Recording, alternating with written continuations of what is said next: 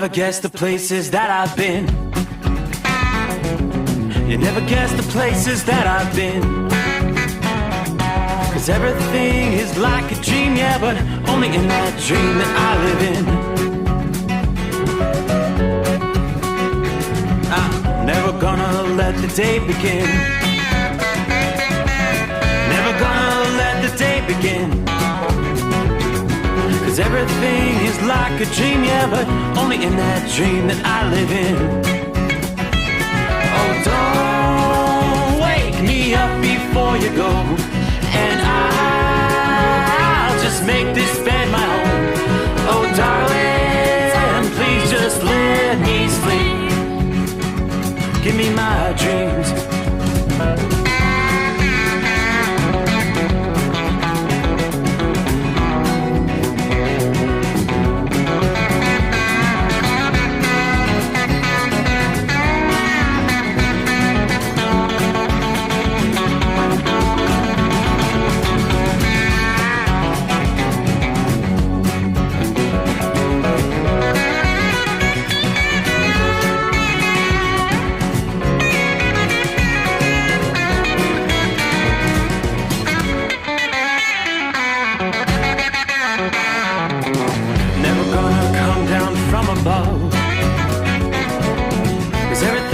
Better from above.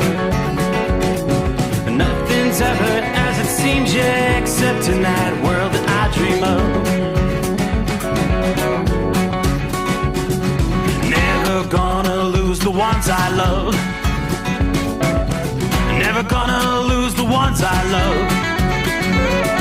'Cause everything is like a dream, yeah, but only in that world that I dream of. Oh, don't wake me up before you go, 'cause I can't face this day alone. Oh, darling, please just let me sleep. Give me my dreams. Give me my dreams. Give me my dreams.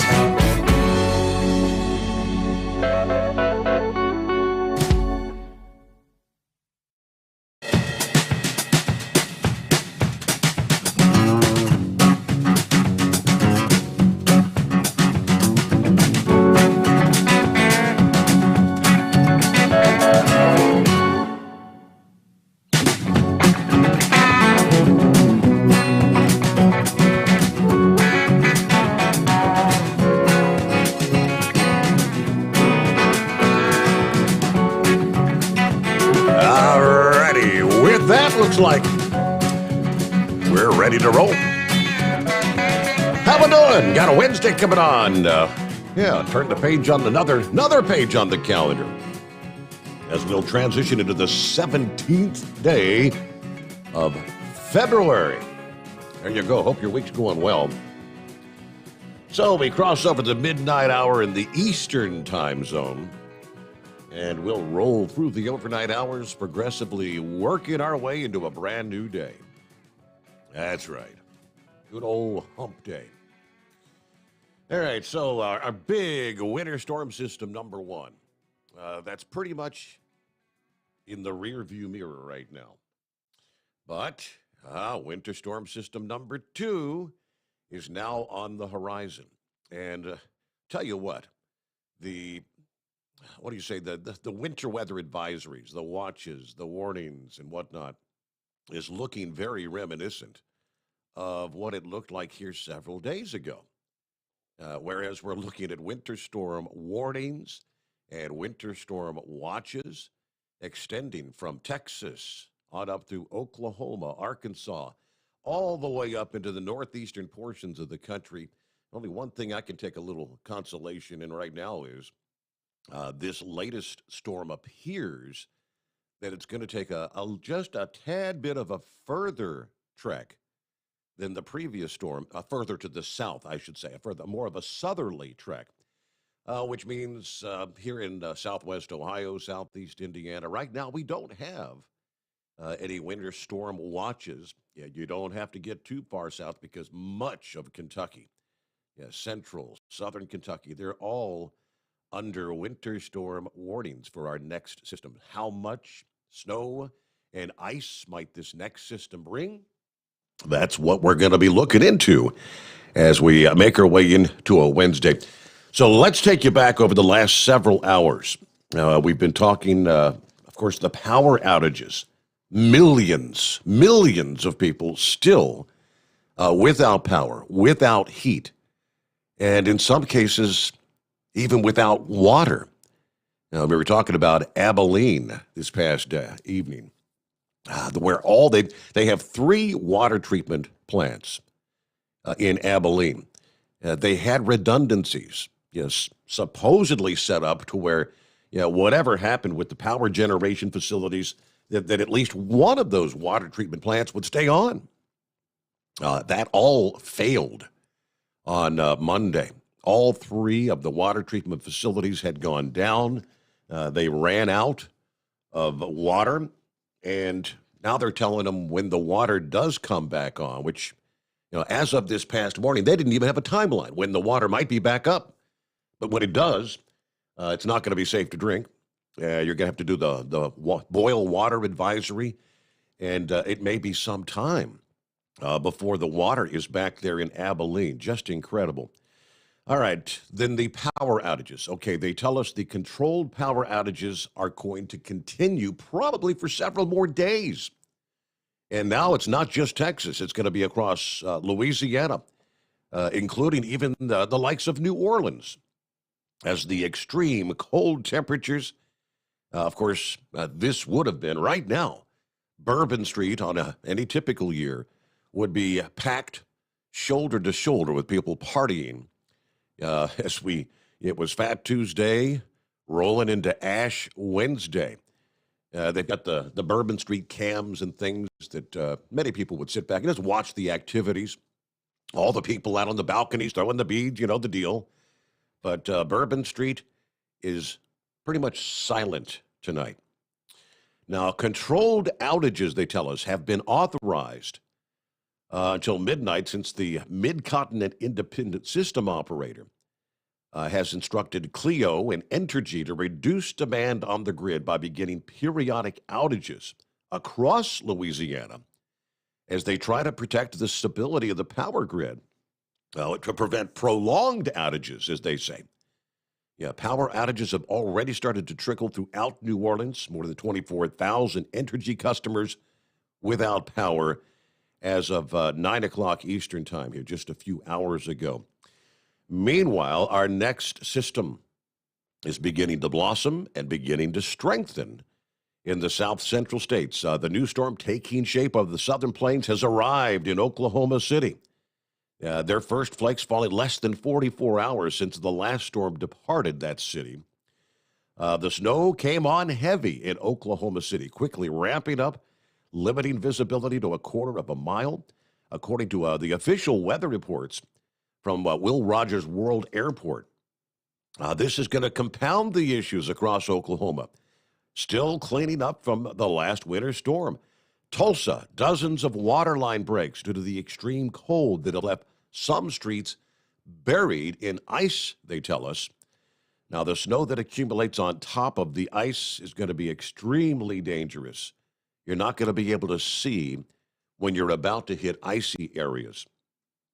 And on over into Houston, Texas, way down into the deep southern portions of Texas, millions have been without power for more than 24 hours now and counting. And for some, that power may not come back until at least the end of this week, they're telling us right now. CenterPoint Energy, based in the Houston area, issued a press release this past afternoon addressing the extended outages due to the continued issues with power generators' ability to produce electricity. CenterPoint's energy customers need to prepare to be without power, potentially for the duration of the generation shortage event, which could last for several days. Company unable to give any sort of a timetable when areas are expected to be restored. Now, if you're talking going days without power, that means some Texans may not be able to heat their homes until after this cold snap is actually over. Of course, any food that needs to be refrigerated is going to spoil. High temperatures in Houston will struggle to reach even 40 degrees for Wednesday, Thursday, and Friday. Overnight lows will continue to be below freezing each of those nights. Warmer weather not expected to return to the Houston area until probably Sunday, when you'll finally see temperatures returning to about 60 degrees.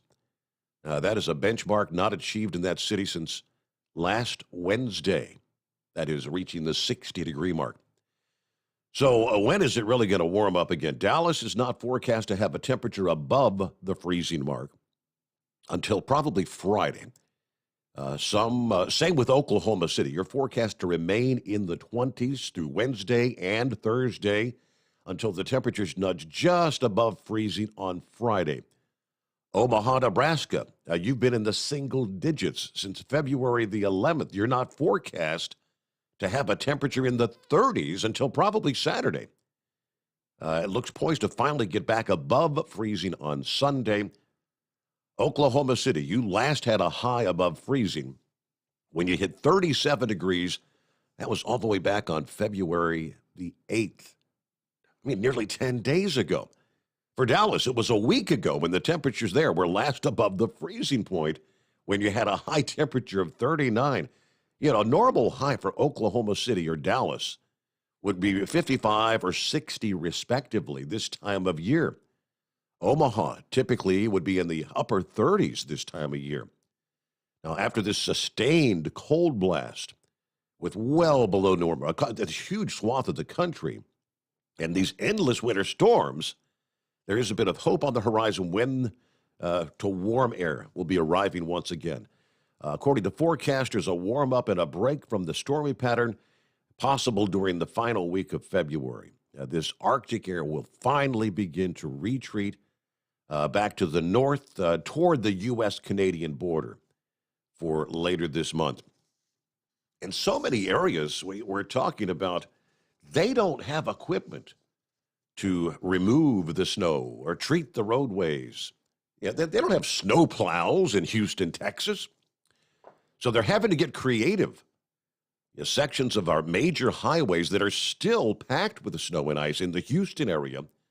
According to the Texas Department of Transportation, they've called in heavy machinery to get the job done. Around midday yesterday, the Houston districts of the DOT posted a video showing graders in Montgomery County clearing snow from a highway.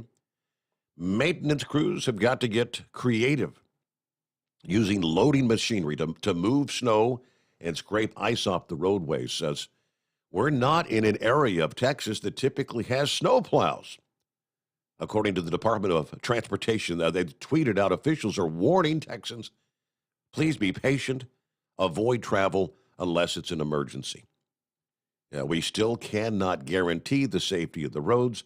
If you absolutely must drive, please stay off the freeways and the bridges and treat the roads like a school zone. Remember, the stoplights are down. The power's out. Get to where you want to get and stay tonight. Because the roads after the sun went down, it's already that time. When the sun goes down, the roads are going to get worse again. We're going to have to do a lot more work before the roads can be reopened. And, of course, the clock is ticking with another winter storm about to unfold here. So that's what we're looking at right now. Let me flip over to the radar scene, and we'll kind of break down what I'm seeing at this hour. Yes, it's been snowing in Oklahoma City for hours now. We've got a big blotch of snow stretching from just south of Wichita, Kansas, west back toward Amarillo, south side and eastern portions of Amarillo. Oklahoma City is pretty much right in the bullseye, in the center of this area of snow right now. Snow falling in Wichita Falls, Texas. There's a little bit of snow in and around the Dallas area. When you get to the east of Dallas, on up into about the western half of Arkansas, you're already seeing snow there. And you got a little break between, say, about Dallas and Waco. But there's a whole lot more precip beginning to circulate in from southwest to northeast. And in that zone, from Waco to Austin to San Angelo and all the way down to the U.S.-Mexico border, that's where we're seeing the icing scenario unfolding once again. And this is just going to bring more power outages to Texas, as the numbers did go down ever so slightly on Tuesday, from in excess of 4 million down to, I believe, 3.1 million, still without power as of 6 or 8 o'clock this past evening.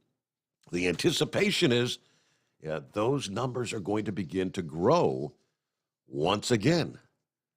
So here's what we're looking at. Our next storm is going to come quickly eastward across the southern plains as we head on into the day Wednesday. More snow and ice, just a real mess from the south, the Midwest, and the Northeast. It's an unbelievable figure. They tell us right now 73+% of the entire lower 48 has snow cover. And we're just going to build on the existing amount of snow that's on the ground.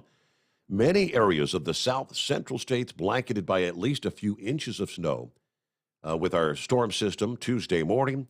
Many parts of the Midwest and the Northeast, 6, 12, even 18 inches or more snow on the ground, with more on the way. As the storm advances to the Northeast between now and Friday, snow is forecast to fall again along about a 2,000-mile swath from northwestern and north central Texas all the way up into northern Maine once again. And yes, sadly, there will be another ice side to the storm, freezing rain and sleet occurring on the south and eastern side of the storm, extending from central Texas all the way up into southeastern New York State. So on top of the threat for more power outages, your daily commute, moving freight, shipping has been big time affected. And this storm is likely to shut down once again long stretches of highways. Air travel has been a nightmare this week. Flight operations at major hubs all over the country have been severely impacted. Some areas of the south central states that rarely have snow, but every few years, you've already had more than your fair share this past week. We had snow as far south as the lower Rio Grande Valley in Texas.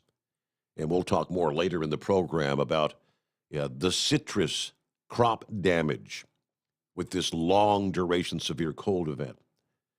Now, I guess the only good news for some of the citrus growers, in many cases, they had about 50% of the crop in, I believe, on the grapefruit. A lot of grapefruit grown there in the lower Rio Grande Valley. Oranges, I've got the numbers. Again, we'll get to some of that here a bit later in the program. But what a mess we'll be looking at. We'll break down those areas to where right now we're looking at, again, winter storm warnings in place for the eastern half of Texas, most of Oklahoma, with the exception of the Panhandle and north central portions of the state, the entire state of Arkansas, western Tennessee, from about Nashville westward, about the northern two-thirds of Mississippi. Those are all winter storm warnings right now. From there, the winter storm watches extend through most of Kentucky. It's the northern sections of Kentucky that don't yet have any advisories up. Western Tennessee, we've got winter storm watches up all the way over to from Knoxville, more up the higher elevations. The Smoky Mountain region, on up into the southern portions of Ohio, pretty much all of West Virginia, Virginia again, and about the eastern two-thirds of Pennsylvania. And those will probably be extending on up into New England here in the next 24 hours. The Maccabee, very reminiscent of what we were sharing 2-3 days ago. And that was like, what a major storm system. All right, underway here on a Wednesday. Great to have you with us. And we got a special guest right out of the box here that we're going to jump to. Sarah is going to be joining us. Is Sarah Lee? Is that your last name? Kind of like the cookie or the bakery people? Is that it? Yes. In fact, I'd never heard that one. Oh, Yes, it is Sarah Lee. well, Sarah Lee, it's great to have you with us here. What part of the country are you from? Are you dealing with this old wintry mess? Well, it's so good to be here. Thanks for having me. And yes, totally. I'm in Nashville, and we're snowed in here, and it's very hilly, with limited resources, plows, salt, and stuff like that. So we're yeah, we're hunkering down pretty hardcore over here. So If I understand that's the correctly, situation. you guys got a lot of ice with that first system, and then you piled on Hmm. like what 5 or 6 inches of snow on top of that, and I think now you're are they calling snow or ice for you in Nashville with this next system? It looks like there's some snow coming. It changed to like mostly cloudy tomorrow, but then snow on Thursday.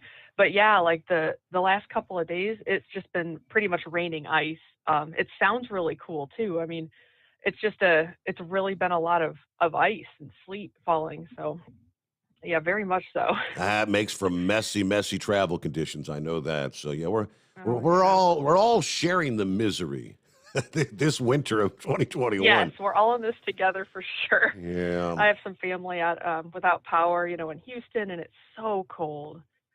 It's just so cold. So yeah, my heart goes out to people without power. Luckily, still have power.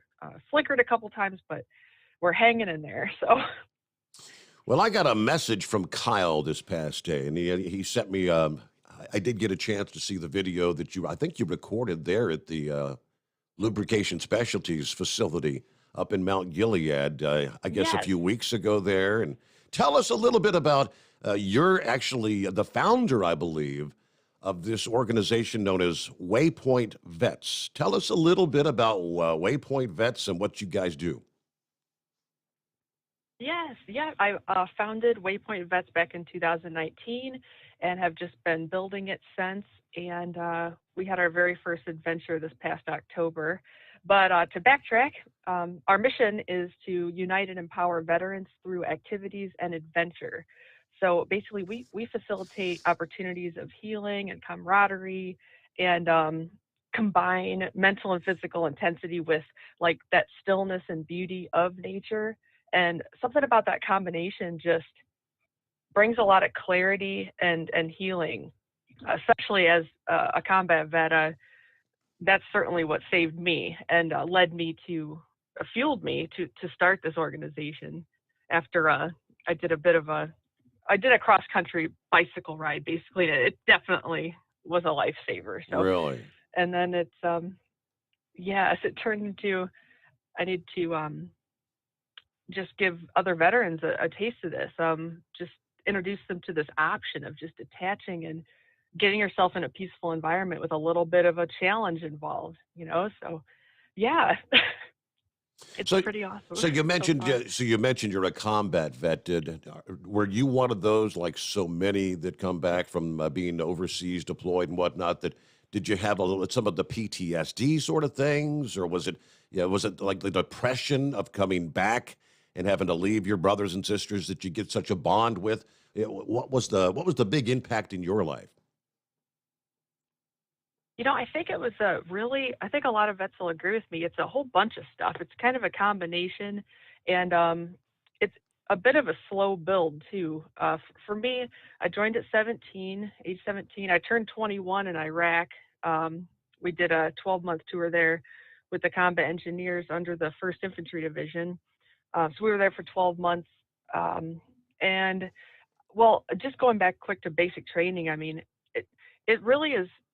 I am very grateful for being in the military, for sure. I wouldn't change a thing about joining or the experiences. And I gained so much. You gain so much. It like expedites your growth right out of the gate with skills, how you view other human beings. We were told, the only colors that matter are you wear green and you bleed red. Hmm. And the intensity right out of the gate is pretty profound. So definitely you start out on a definite high, and then I went ahead and got deployed in '04, and we lost people. One of the people we lost was a really good friend of mine, and yeah, you definitely. In my case, a lot of my issues are very guilt based, and I tend to dwell on that sometimes, and that's kind of what led to me feeling a little bit of a rock bottom there, which led to my cycling journey. But um, also, I had a neck injury overseas, so I eventually got out due to that. I stayed in for 8 years, and I just loved it. I planned to be a lifer. Wow. And it's like the military is the one thing it's like the only thing that's ever made complete sense to me. Like I really truly enjoyed being a soldier in the military, and that the bond, the intensity of the bond that you form with your, fellow soldiers, it's it's still unmatched. I feel like, and there's so many positives to it. I think after I got out, I really started noticing a big difference in myself. A lot of my identity was connected to that person that I'd been my whole adult life, and that combined with the chronic pain and some things just really slowly, I guess I think I just got really fatigued from trying so hard Hmm. at life, or to be okay, things like that. And it kind of just escalated and um, hit a bit of a rock bottom in 2016. I would say I got out in '09, and um, I I really submerged myself in life after I got out. I A lot of vets, they either go back on a deployment or they'll just fill their days as much as humanly possible. For some reason, it's a lot of times one of those two things. And I was one of those people that came back and just took on absolutely everything I could. So, and that included college. I got a few college degrees and started a photography business and ran that. Loved it, but just that there was something missing. Something big was missing. There was like a void that couldn't be filled, and it would go back and forth between, it could have been me, and the gratitude and for my friend's sacrifice, and it should have been me, and the guilt of Yeah. it not having been me. Like, why am I here and my friend's not? That sort of thing. So, to answer your question, it's a combination for sure, and everybody's so different. Every vet's so unique.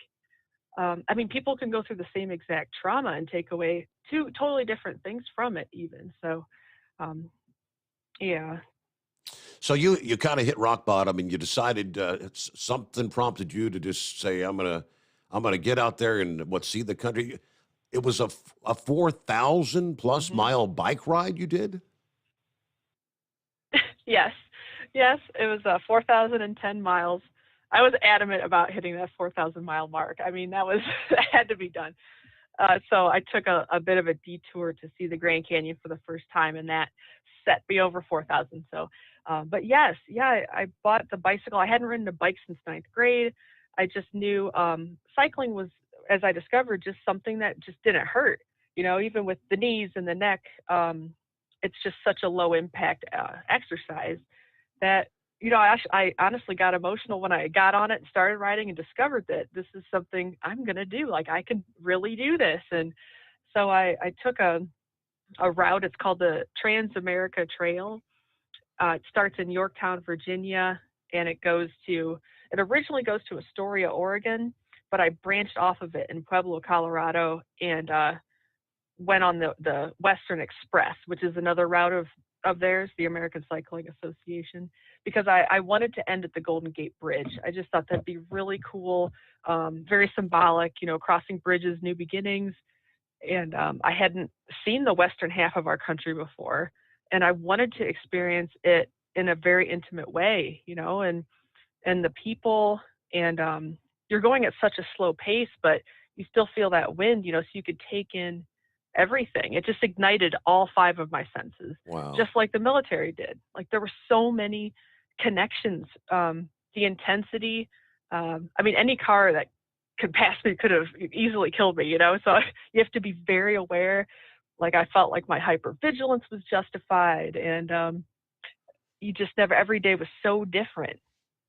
So it's just really special, and I did not expect the healing I received Wow. on that trip, and So and the kindness blew yes. my mind. So So if, I mean, I could see doing it on a motorized, like a Harley Davidson or something. But you actually you pedaled for 4,010 miles. I'm out of breath just thinking about yes, no, me too, because it's been a while. I am not in that kind of shape anymore. So, but yes, yeah, I pedaled the whole time. I never even walked the bike. I got up every mountain, and I just took my time with it. It took about 5 months, and I just did what I could each day, and that's kind of how life can be. You just do a little bit and a little bit at a time. And um, just something happens out there when you're removed from your day to day, and all of those little tiny decisions you're faced with that are annoying sometimes, they're like stripped away, and it simplifies life so much. Like, this is what I eat, or this is how much I need to eat to make it to this next town. I need this amount of water for this amount of miles. It's just the simplest things. I tent camped almost every single night. I'd find little nooks in the woods, or little parks in some of the little villages. There's a ton of, I mean, you can get away with tent camping pretty much anywhere if you're Right, if you're right. creative about it. So, Uh, but yeah, it was just really nice, very empowering experience. That self-sufficiency is so liberating, and it just really took me back to so many of the parts of my mind that I hadn't tapped into since serving. And it was the reminder was probably the greatest gift that I personally received, was that reminder that I am still mentally and physically capable of things like this. so then, Abby, you go through this bike ride, and you felt, I guess, the way you're describing it, such a liberation, and I guess a relaxation, the Hmm. adventure, the whole thing. You said, I wish more of my fellow veterans could experience something like this, and that's how Waypoint Vets came into fruition. Is that what it was about? Yes. That's exactly pretty much verbatim. People would ask me when I started that journey, what are you most afraid of? And honestly, it was finishing, being done, and the what next, and is it another vicious cycle, which is what I named my journey. And I started drawing up some concepts for logos and ideas for Waypoint Vets alongside of that last 1,000-mile leg, and it was really just, it's all right there. I designed the logo, which is the top half of a compass, meaning forward is really the only thing to focus on, which was very symbolic with the cycling. I mean, you just go, it's one direction. It's Yep. very Yep. simple. um, and then the ripple effect. I have the lines in there. The ripple effect of what I hope to start maybe with some of these adventures, and being a vet, being out for so long. Um, I just couldn't believe what I received on this. And just to kind of get vets back together, uniting them, and then putting them in situations where teamwork's required and we rely on each other again. And there's a trust there that we're reminded of. And just the fact that, just to let them know that they're able to tap back into their favorite parts of the military, the parts we miss the most, are still accessible through this option for them of getting away, getting out, and being active in nature. In and kind of, some of the adventures are more extreme than others too. We try to mix it up. We have the canyoneering, which includes, I mean, we're rappelling down 200-foot tall canyons into riverbeds and stuff, and navigating the slick rock together. Lots of ropes, and it's really awesome what happens out there. So you've had some pretty exciting things coming together, and that's kind of why we're here having our little conversation here. I want to take a quick time Yes. out, like a 3 minute. When we come back, I'd like you to explain. You met none other than Chris Gabrelchik, and I don't know whether you know or not, Sarah, but I'm sitting behind a microphone. I have a job because of one Chris Gabrelchik. I've been in the broadcast biz for many, many years, and this past November, I got released from the job. I'd been on this one particular station for 25 years, and Chris kind of came to the rescue and created the Steve Sommers overnight Hmm. drive. So I want you to tell us how you met Chris Wow. and what Chris has done for you. And I know you've got something going where you're going to maybe be asking some of our listening audience and others out there they can help support your organization, Waypoint Vets, and we're going to tell them how they can do that. How's that sound? That sounds wonderful, Steve. Thank you. Okay, so we'll return right after this. Stick around. The Steve Summers Overnight Drive, live from the Hotshot Secret Studios. The Overnight Drive with Steve Summers. Live from the Hotshot Secret Studios. Call Steve now. 844-844-3388. That's 844-844-3388.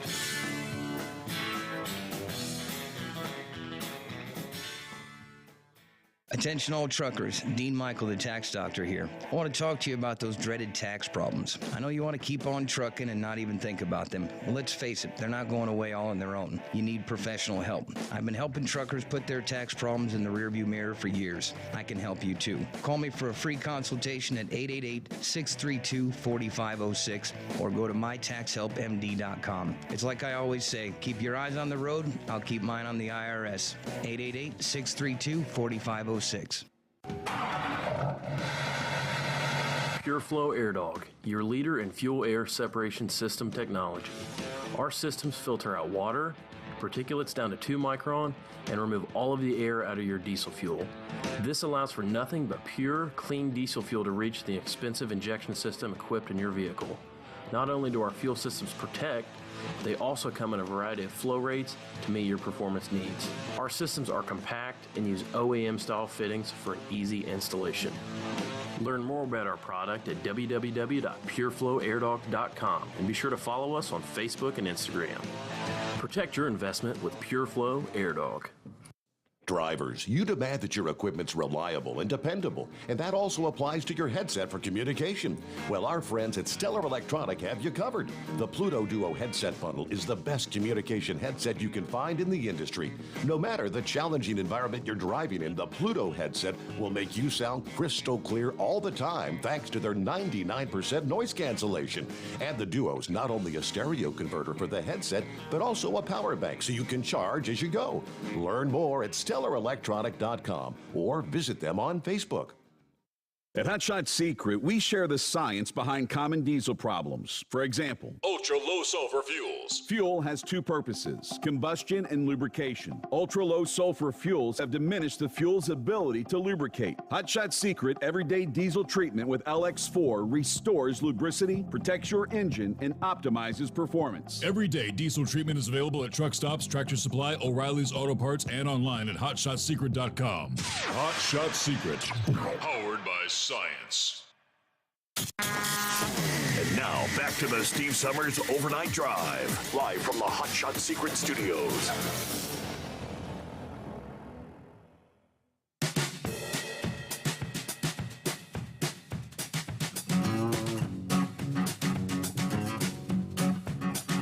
Okay, back at it here. Sarah Lee joins us. All right, so we got a little bit of the background. Let's forward to where and how did you first make contact with Chris Kabelchik there at Hot Shot Secret? Well, I met him there at Lubrication Specialties in Mount Gilead, and not this past Christmas, but the one prior to that. And of course, I was nervous because that's me, but we got to talking, and he genuinely took a real interest in what it was I was building. And I love that he asked very insightful and thoughtful questions that like demanded a big picture response. And I love being able to share like really just bare bones, like my big plans, like being able to just share the rawest version of my vision, for Waypoint Vets. And so he decided that day he was going to help fund our inaugural adventure, which took place this past October, which was canyoneering in Utah. We took 9 vets from 6 different states and flew them out there. And he facilitated that. He made that possible. 'Cause the Waypoint Vets Adventures are free, completely free to the veterans that participate. We cover everything, flight, lodging, transport, the adventure itself. We provide all the gear, like every single bit of gear they need. It's literally a just show up kind of mentality, because sometimes showing up is a really big deal too. And so we wanted to just eliminate the stresses as much as possible and just get them there. And so he made that possible for us to have our very first adventure. And I think what meant the very most is I went in there, I didn't have anything really to show yet, other than really detailed logistics and like OCD cost estimates, things like that, but it hadn't been, made operational yet. I didn't have the visuals, but he's such a visionary. It felt like he was really understanding exactly how I was feeling and thinking about my own program. just by listening to me. So that was a really special first conversation. So he gets you off the ground. He made a cash gift, and so here we find ourselves. Kyle tells me, and they issued the official press release this past day that what we've got going now is a GoFundMe charity fundraising effort that started this past day, and it's going to go till March the 16th, I believe. But Chris is going to do what? He's going to actually match all donations to the GoFundMe between now and March the 16th? Yes. Yep. Dollar for dollar, full donation match. And I just, it's amazing, really. During my cycling journey, I realized, like, I really ignited my lust for life again, obviously. It just restored my faith in humanity. And coming off of that, and then right as I do, meeting somebody like Chris, well, first of all, there's good people everywhere, which I realized that truth on this journey. And we're not as divided as we might think. We really aren't. After submerging myself in the way I did, coast to coast across this nation, it's unbelievable how many great people are out there, just waiting to be needed or waiting to help, things like that. And so I met Chris, and it was a huge continuation of that same feeling that there are people out there actively looking for ways to better this world. And just to be on the receiving end of his kindness in this way was, it just fueled me so drastically. We're actually going from one adventure to 4 this year. So we're going to grow this exponentially, and it's canyoneering in Utah. We're going to summit Mount Rainier in Washington State. Wow. We have a second canyoneering / kayaking trip in Lake Powell. And then I'm going to be doing a women veterans retreat in Destin, Florida.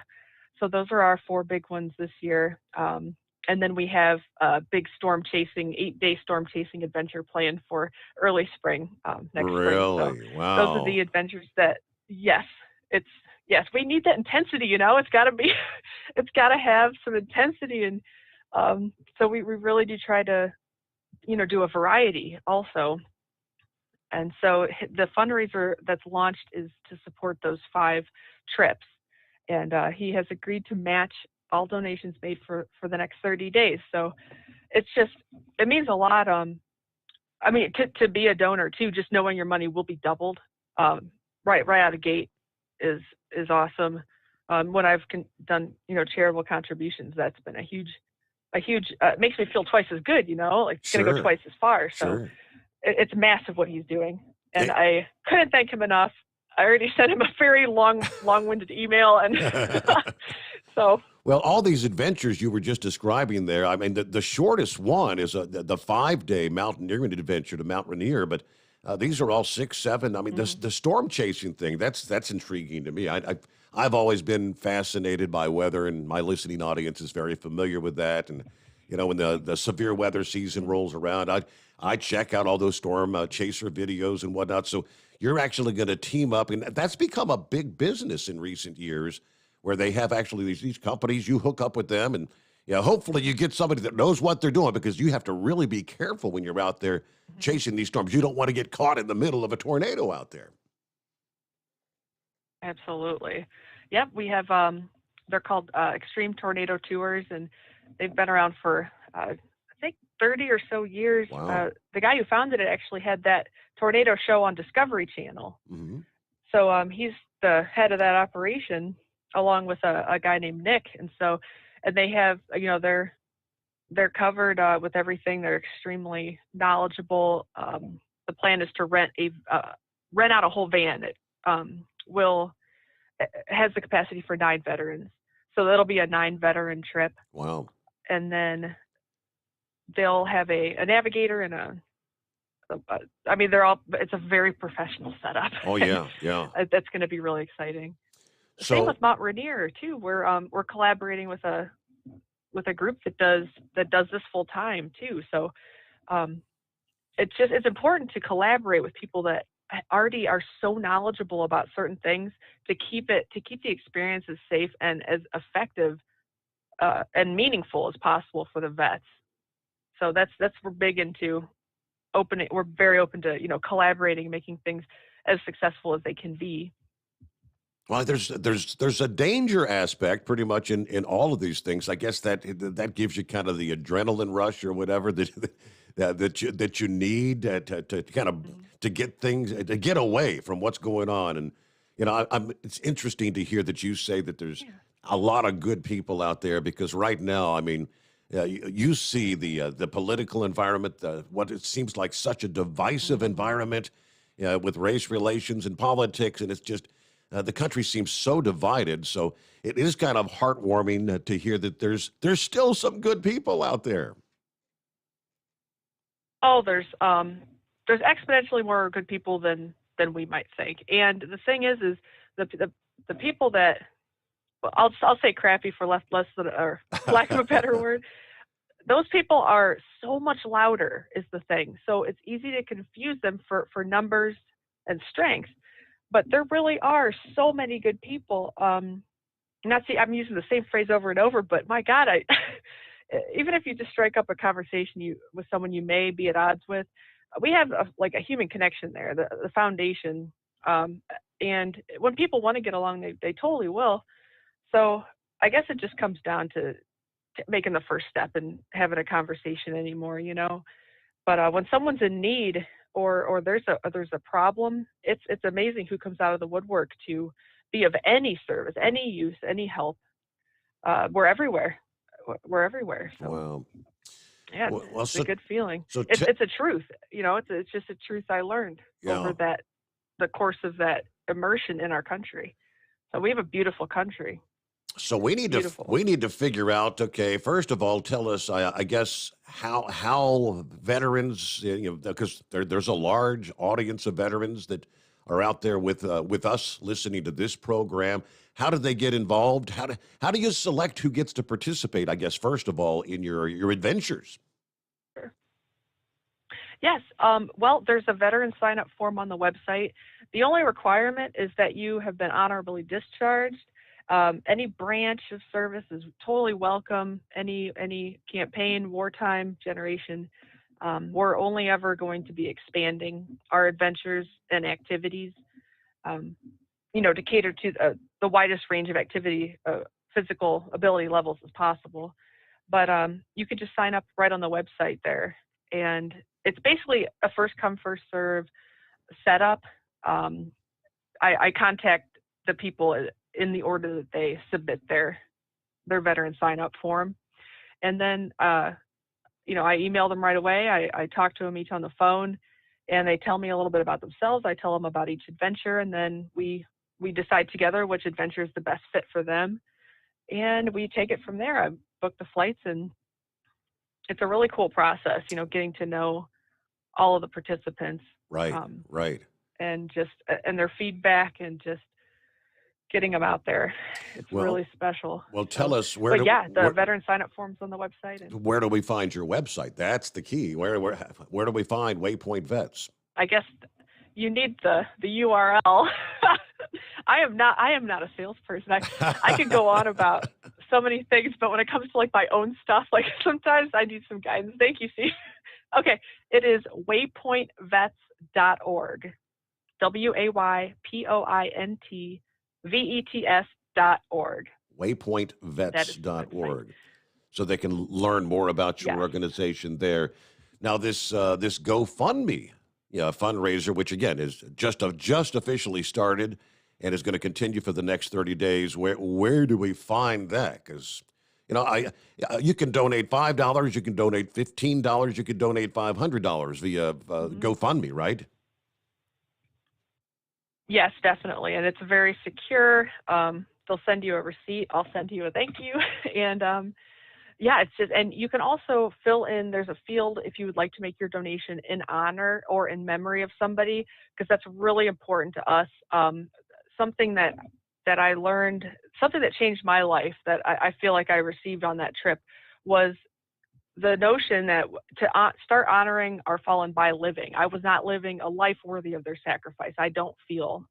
And that is one way we can repay this debt that we didn't think we could repay, is by living a life they no longer can. We honor them by living. So each of our participants, I make them a set of custom dog tags.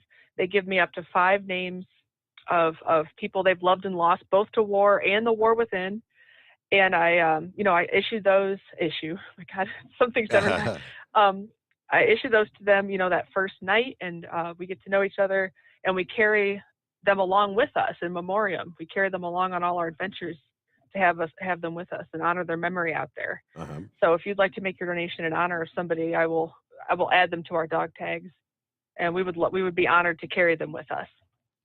I know a lot of times when people set up the GoFundMe fundraisers, you can go to GoFundMe and typically you have like a keyword or something you can punch in to search to find your actual page. Do you have something like that, or is it are we going to need to like share via my social media and whatnot? I'm guessing you've got a link via your waypointvets.org website, a link to the GoFundMe. Would that be right? Yes, we have a link on the website, and also our social medias, Facebook, Instagram, Twitter. We have links to the GoFundMe campaign on there as well. Okay. All right. So that is up and running. So yeah, I see 5 big adventures for 2021. So I mean, you're off and rolling. Yeah, it was your inaugural event last October, and from there, I guess these things cost a bit of money to put together, right? They do, especially we do want to cover all the costs for the veterans. And and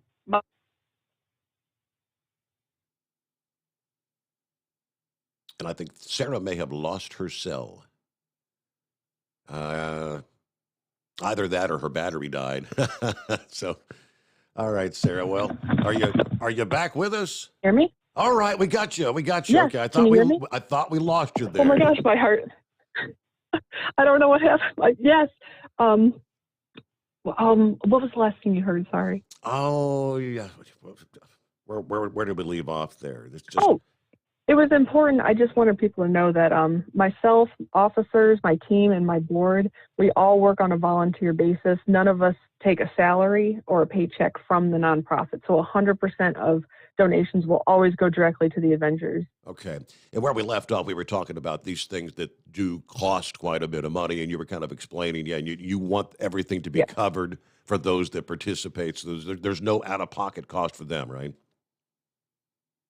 Correct. Yes, we want to make sure that we love being able to do that and serve our veteran community in this way. I just think showing up sometimes is a big deal. Full disclosure, I mean, I deal with some social anxiety myself.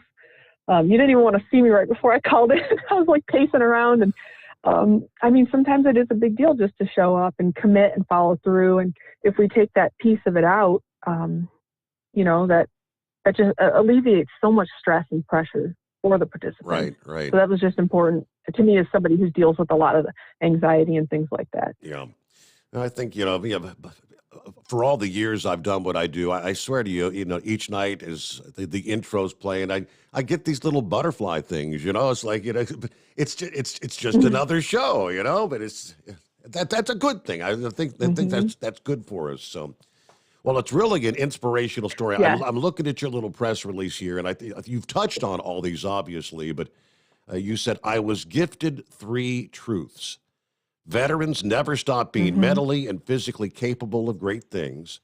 America is not as divided as we may think, and we must honor the sacrifice of our fallen by living and giving. That's pretty inspirational, Sarah. Yeah. Oh, thank you. I truly, that was a gift I received on that trip for sure. Yeah. And that reminder that we're never not capable. We could still tap into those parts of ourselves. Mm-hmm. It's there. So it just coaxes it out in such a positive way when you're in a beautiful environment and moving.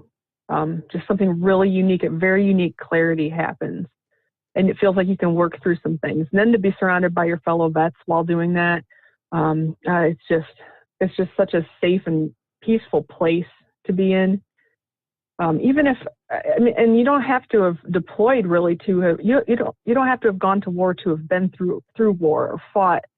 Everyone has their own story. I always say vets are different books sitting on the same shelf, we're all so different, but we have this amazing foundation and this amazing bond that really just transcends, generation, age, race, anything. It's just cool. It's when you discover someone is as a vet, it feels like you can kind of start in a whole different place together. Like you just start either dogging on each other or talking in a certain way. It's like, oh, okay, I can talk like this. So much of your identity gets wrapped up in your training and who you are while you're serving. And it's really special to be around vets and be reminded of those parts of yourself. Yeah. And who you are now, and you didn't lose all that. It's all still in there, So it's just a lot. It's a whole thing, Steve. It's a whole thing, I guess. So. Well, I've got a soft spot for veterans because I have one son that we call him a September 11. I guess September 11 John. He was very 10, 12, somewhere in that range when that occurred.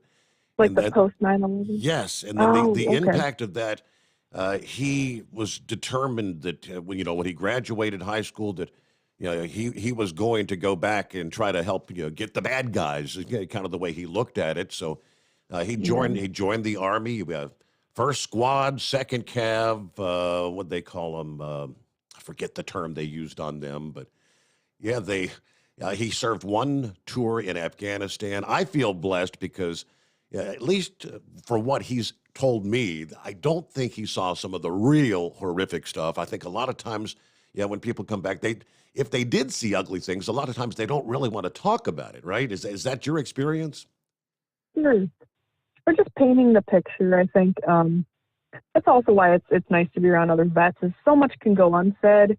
If someone's experienced like a major tragedy or something, or hasn't, or just has lost somebody, just being around other people have been through something similar or have possibly seen similar.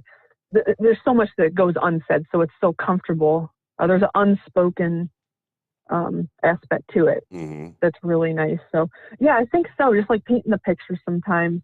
It could be frustrating, or it could bring back things, or it could. I guess it's the what ifs and things like that make a lot of people, I think, hesitant. All I know is there's a lot of horrible things that you can see on a battlefield, and some things cannot be forgotten and things of that nature. So, again, I appreciate all our vets, whether they get deployed in wartime. I was kind of a lucky youngster. Of course, had to sign up for the draft at the age of 18. But my pretty much entire service time of my life, there was never really much of anything going on as far as deployment, and that's all changed when Iraq rolled around. Yes, yeah. Yeah, yes, very much so. Well, is there anything we haven't touched on yet or something that you wanted to touch on more? Of course, we know it's waypointvets.org, and that's where we can find the GoFundMe page. And let's hope our listening audience, and obviously people can go and share that via their social media, right? The more people that find out about it, the more it can grow. Yes, that'd be awesome. And on the fundraiser itself, there's a real easy button to click to share, and it generates a verbiage for you. You don't even have to, type anything. You can just share it right to your profile, or share the link. But yes, that would be awesome. I'll make sure that you have the link and everything for your post. And I really appreciate you having me on and talking about everything. And I guess my last question is, like, does anyone have any questions? I mean, I don't know if you do that, but I just didn't know if that was something. Well, we could do that. Yeah, absolutely. I didn't know if you want to talk to some of the drivers or some of the veterans out there. You got time to stick around a little bit, or? Yeah, I think at least probably 10 minutes. Is that enough time? Okay. Well, after the commercial break? Sure. I tell you, I was going to say we could do that. And yeah, if anybody wants to dial us up, as always, our number is 844-844-3388. So yeah, if we get a couple questions for you here, be happy to take that. And we'll just like I can just picture all these drivers just cringing, like I was so sure that was the last we would hear from Sarah Lee tonight. No, I think you're great, Sarah. So yeah, let's just pause right there, and we'll get a quick timeout. Yes, as we hit almost wrapping up hour number 1 here, make our way into a Wednesday. But yeah, we got the lines opened up, 844-844 3388. Maybe just, call tip of the hat or whatever. And we'll return after this. The Steve Summers Overnight Drive, live from the Hot Shot Secret Studios. You're listening to the Overnight Drive with Steve Summers. At Hot Shot Secret, we share the science behind common diesel problems. For example, Fuel additives. the purpose behind most fuel additives is to impact performance of your diesel or provide protection to your fuel system. Hot Shot Secret Everyday Diesel Treatment provides both performance enhancement and protection with 6 key components. This fully formulated premium fuel treatment includes the performance-enhancing cetane boost, injector cleaner, and LX4 lubrication, as well as protection against water with a demulsifier and rust inhibitor, plus a stabilizer that minimizes fuel filter clogs. Everyday Diesel Treatment delivers a 6-in-1 premium fuel treatment for every fill-up, every time. Everyday diesel treatment is available at truck stops, Tractor Supply, O'Reilly's Auto Parts, and online at hotshotsecret.com. Hot Shot Secret, powered by science. PureFlow Air Dog, your leader in fuel air separation system technology. Our systems filter out water, particulates down to 2 micron, and remove all of the air out of your diesel fuel. This allows for nothing but pure, clean diesel fuel to reach the expensive injection system equipped in your vehicle.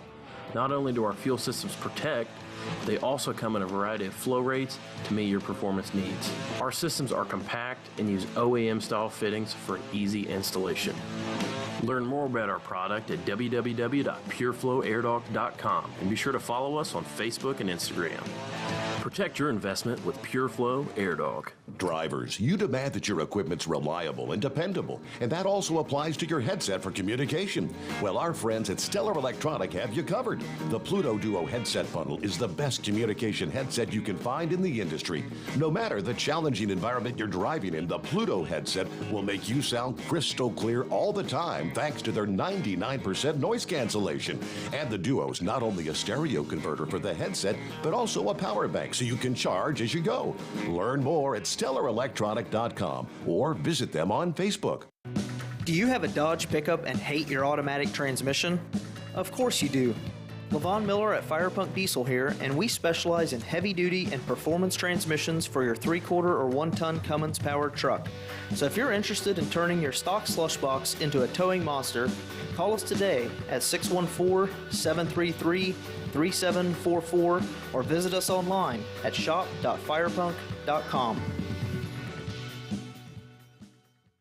Dean Michael, the tax doctor here. I have one question for you. Do you want to stop worrying about the IRS? If the answer is yes, then look no further. I've been around for years. I've helped countless people across the country, and my success rate speaks for itself. So now you know where to find good, honest help with your tax problems. What are you waiting for? If you owe more than $10,000 to the IRS or haven't filed in years, call me now at 888-557-4020 or go to mytaxhelpmd.com for a free consultation and get your life back. Whether you're a diesel pickup performance enthusiast or just looking for a small upgrade, when selecting common rail fuel system components, look no further than Exergy Performance. At Exergy, you'll find injectors, pumps, and more, engineered like no others on the market using state-of-the-art equipment run by people that have been in the business for decades.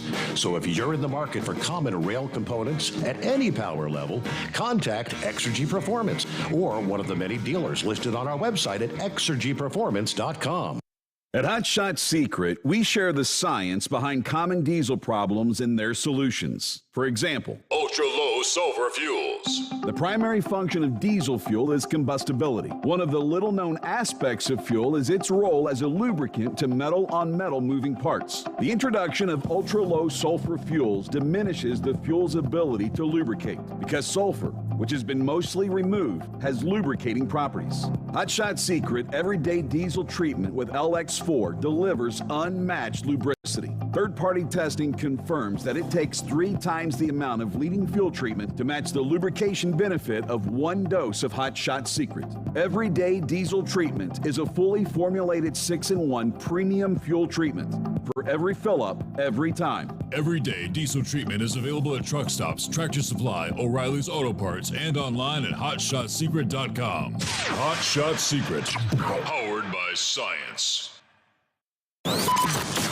Live from the Hot Shot Secret Studios, the Steve Summers Overnight Drive.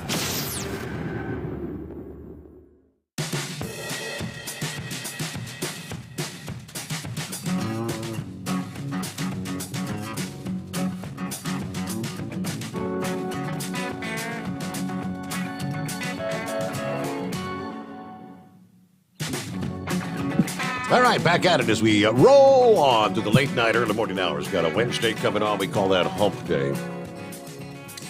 All right, well, Sarah, I'm kind of embarrassed. I don't have any calls on hold at the moment, but we get lots of people chiming in via the social media. No, that's okay. Yeah, well, a lot of people out there listening in, and many, many more actually listen to the podcast later in the day, but I'm looking at some of the comments here. Hats off to your guest, Steve. Roger that. 4,000 miles on a bike. That's a long way. Yeah. Let's see. This guy said It's longer than you think. she missed out. Oregon is freaking beautiful. And let me see here. Oh, I know. Yeah, it really is. Oh my gosh, that waterfall. I forget what it's called. Shoot. It's in a lot of movies. It's unbelievable. See, I totally agree with him. For her. Ty says, when I look back at my time in the Marines 30 plus years ago, I was handed responsibilities and when I was in charge with millions of dollars of equipment at such an early age. Nothing in the civilian world compares. That's why many vets find it hard to kind of blend back into civilian life. And he says, thank you for your service, young lady. Okay, let's see. Oh, no, you too, brother. Thank you. Mental health. And yeah, he's completely nailed it with that. Mental health improves with fresh air and exercise. Good for her. Okay. Let's see. Yeah, a lot of people talking about how cold it is out there. Yeah, it is very, very cold. 27. Oh, yeah. That's so fun to hear some of their thoughts. That's awesome. This is awesome, Steve. You have the best show. Let's see. Support our nation's heroes by helping Waypoint vets reach their fundraising goal. And, of course, Hot Shots Secret will match all donations dollar for dollar. I'll tell you what. Now, Sylvester's on the line. He wants to say hi to Sarah. Tell her what a great job you're doing. And Sylvester is actually a former truck driver here in the United States who now resides in Australia, no less. Morning, Sylvester. Oh, that's awesome. Hey, look, I just wanted to tell you how fantastic what you're doing is. Thank you. The trucking industry is full of vets, many of whom carry the scars, not just physically, but, of the emotional aspects that are hidden oftentimes, like, I know many of them who stepped up and, were willing to stand the line. Now I am a vet, I'm what I call a Cold War vet. There's a lot of cat and mouse played at the time, but my EAOS was the day before the first Gulf War began. So, so I just missed out of being able to even be recalled. But I see. I wanted to. Yeah, and running a charity is tough. A bunch of guys got together several years ago to run a charity to help truck drivers. And funny, each one of them that stood up to do it was either a Vietnam War vet or, shortly thereafter. And I will tell you, the heart is there in the American truck driver. There are so many veterans in the trucking industry that, I personally want you to know that anything that I can do to help support it, I'm very willing and happy to do. I'll spread the word, as for the people that I know that could possibly benefit or be part of it. So And so, Steve, you're going to have these links on your webpage, are you? It'll be on the, obviously, yeah. I'm pretty sure Hot Shot Secret has this stuff on their page. We'll put it on the Steve Summers Overnight Drive, and I'll share it via my Facebook page, and we'll all spread the word, yes. Brilliant, absolutely. Because you sound like an amazing person who is just like so many vets, selfless. And it takes the heart of someone like you to create something like this and actually make it happen. And it's tough work. It's very difficult work. So, yeah. Thank you so much. I missed. Go ahead. Sorry. No, just thank you so much. And what really blew my mind was the support that exists out there. I didn't expect it at all. I just thought everyone hated each other, and I set out on that, and and then building this, I've just discovered it's really amazing. The support that does exist out there, especially among the veteran community, it's like you still have this big family. And I know it's easy to lose sight of the love around you sometimes when, it gets kind of dark or whatever. And but it's just there. I mean, it's all right there. Just, yeah. Thank you so much for what you said. Yeah, well, no, not a problem. I missed the very first little bit of the show because I get done with my work today. I got done at 4:00 in the afternoon, and that's the time that Steve starts. Because right now it's 5:08 right now here. Okay. So what branch were you in? And what did you Army. do? What was your rank? I was in the Army. I deployed with a Army National Guard unit, and I got out as an E5 sergeant. Okay. Yeah, because I've got a very good friend of mine I actually worked at a major trucking company with, who was National Guard for the first Gulf War. He went over to Iraq, and then he now he's regular Army for the first Gulf War. When the second Gulf War occurred, he was National Guard, went over there with a transportation battalion. And then because they brought all the National Guard back, he re-upped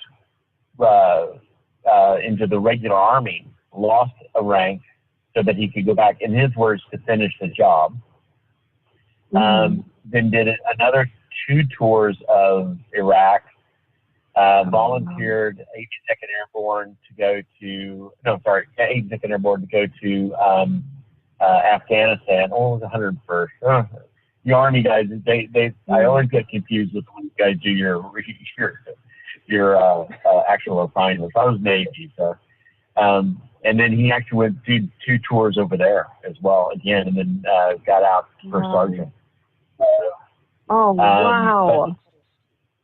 Yeah, so when he retired, the battle scars and the difficulties that he went through, and the obvious PTSD, and the difficulties that he went through, I can only imagine what others have been through as well, especially Afghanistan, and it's always looking over your shoulder. And I've got to tell you, it's a huge kudos to you that you've made the choice to do this. Like you were saying, like I did hear you say, you're looking for a purpose. And look, I got to tell you, what you're doing, it's fantastic. And thank you. So look forward to hearing more, and I look forward to hearing more and more stories from the individuals that you've already done. So you've had your first one, that was in October, and you've got, 5 more planned this year alone? Yes, 4 this year and 1 next spring. It was the 2 canyoneering, a women veteran retreat, summiting Mount Rainier, and storm chasing, which Steve loved. And yes, there's also our YouTube channel. It has all sorts of veteran participant experiences, in-depth interviews with them and what they received from the adventure and things like that. So it's really nice to hear from them, from them, not just me sitting there talking about my own thing, but for what they really took away from it and felt they received. So that's my favorite video, is just hearing what they have to say. And it's invaluable for me to learn that as I grow. So the feedback's everything for me. So. Right. So do you participate in these as well, or do you just organize them, or are you participating in them as well? No, I go. Yeah, I participate as well. At least the first couple times, because I want to make sure that I know everything that's required to make them. I have crazy standards, but not not in an annoying way, just like personal kind of standards for stuff. And once I know everything that's required and involved, I can then bring on some help, and I might hopefully grow this to a point where I'm unable to attend them all. There might be overlapping ones. Like this is, I'm just kind of slowly building it, very carefully, as to not get ahead of myself. I just want to be very careful, only do what we can afford and things like that as we grow, and just try to be responsible about it, but do the most that we can at the same time. Hey, thank you so much for the call, Sylvester. That was great. I want to jump over to Pappy. Hey, Pappy. Pappy, how you doing tonight, Steve? Good. Miss Sarah, how are you doing, dear? Good. How are you? Fine, ma'am. Listen, I'm lost for words. Oh my gosh. As soon as you cut the break, I immediately went to your website and checked it out. I was hoping by the time I got back on here and was able to call in that you would still be here. And man, I can't tell you your story about how you took off on the bike and took that little journey. Kind of reminded me of the Forrest Gump movie where he just started running. I've totally heard that.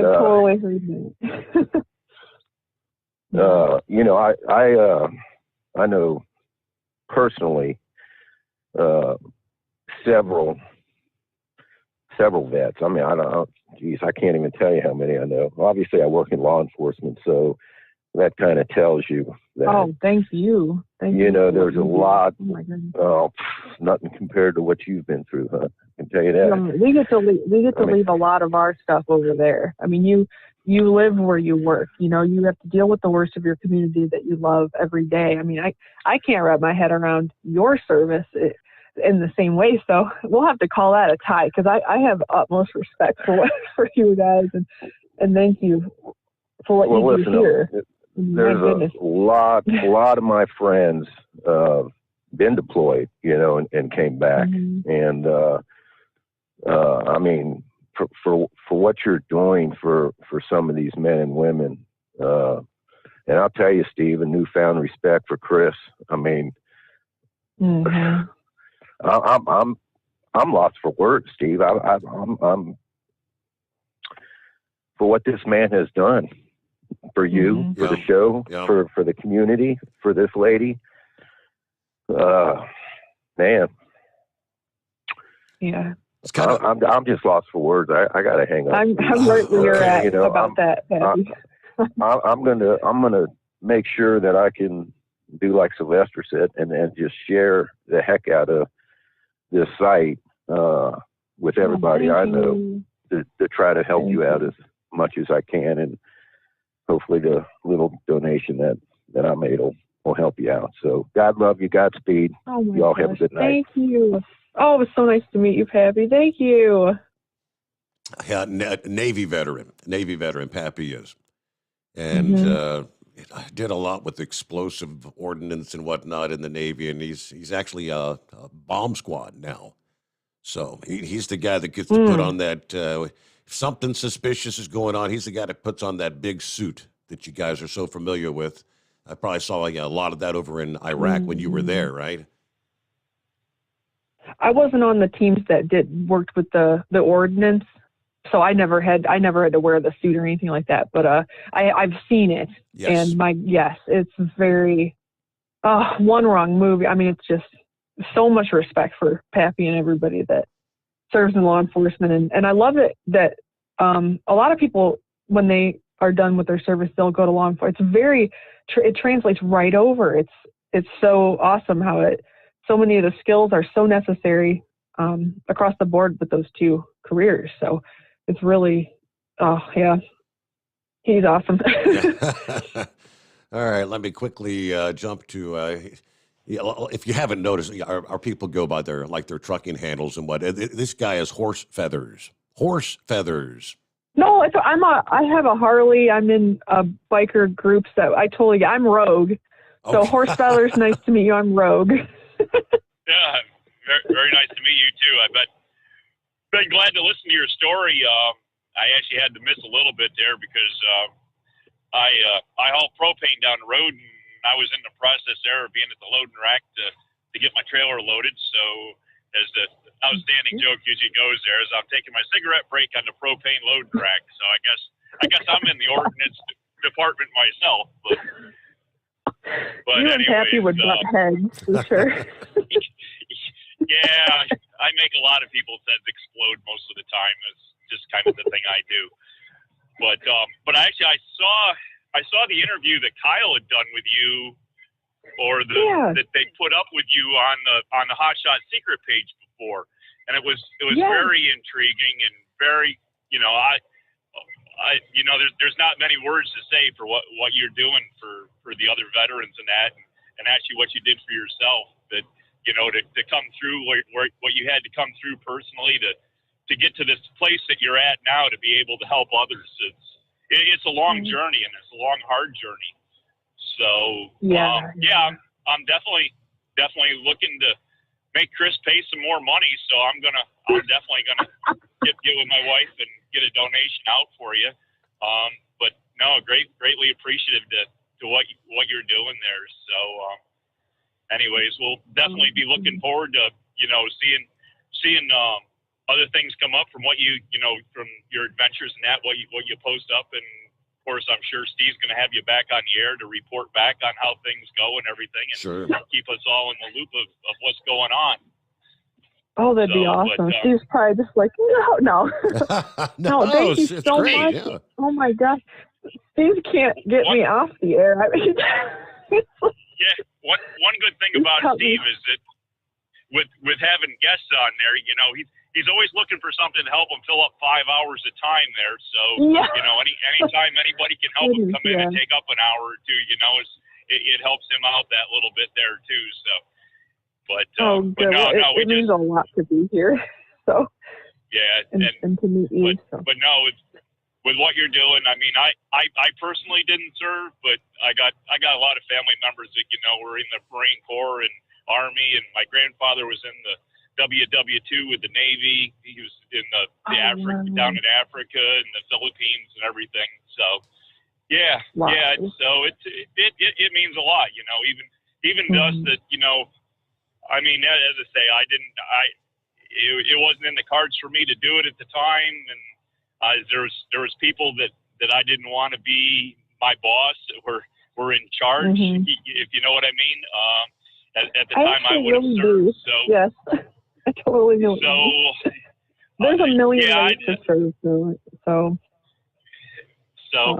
anyways, as I say, I mean, I do have I have great feelings and care for all military members, and as I say, and it's from my other family members of cousins, uncles, and grandparents that had served, and it does mean a lot. And if they had things to come back to, when they came back from their situations, I think things could have been different for them too. That you're providing for other people now. So it is hats off. That's all I can say is hats off and thank you. Well, sure. And speaking of coming back, I mean, if it weren't, people like yourself that are so supportive. I call you guys the rocks for the rocks, and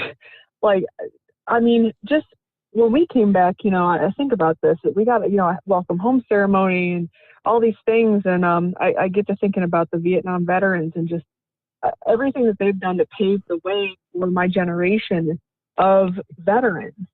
So we would never be treated like that. How we're treated and by the VA and the country. Like, they have worked and kept fighting after getting home to better the situation for future veterans. So I have learned so much from Vietnam vets also, and also just the support from American civilians. It's so important that tie between service and support, because they feel each other, like totally feel each other. So thank you, seriously, for everything you said here, and just keep at it, because you're awesome. Horse feathers. Thank you so much, Horse Feathers. Yep, you have a great day, and we'll do our nice typical. to meet you.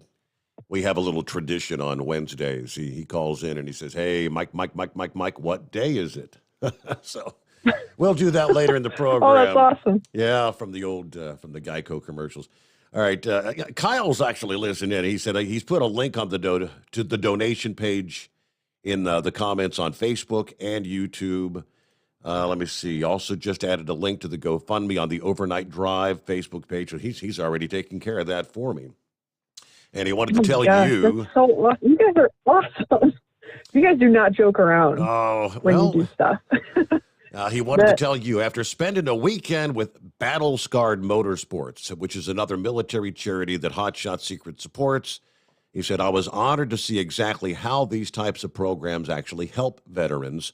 Watching a hero transform and come out of their shell over a few days with like-minded brothers and sisters that they can identify with was really inspiring to me. He said, did you experience anything similar with some of the vets that joined you with that inaugural trip last year, back in October? Oh my gosh, yes. In fact, the veteran participant video, they really hit on that. It's one of the first things they talked about is the fact that we were all strangers. We all showed up from different corners of the country to Utah, went in the wilderness, and just that first night, it was just so much laughter. I mean, we just dove into each other. It was just so natural, and there was just something about it that was it was just very natural how it happened. Wow. But yeah, absolutely.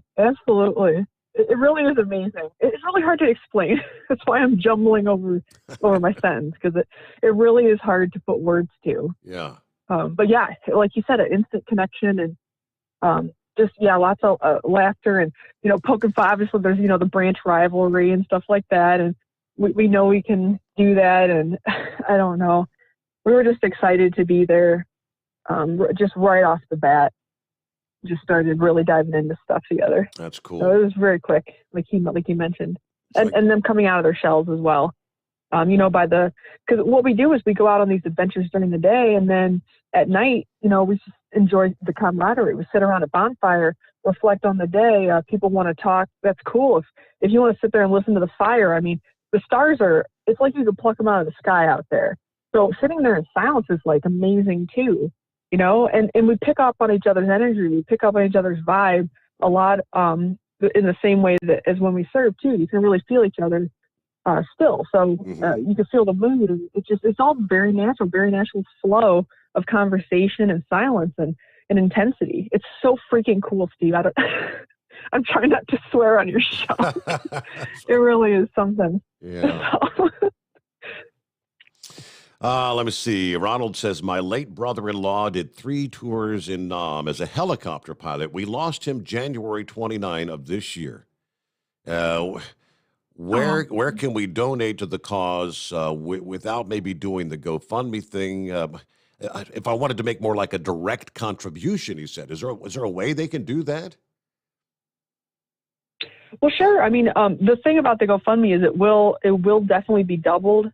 Is the incentive there, but we have a mailing address, a P.O. box for personal checks, and there's a way to donate directly through the website. There's like a small service fee through the website. It's nothing too bad, but if he wants to do like a personal check, we do have a P.O. box, and the address is on the website.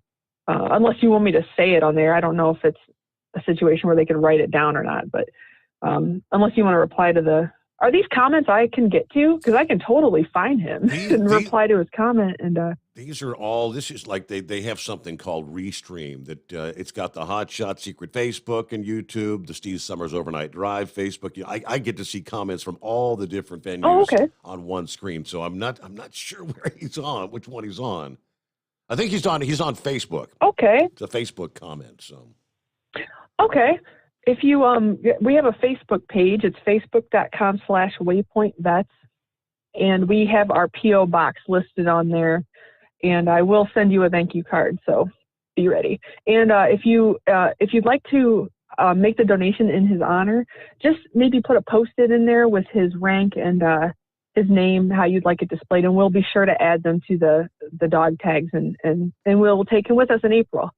So that's amazing. And I'm so sorry for your loss. What a special, oh my gosh, I can't imagine just the stories and the insight from him. Being especially a chopper pilot in Vietnam, they were the angels. In fact, they had a phrase for them. It wasn't healthy. It was a God's own lunatics. There was a whole thing about it. Just how special they were to the foot soldiers. And when they heard those blades in the distance, they knew that either help was coming or food or supplies, or they were able to medevac. It was everything to them. I've talked to so many Vietnams that have spoke so highly of the pilots and the chopper pilot during Vietnam. Yeah. I mean, I love hearing about it. It's such an intense role in that war. It's just the ordnance, and oh my gosh, yeah. So well, like Horse Feathers said, we're gonna have to get like an update once you get one or two of your adventures in here, later this year. I'm not seeing dates on them yet. Do you have dates pinpointed, or is it just all kind of like in flux right now? No, they're all set up. Our first canyoneering is April 14th to the 20th.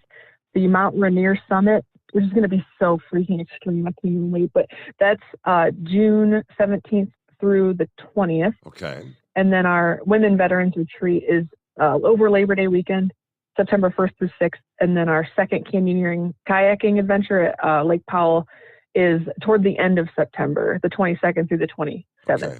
So those are our 4 big ones. And then storm chasing has yet to be determined which tour we want to go on. But that would be either May or June. Those are typically you get your springtime set up for severe weather, and there's a very active time of year there. Yeah. Okay. Well, I want to thank you so much. Can you even imagine though, like 5 or 6 vets in front of like a F4 or something? I mean, I know I have high expectations, but I just can't even wait. Wow. Sorry, but thank you so much for having me. This was so much fun. Absolutely. It's my pleasure. Really was. My pleasure. And it's waypointvets.org. And you can find, the sign up, the veteran sign up form there. The link will be there for the GoFundMe page, which, again, if you joined us late, Chris Gabrielchik, I guess they just launched this GoFundMe campaign this past day, and it's going to run for a month, March the 16th. Of 2021, and Chris has opted to match dollar for dollar the donations that come in via the GoFundMe charity donations. Now, did he set a limit on that, Sarah, or did he say whatever it is, we'll match it?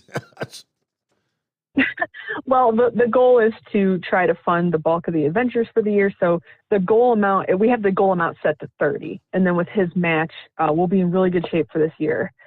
So that's where we're at right now. Okay, that's great. And anything that goes over, we'll obviously be purchasing more gear needs, adding some local adventures. And if we can financially afford a 5th adventure this year, I have something in mind for November. So. Wow, okay. Yeah. Oh, that's great. We definitely have 4 set for sure, and this will cover them. So locked in. All right. It's a huge thing he's doing. This is huge. So thank you everyone for listening to me. Oh my God, I'm sorry and thank you. You've listened to me for an hour and a half. You're a great guest. You're a great guest, Sarah. Yeah, well, it'll be my pleasure to do it again somewhere down the line. Absolutely, yeah. And good luck if we don't talk before your first or second adventure. Be safe. Be careful. I know you're in Nashville right now, so I guess you're going to have to hunker down for round number 2 coming your way like later today or Thursday morning, right? Yes. Yep. I'll be home. Good times. All right. Well, thank you once again. Thanks you for being with us, and we'll share the word, and we'll talk again, Sarah. And thank you. So a whole lot of people have been saying thank you for your service. Thank you for your service. God bless you. Those kind of things. So, yep. Oh, that's awesome. Thank you all for your support for our military. I can't thank you enough. So, and thank you so much for having me on. It was an honor to be on here and get to talk to some of your listeners. It was so cool. So, thank you, Steve. All right. Have a great night and be safe there, Sarah. All right. Sarah Lee, waypointvets.org. It's a we say it's a 501c3. That is a nonprofit charitable organization. Kind of thought you probably figured that out, but all right. We'll get back with more on our travelers' weather, which, we got some messy situation. Anger is building in Texas. And I'm sure the same will be unfolding in like Louisiana and other areas where the power grid has been stretched to the limits and on the brink. And it's just incredible. Yet millions of customers still in the dark. And it could be another several days, they're telling them, before power is restored. And they're all kind of asking the same question that, how did this occur? And even the administrators of the power grid in that part of the country, there's an investigation being unfolded to say, hey, how could we come to this point here in the United States? What the heck's going on here? Not only the power, but then, of course, the water issues. And I printed up a list here of facilities that are closed. You've got truck stops that are out of fuel. You've got truck stops that are closed because they don't have any power.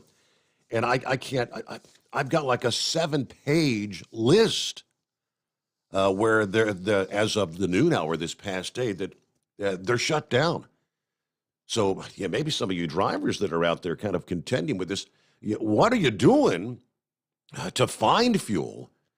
If you get to a stop, I know many drivers say, hey, when it gets to be this time of year, you don't go below once you get a half a tank, you get right back out there and you fill it up. You don't let yourself get low on fuel because of something like this possibly. You get to a location and say, hey, they don't have any fuel. You never anticipated that. So what to do? Scrolling down here, I shared this past morning. I said, what the hell's going on? Biden supporters are going to be begging for oil and gas soon. Now, the original post was from the website, Truckers of Past, Present, and Future, which last evening said, pray for our truckers tonight. Reports of I-40 at exit 277 in Santa Rosa, New Mexico. The TA and all the truck stops at this exit don't have any fuel. TA, Loves, Pilot, all out of fuel. Trucks as far as you can see from the TA to the Loves on top of the hill. Now, I'm not real familiar with that territory, but you probably may know. I-40. Now, again, that was going back at the tail end of last night's show. But what the heck's going on here? I know it's old man winter, and that fuel has to get from the racks, and it has to get to the fueling stations, the TA, the Petro, the Loves, wherever you're stopping. And something that I learned here a few years ago was some of these truck stops will go through, they'll have deliveries like 6 tanker trucks in a day or more. I had no idea, but that's what's going on. Our number is 844-844-3388. We return after this. Our lines are available. The Steve Sommers Overnight Drive, live from the Hot Shot Secret Studios. Live from the Hot Shot Secret Studios, the Steve Sommers Overnight Drive. Dean Michael, the tax doctor here. Are you tired of those tax problems following you around like a dark cloud, always in the back of your mind, losing sleep at night? Call me now and get your life back. 888-632-4506 or go to mytaxhelpmd.com. Pretending they're not there won't make them go away. The IRS isn't going to forget. They will levy your bank account and garnish your wages. Don't wait for that to happen. I'm not telling you these things to scare you. I'm telling you so you can benefit from my years of experience. Now is the time to act. 888-632-4506. For anything diesel, take it to Scheid Diesel. They provide a wide variety of services and diagnostics to determine what the problem is with the latest technology. From simple oil changes and preventative maintenance to fuel system diagnostics and repairs, engine rebuilds and cylinder head repairs, and rebuilds with our in-house machine shop. They also have on-site DPF cleaning for exhaust issues and DOT inspections. If your diesel is asking for some attention, Scheid Diesel has the specialist you need for anything diesel. Located in Terre Haute and Lafayette, Indiana, and Effingham, Illinois. Scheid Diesel has you covered. Getting a good night's sleep while on that long haul can be quite the challenge. That's why Commercial Vehicle Group has partnered with Serta Mattress to bring you the Bostrom plus Serta mattress for the best night's sleep possible while you're on the road. The Bostrom plus Serta mattress, manufactured with Serta's patented Cool Gel memory foam, acts to dissipate body heat and eliminate pressure points, which reduces the tossing and turning that can be so disruptive to your sleep. The Bostrom Serta mattress comes in two thicknesses, 7 and 10 inches, offering support to drivers of all shapes and sizes. The mattress comes in the standard 80-inch length with 4 widths, 32, 36, 39, and 42 inches. For more information on the mattress or where to buy, call us at 800-459-7328. That's 800-459-7328. At Hotshot Secret, we share the science behind common diesel problems. For example, Fuel additives. most fuel additives either impact performance or provide protection. Hotshot Secret Everyday Diesel Treatment provides both performance enhancement and fuel system protection. Everyday Diesel Treatment delivers a 6-in-1 premium fuel treatment for every fill-up, every time. Everyday diesel treatment is available at truck stops, Tractor Supply, O'Reilly's Auto Parts, and online at hotshotsecret.com. Keep the bugs off your glass and the smokies off your ass. This is the Overnight Drive with Steve Summers.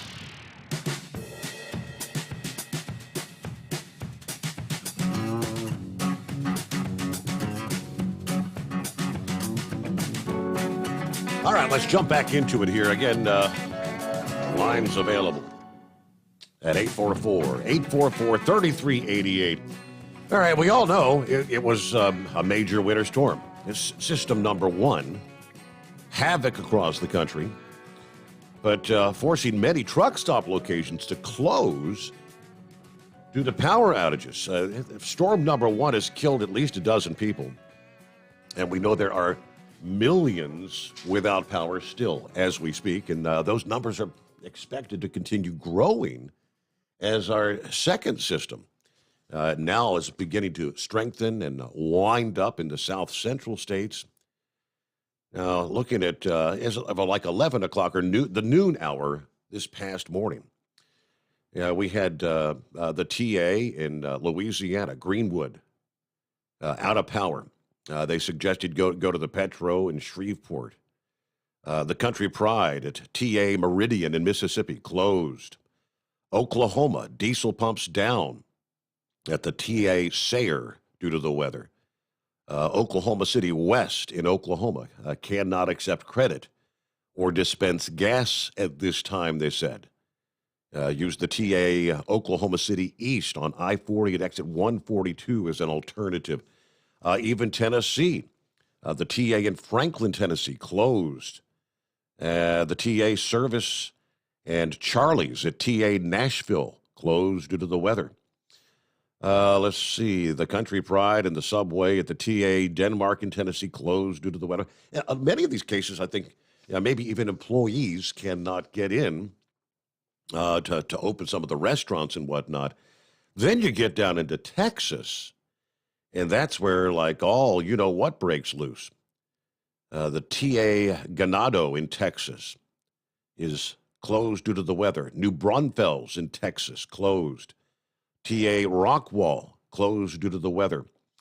The diesel pumps down, the TA Amarillo, due to the power outages. TA Denton in Texas, affected by, again, these are some of the planned power outages. Petro's Carl's Corner, affected by planned power outages. And the list just kind of goes on and on and on. They go down to the Flying J locations, which apparently there is a large footprint of Flying J locations in Texas and Love's as well. And they're saying, power outages. Looking at the list for Love's travel stops. Full facility closures, the number 216 in Midlothian, Texas, and the facility 639 in Lake, Mississippi, I guess that would be. And then just nearly all of them being affected by power outages. Out of fuel, diesel outages, Lake Charles, Louisiana, Webbers Falls, Oklahoma, Binghamton, New York, Ellis, Kansas, Comfort, Texas, out of diesel. Yeah, Sweetwater, Texas, a shortage. And on it goes. Many of them citing like down to 50%. So how do we get into a situation like this? It's very unprecedented. All right, with that, let's see, I had touched on, the facilities out there in New Mexico, I-40. They ain't no fuel. Drivers, what do you do? Some of the comments responding to that, as I said, I guess many drivers were saying, yes, this time of year, don't let you get, I don't get down to half a tank. I fill up again. A number of others say, yep, I do the same thing. One driver posted the photograph of the helicopter out there, by the way, running on fossil fuel, spraying the de-icing chemicals made by fossil fuel onto the turbines that are made by fossil fuel to make sure that clean energy is working properly to replace fossil fuel. You can't make this stuff up. And there's tons of photos of these wind turbines that are iced up. More than half the wind-generated electricity in Texas 24 hours ago was offline. Let me give you some of the latest out of Texas now, because this is truly a life-threatening situation, they tell us, and anger is growing. Millions of residents in what is Texas known as? They're known as the energy capital of the United States, where people are shivering with no assurances that their electricity or their heat, which has been out for 36 hours or longer now in many homes, is going to return anytime soon, or they're telling them when it does come back, we can't guarantee it's going to be there for any length of time.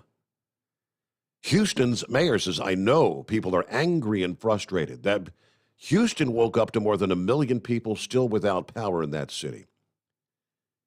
The mayor himself says, I'm angry too. Nearly 2 full days now. And of course, you're dealing with single-digit temperatures. Unaccustomed to these kind of temperatures, it is buckling the state's power grid, causing widespread blackouts. And, of course, now we're talking more bad weather, more freezing rain is expected this morning. And it's underway now. Now, making matters worse, expectations that the outages would be a kind of a shared sacrifice by the state's 30 million residents quickly gave way to the cold reality as pockets in some of the largest cities, including San Antonio, Dallas, and Austin, are being left to shoulder the brunt of the power failure. And in the sub-freezing temperatures, Texas grid operators, they knew the temperatures were coming. So this is sparking growing outrage and demands for answers. How could Texas, who as recently as last year were actually almost taunting California over the rolling blackouts taking there, how could they fail such a massive test of a major point of state pride? Cut through the politics. Fuming Texas taking to social media to highlight how while their neighborhoods froze in the dark Monday night and Tuesday, some of the downtown skylines were glowing despite calls to conserve energy. We're angry. I was checking on my neighbors, says one resident whose North Austin home had no power since early Monday. Yeah, we're all angry because there's no reason to leave entire neighborhoods freezing to death down here. This is a complete bungle. Now, the toll of the outages is causing increasing concern. Harris County emergency officials said several carbon monoxide deaths have already occurred in and around Houston. They are reminding people do not operate cars or gasoline-powered generators indoors. 3 young children and their grandmother, believed to be trying to keep warm, died in a suburban Houston home this past morning, Tuesday morning. In Galveston, the medical examiner's office there has requested a refrigerated truck to expand their body storage, they say. He didn't know how many deaths were related to the weather. Governor Greg Abbott is calling for an investigation into the Electric Reliability Council of Texas. They operate the power grid there.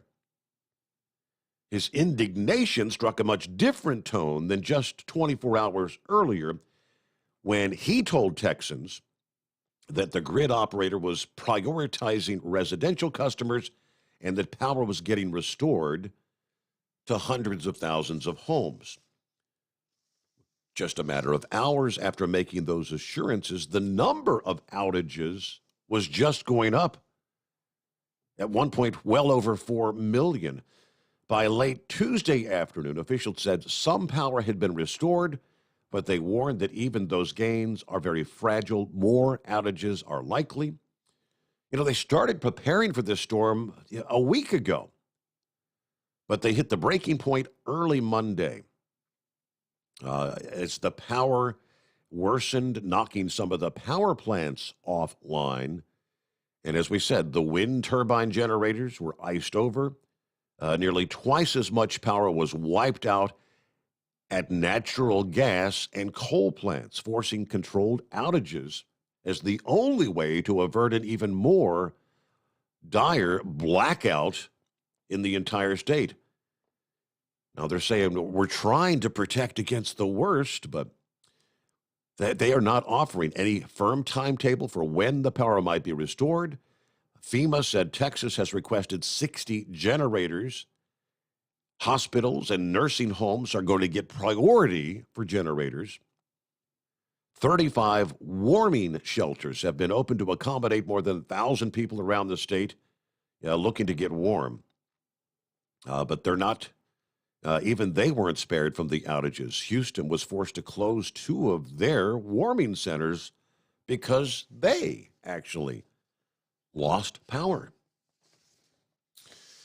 All right, an unprecedented situation for our friends in Texas. And before we get back to your calls real quick, like here, let me flip back over. I want to kind of refresh on the radar scene because when we started the program out, indeed, we were talking about the snow and the icy situation building back in right in the heart of Texas once again. And as I kind of zoom in here, the snow is falling in Dallas once again. Storm beginning to fill in. You got snow as far as north of Wichita, Kansas, about the eastern 2/3 of Oklahoma, seeing the snow falling. Northern Arkansas into southwestern Arkansas. You get some of those enhanced bands of snow that are going to be pushing into Shreveport here in the next few hours.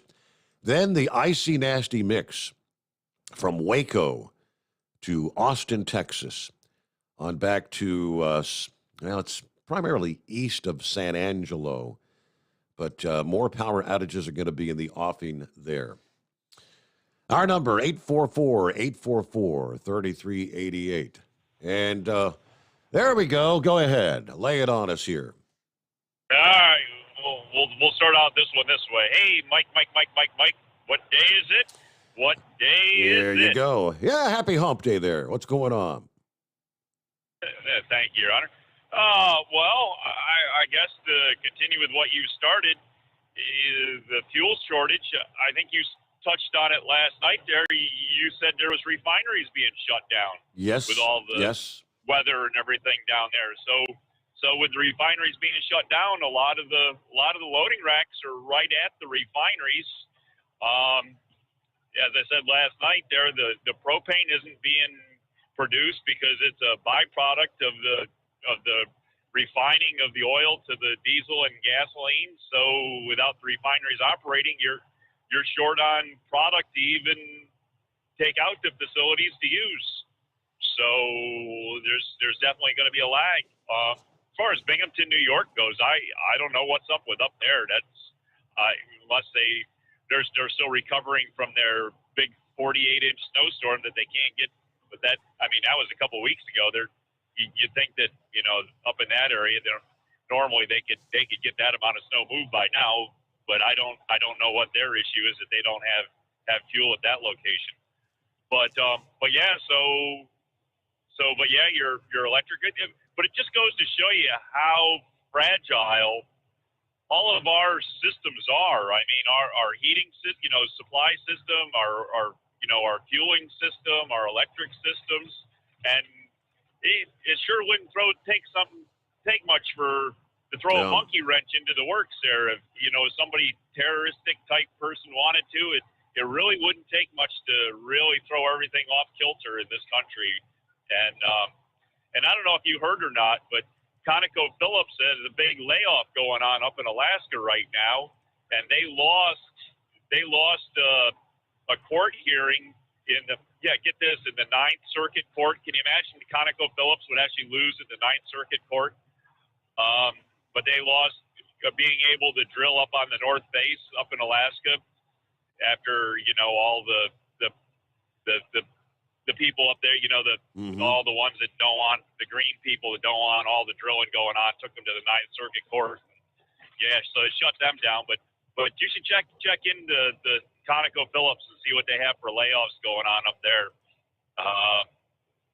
Anyways, hey, there was one other thing I sent you here, and I came across it. And I don't know if what's going on with her. If she's still with us or not. But there was a lady named Yo-Yo, ran with the handle Yo-Yo back in the 80s and I guess into the early 90s. And she was from the area down there where Sarah Lee was from, and down in the Nashville area. And she was a trucker, and so you can go to YouTube. There was some stuff on there, and I don't know if do you remember that TV show a long time ago called Real People, where they went out and, you know, did interviews with people doing what they do in life and showed it off. But anyways, they had her on there, and that's one of the segments on the YouTube there. But they showed trucking in the day in that. She had an old 359P back when they used to run. I mean, the trucks right off the highway on the racetracks. They used to take truck drivers and let them bobtail right on the racetracks. And she won a race at the Atlanta Motor Speedway. But the last article I saw on her, she has MS, and they had a GoFundMe page out for her. So I don't know if anybody can check into that more. I haven't been able to find out much more than from last summer. You know, she was still with us then, but it said MS was really taking a real strain on her, and, you know, her muscles and even her muscle around her heart and everything was getting to be really bad. But anyways, so as I say, her handle was Yo-Yo, and I thought I'd heard of her in the day, but I don't, you know, it was so long ago at this point, and I was so young that, you know, I was doing my thing. So, but I thought that was a pretty interesting story. Right. And even if there's anybody that get in touch with the women in trucking or something like that, you know, it'd be kind of interesting if somebody could help them out a little bit. But well, I don't know. Other than that, I guess we got snow coming here, Your Honor. You and the AccuWeather guys or something? Yep. About 6 to 8 inches. You ready for another round? Yeah, you got your winter storm watches stretching from western North Carolina, you might as well say all of Virginia, Maryland, on up the eastern half of 2/3 of Pennsylvania. It's a coming. Yeah, they're predicting about 6 inches for us here at the state line between Maryland and PA, and I'm sure Pennsylvania's all set up to have all the shutdowns for the commercial vehicles, and when the roads. Well, I don't know, when there might be 2 or 3 flurries in the air, I think they're going to shut the whole state down or something. But Maryland's prepared here. They got the pre-treatment on the road. We did have a good melting day yesterday. It was up over 50 degrees here yesterday. Wow. So we had a good melting day, but with that, it's back down into the 20s tonight. So anything that's melted and run across the road, if it looks like it might be wet, it's not wet. It's ice. Black ice. Yeah. So be careful. Yeah, be careful. If you see anything on the road that appears to even possibly be wet, it's not going to be. So, I don't know. We had a couple other things. I got to start writing things back down again. I can't remember them all, but I'll I'll get something else for you there a little later at some point. Okay. Yeah, Anyways, we'll let somebody else get on the air and look at. Everything I'm seeing up in your region is they're calling it Washington D.C., Baltimore. It's all saying like 5 inches of snow somewhere, 5 inches of snow. But you're also going to have the ice, they're calling for a quarter inch of ice accretion. So that's kind of the end of the spectrum where you shouldn't be looking at a lot of issues with power outages, but you don't have to get too far. Once you start exceeding to get that quarter to a half, that's when you start to see some issues. All right, I'm looking at a story out of, where was this at? Philadelphia. Wow. I mean, you talk about a water main break. A massive 48-inch water main break. That's a 4-foot diameter pipe. I mean, one of the big ones. Leaving cars submerged, people stranded in a storage facility in North Philadelphia this past evening. About 6 o'clock, it all started. One customer was like, hey, look. And by the time we turned around, we saw the whole thing go boom. Aerial footage of the scene shows flooded water consuming vehicles, leaving workers and customers in a U-Haul storage facility trapped. A dozen people had to be rescued from the flood waters. One said, we saw all the water. We couldn't get the gate up. One gate was stuck. The other gate, you couldn't get it up. At least 11 people rescued. I guess the good news, no people reportedly injured. And Philadelphia Fire Commissioner said we were able to rescue a woman from her vehicle that was trapped in the floodwater. There were 10 people that had to be rescued inside that U-Haul facility. Obviously, it's not clear what caused the pipe to rupture, but the rapid thaw from last week's freeze. Horse Feathers just mentioned that you had the big warm-up, and the aging infrastructure is probably what played a role.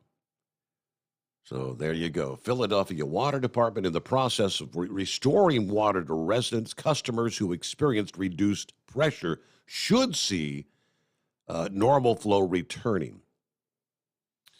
All right. So it's not saying anything about any boil water advisories or anything. I guess the pressure didn't drop to that extreme level. That's what I will assume.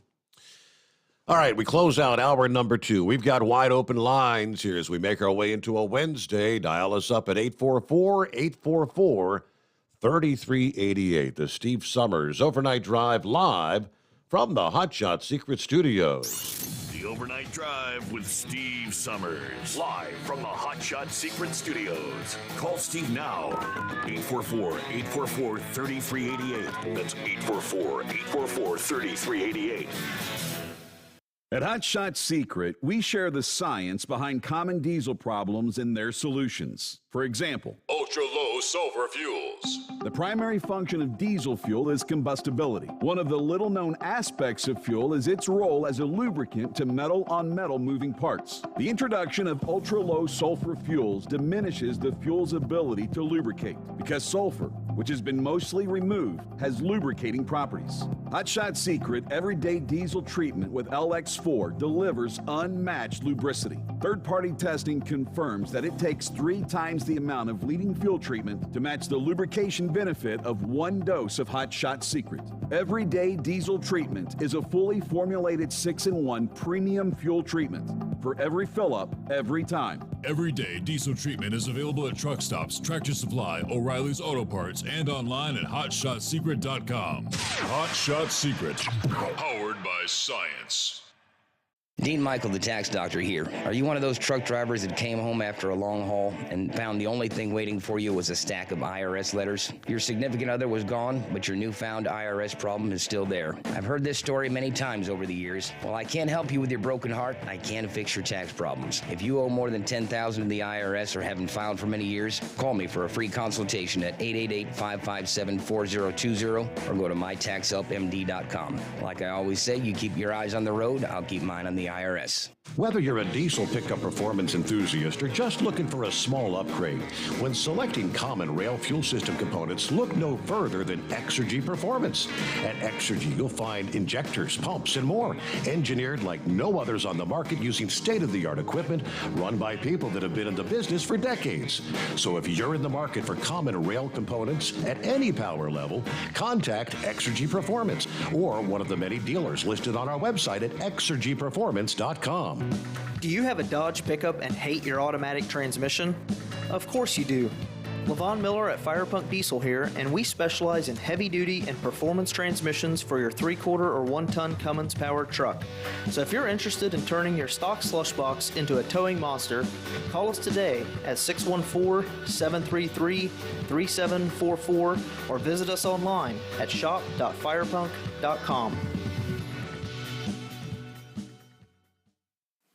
Getting a good night's sleep while on that long haul can be quite the challenge. That's why Commercial Vehicle Group has partnered with Serta Mattress to bring you the Bostrom plus Serta mattress for the best night's sleep possible while you're on the road. The Bostrom plus Serta mattress, manufactured with Serta's patented Cool Gel memory foam, acts to dissipate body heat and eliminate pressure points, which reduces the tossing and turning that can be so disruptive to your sleep. The Bostrom Serta mattress comes in 2 thicknesses, 7 and 10 inches, offering support to drivers of all shapes and sizes. The mattress comes in the standard 80-inch length with 4 widths, 32, 36, 39, and 42 inches. For more information on the mattress or where to buy, call us at 800-459-7328. That's 800-459-7328.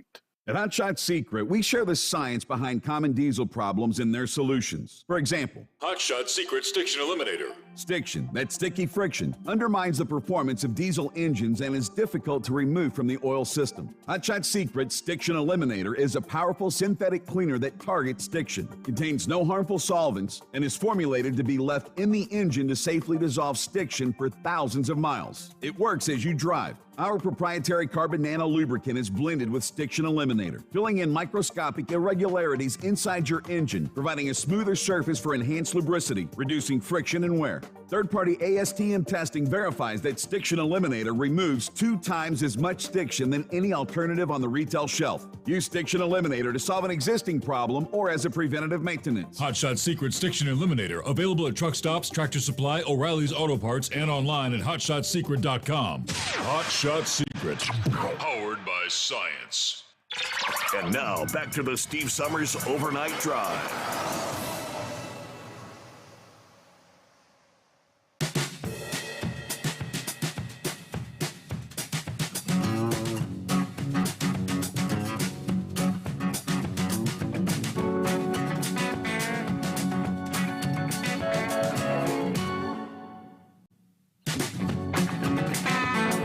Places where they really don't need any more snowfall, ice, all this nasty winter weather stuff. Now you've got the heart of Texas, winter storm warnings, Dallas, Fort Worth, all the way down to Temple, Texas, to Centerville, Palestine. Here's the breakdown. Heavy mixed precipitation expected. Total snow accumulations 2 to 6 inches. The heaviest amount should be northeast of the Dallas-Fort Worth Metroplex. Widespread 1 to 3 inch totals. Elsewhere, they tell us ice accumulations from 1/10 to 1/4 of an inch. Highest ice concentrations will be in the Waco, Temple, and Killeen areas, northeast of Palestine and Canton. So another night of nasty driving conditions for the folks in Texas. And, a lot of freight is getting stuck out there. There's a whole lot of stuff that ain't not arriving at its destination at the anticipated time. So more on that. Next storm coming quickly. We mentioned earlier, 73+% of the country right now, the lower 48. I don't know when the last time have they ever seen that much of the country with a snow cover as thick as it is. Now, enough ice is forecast to occur to add more thickness of the ice and snow on the ground, which is just further going to weigh down more of the trees and power lines, which would mean more damage and more outages. Areas that had already seen ice, unlike what we saw up toward Washington, D.C., Philadelphia, and whatnot this past day, where the temperatures warmed up. And a lot of that ice had an opportunity to melt off the trees and the power lines. That has not been the case in Texas. This time, at least, ice and snow not forecast to occur quite as far south in the central states. Houston and San Antonio, you'll be on the southern edge this time around of the sleet and the freezing rain. Northwestern suburbs of Houston, you could still feel the effects of the ice storm. Now, for parts of northeastern Texas to northwestern Louisiana, southeast Arkansas, parts of northern Mississippi, again, another major ice storm looms. A heavy amount of ice, accumulations from 1/4 to 1/2 inch, with locally higher amounts, which will mean widespread tree damage and power outages once again. A fresh glaze of ice is forecast for much of Tennessee, with enough to make roads and sidewalks that have been cleared slippery and dangerous all over again. Now, the heaviest snow accumulations over the south central states over, say, the Red River Valley, northern Texas to parts of southern Missouri, where we'll see a large swath of 6 to 12-inch totals and storm max totals approaching 24 inches.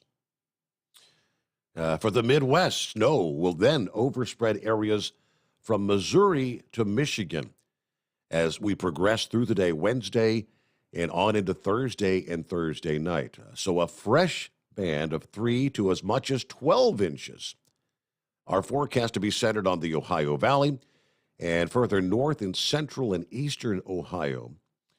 Up to a few inches of snow anticipated in Detroit and Indianapolis. Chicago, you might actually, for the most part, miss this storm. Now, Cincinnati, that was blanketed with at least 4 inches of snow from the storm Monday, we've picked up nearly 20 inches of snow here in the month of February alone. Our average annual snowfall is 24 inches, and the seasonal total is above that mark at 26.6. as of Tuesday morning. Now, the storm, AccuWeather is saying the storm Wednesday into Thursday could bring 4 to perhaps 8. I'm not seeing the winter storm watches this far to the north. It looks like, at least at the moment, they're forecasting those heavier totals to be more in on the Kentucky side, central and southern Kentucky. On up to the northeast, snow forecast to overspread the northeast Wednesday night into Thursday, including parts of the region that picked up ice rather than snow with that first round earlier this week. This one looks a little colder, and the track will be a little further east. That means accumulating snow. 6 to 12 inches for parts of northeastern West Virginia, all the way up through southern Maine, where some totals could approach 24 inches. Meanwhile, ice will still occur near the storm's center, where some of that mild air will ride over top of the cold air at the surface.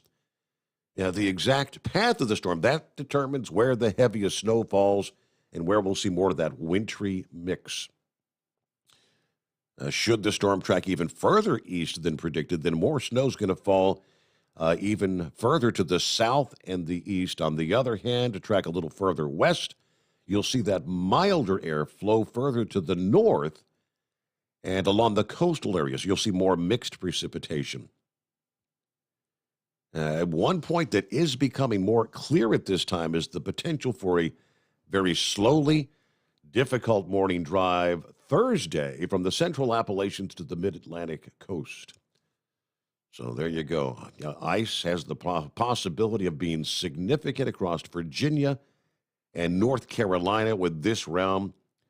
You've got more than 90,000 customers in Virginia and North Carolina still without power Tuesday morning due to the ice you had over the weekend and our previous storm. This one may bring another quarter to half inch of ice with some locally higher amounts. Portions of central and southern Virginia, northern and western North Carolina. Yeah, you've seen multiple ice storms over the past week or so. This is just going to add more insult to injury with more tree and property damage and regional power outages. What a pattern we've been under. All right, looking at 13 past the hour. Where are we at? We've got wide open lines waiting for you to call at 844-844-3388. Under our industry headlines, well, they made it official this past day. The Mid-America Truck Show, the granddaddy of them all, they're going to skip 2021. The ongoing uncertainties in regards to COVID-19. Organizers announcing on Facebook and their website they've rescheduled what was going to be the 50th anniversary, if I'm not mistaken, of the Mid-America Truck Show, March 24th through the 26th of 2022. Mid-America Truck Show, traditionally presented, of course, at the Kentucky Expo Center there in Louisville. More than 1 million square feet of exhibition space. They had set a deadline of February 15th to make that ultimate call, whether we're going to try to bump the show to September of this year or will we hold off till March of 2022. These dates ensure the full support of the trucking industry at what should by then be an uncompromised, large-scale, in-person event that would meet our goals. We want to deliver the caliber of show that we've all come to expect from the Mid-America Truck Show. The words of Toby Young, president of Exhibit Management there out of Louisville. So the 2022 Mid-America will include an opening night celebration, expanded educational demos and presentations, of course, the Paul K. Young Truck Beauty Championship, as always, your outdoor events, entertainment, interactive history exhibits of the Mid-America Truck Show. They are accepting, they tell us, applications for the MATS 50th. Anyone who had previously signed up will be contacted to finalize those reservations. Now, as far as attendees are concerned, it looks like they're going to open up registration November the 1st, a long way down the road. All previous registered attendees will also be contacted to finalize their registration.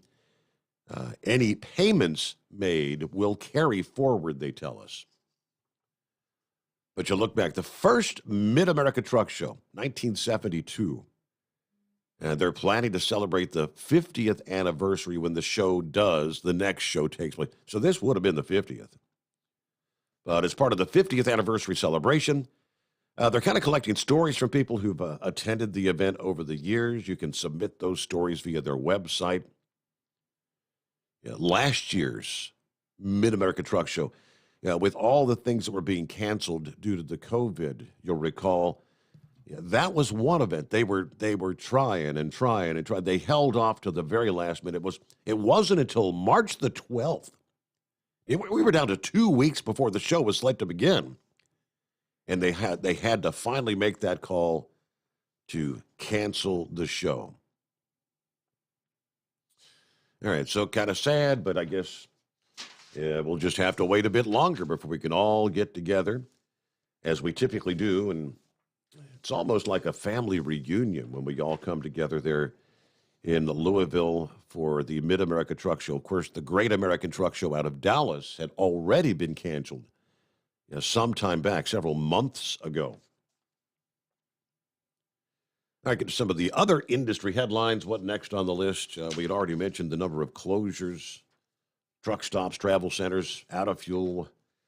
Texas police say a man was killed at a Dallas gas station last week when he was shot by a truck driver during a robbery attempt.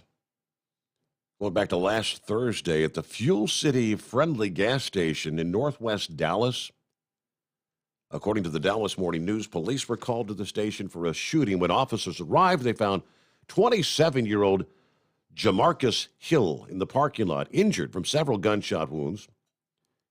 He was transported to the hospital, later died from his injuries. Following the investigation, police learned Hill had gone into a semi and taken items.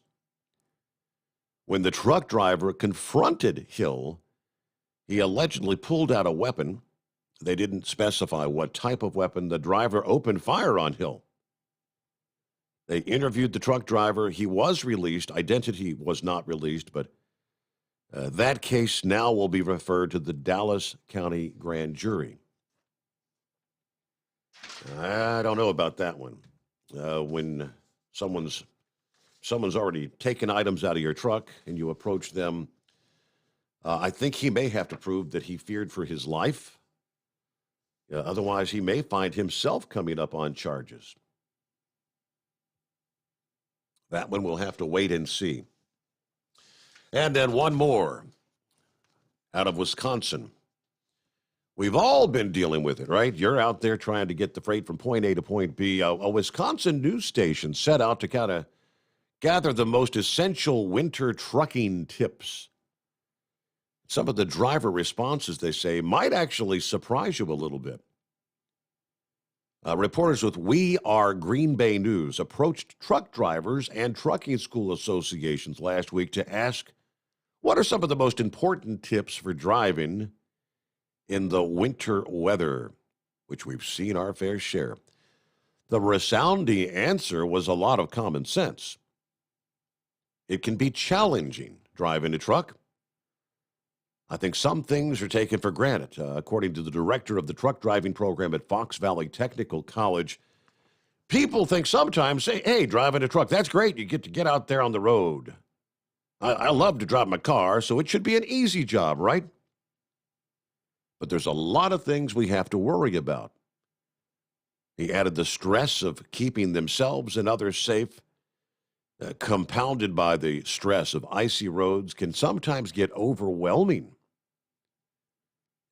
Whether you're a new driver or an old timer, stay calm, take a deep breath, use your better judgment, he says. You got to keep your distance. That's one of the big keys.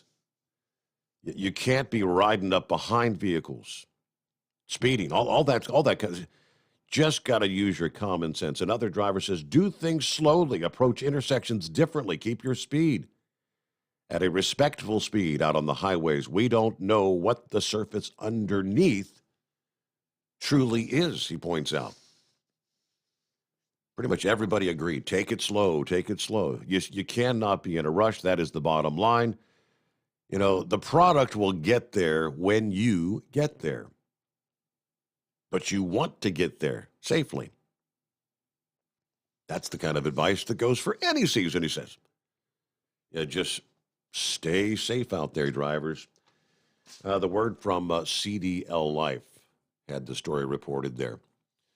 All right, I mentioned the helicopter, the photograph of de-icing a windmill. I guess somewhere the belief was that was down in Texas. The ranger did send me he's the one that I guess that sent that photo. He said, I was kind of fact-checked by that picture. Yeah, so I had to go look it up. And apparently that particular photo was actually taken in Europe, not in Texas, but just so you know. Okay. Well, we do know the fact. The fact of the matter is, half the wind generation power in Texas is frozen up. It's iced up, so. And I have seen some of the photos actually out of Texas. With that, let's get back to our calls. Now, we've got plenty of room for you. It's 844-844-3388. We got a long way to go as we get into a Wednesday. Steve can use your help. It's the Michigan Madman. Hey, what's going on? Hey, Steve. Hey, thanks for taking my call, buddy. How you been doing? I'm doing all right. I got your email. I guess you said you hadn't been able to listen in recent days. Is that right? Or right. Yeah, I haven't been able to listen in, Steve. I've been so busy, and then we had that big storm and everything last night, and so Yeah, it was kind of trying up here to say the least last night. Well, I did indeed get your pictures of the Steve Summers overnight drive, the virtual race. We shared that on the Facebook page, and I think it's on the overnight drive. I'm not sure. I know Kyle was asking if he would have your permission to share it on their social media, and I said I don't think you'd have a problem at all with that. So it's a pretty nice looking car, then, man. I like that. Yeah, thanks. I can't take no credit for painting it. I'm just a lucky guy that gets to drive it. But yeah, tell him to share it, do whatever he wants to with it and everything like that. It's a lot of fun. I actually did get a chance to race it this last weekend and got quite a few compliments on it. And then, believe it or not, there was 2 guys said they used the Hot Shot Secret product. And so I thought, man, that's pretty cool. How do you actually design these things? Is it just like you're doing this like computer graphics kind of thing, or? Yes. Yep. And we went to your Steve Summers overnight drive, and I got the logo from that, and then the Hot Shot Secret, and then the buddy of mine that I race with a lot. He's the guy that knows how to paint and do everything, and he lives out in Plattsburgh, New York. And Gary Hamill, he's a good old veteran, and he loves doing this kind of things. And so, you know, he did it, and he sent it to me, and I'm like, oh my God, this is right spot on. But him and I had talked about what kind of design to use. Well, it turned out really cool. I like that. And Kyle at Hot Shot Secret said that's awesome. He loved it. Well, that's good. I'm glad he did. But I'm serious, though. I had 2 people say they used their products, you know, and I'm like, wow, that's pretty cool. I mean, here I am, you know, here I am racing online and everything like that. But there were some older guys that I was racing with, but the compliments I've had on the looks of that truck and everything, they said, man, that is really good looking truck. It is. And they said, can we drive, you know, and they said, can we drive that? And I said, no, that's just for me to drive. And that was our agreement between me and Gary. He designed it, and, you know, we both of us talked together on it about the design, and I told him what I'd like to see on the truck. And we decided to do it on the truck because, you know, the trucking show for you and everything like that, you know, instead of putting it on my super late model, we decided to go ahead and do it on a actual Gander Mountain NASCAR Truck Series truck and on iRacing. So, yeah, it really turned out good. And so I'm going to be the only one driving it and getting a lot of compliments on it, man. Yeah, that's cool. So what for your virtual racing? Explain that. I mean, I remember last year when NASCAR had done kind of the virtual thing. What do you have? Is something set up like in your den, your living room or something? And how expensive is it to do that stuff? I've got it set up in my like a den. It's not really that bad. I mean, it's only like $80 a year, and for iRacing, but the steering wheel is the sky's the limit. I mean, if you want to do for the type of steering wheel you have, the brakes, I mean, actual hydraulic brakes, just like you would have in a race car. And my son has that. And then I've got good braking system and stuff on my system, but I don't have the, what am I trying to say? The feedback that it gives you through the steering wheel. And, but I mean, I got everything else, but just not the feedback that rumbles in the steering wheel and stuff like that. Yeah, I've played some of the games in in the game rooms and whatnot. When you're racing at Daytona, or whatever, in the wheel actually kind of gives you that pulling back feeling. That's what you don't have. Right. But I kind of do everything by the seat of the pants. But Steve, like I was telling you before, I think like last year, whatever, like that. I mean, I've raced with a lot of actual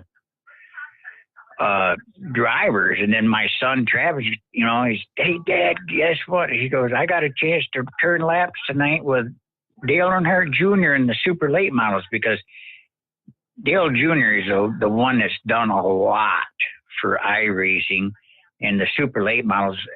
Plus, he just did the track for North Wilkesboro. So, it's really cool. But I've raced against a lot of famous guys that, a lot of maybe our listeners wouldn't know, but it's pretty cool. Yeah, it looks like a lot of fun. But how many participants are in any race? Is it like a random draw? You just join in, you got 20, 30, or how many are out on the track at any time? Well, you might be practicing, and there might be like 40 practicing for the race or whatever.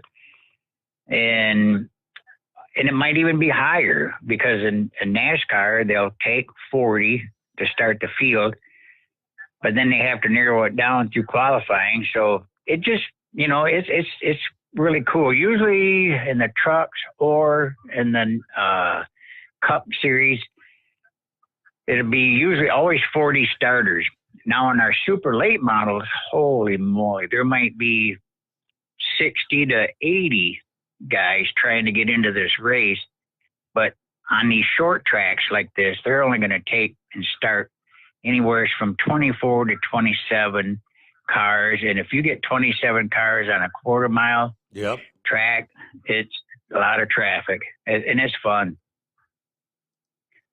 But it's not considered a game. It's an actual simulator. And do you actually win points or whatever, or compete for like a championship or? Oh yeah, yep. Every Monday night, I'm on a racing league where it's called All Pro Sim Racing, and it's on the ESN Racing Network TV online, and I do the points on that. But now, like for the trucks and Cup and stuff like that, I'm just kind of hit and miss on that. I really like the short tracks. I don't really care much for the big tracks anymore all the time, but the short tracks is what I really like. So I'm on a league, and we do keep track of points, and then you're awarded a championship. And then we do have some races that you get paid for depending on how far up you finish and stuff like that, because they get sponsors and stuff like that. That's pretty cool. It sounds like a lot of fun, Michigan Mad Mad. So good times, right? Yes, it is. It is. Hey, and Steve, what was it, like 2 weeks ago when I asked you if I could use and design a car to race in the sim? Remember that? Yeah, I do. Yeah. Mm-hmm. Well, I kind of got to apologize a little bit. That night when I talked to you, I'd gotten home. It was kind of late, and I took like about 3 huge pulls right out of the old Jim Beam bottle. And then I had one mixed up that would have choked a mule. So I probably sounded an awful lot like Foster Brooks that night when I called into you. I don't recall you sounded inebriated or anything. No. I'm like, Jesus, I probably shouldn't have called in tonight. But at that night when I asked you for the permission to sponsorship on that car. But Steve, listen, thanks so much for taking my call. I really, really appreciate it. And that Sarah Lee, that was so awesome to hear her on your show. My heart goes out to the veterans. Your son is a veteran. My son is a veteran. My dad, he was a veteran. In fact, he had to go back over into Pearl Harbor when all that happened, and when he was a young man, So I tell you what, without veterans, I don't know where we'd be. And my heart aches and it prays for this country right now, Steve. And with that, thanks so much for taking my call. All right, Michigan Mad, good to hear from you. Thank you for chiming in to help us out here on a Wednesday morning. All right, so again, we got clear lines wide open here, waiting for you at 844-844-3388. When we come back, many of us are actually wagering, and there's probably some online bookies or betting sites where you could legitimately place wagers on. How long do you think Joe Biden will actually be president before he's either forced out or the health, the mental, his cognitive abilities force them to remove him, and Kamala Harris takes over. Now, to some extent, she's already doing things that normally it's the job of the president to do. Critics of Joe Biden taking aim as a mere placeholder to get Donald Trump out of office. A self-described transition candidate. Well, what exactly is Kamala Harris doing? You may be, or maybe not, somewhat surprised at what's going on, the duties that she is taking on, things you don't typically have a vice president handling some of what she indeed is handling. Again, it's 844-844-3388, the Steve Sommers Overnight Drive live from the Hot Shot Secret Studios. You're listening to the Overnight Drive with Steve Sommers. At Hot Shot Secret, we share the science behind common diesel problems. For example, Fuel additives.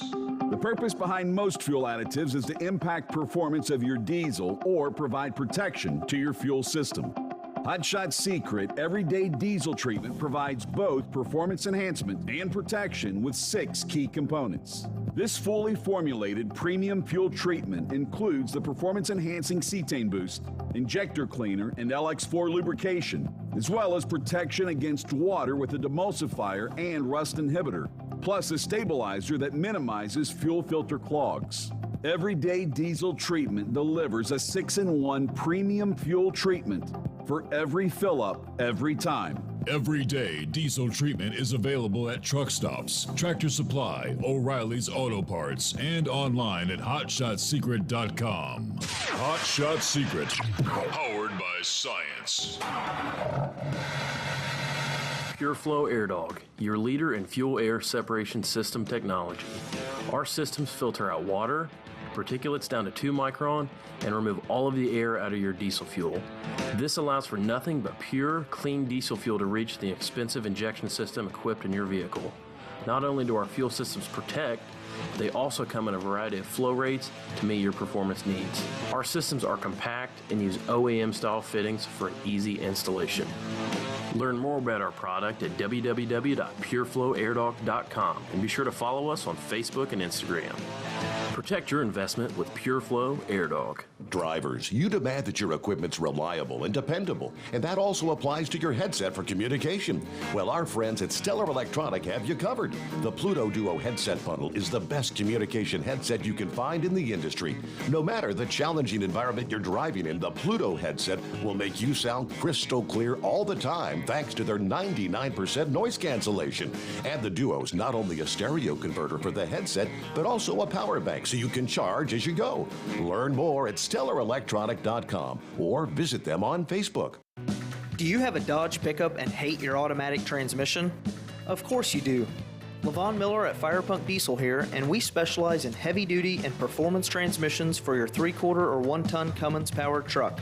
So if you're interested in turning your stock slush box into a towing monster, call us today at 614-733-3744 or visit us online at shop.firepunk.com.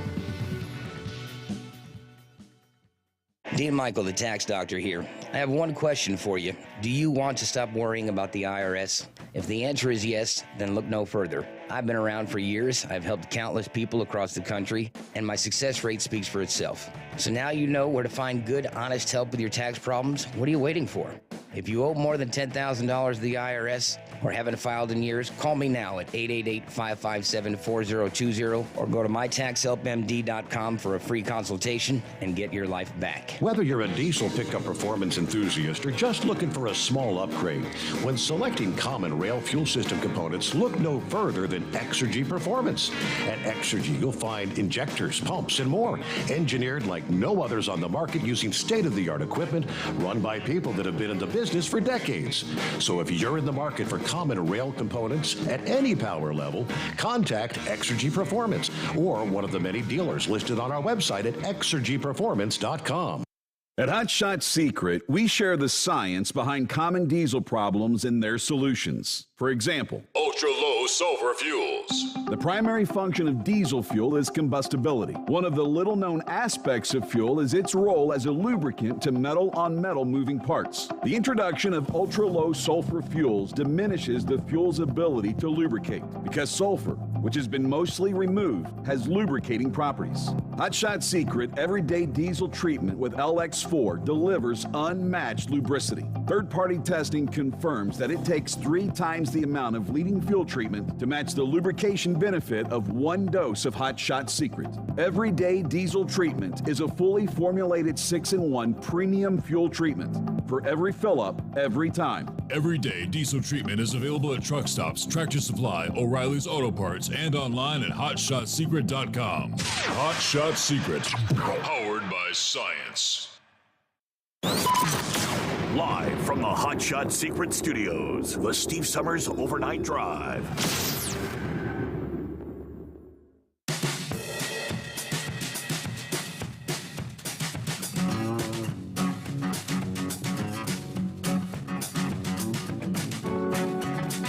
So what about you? Would you like to put a wager on it?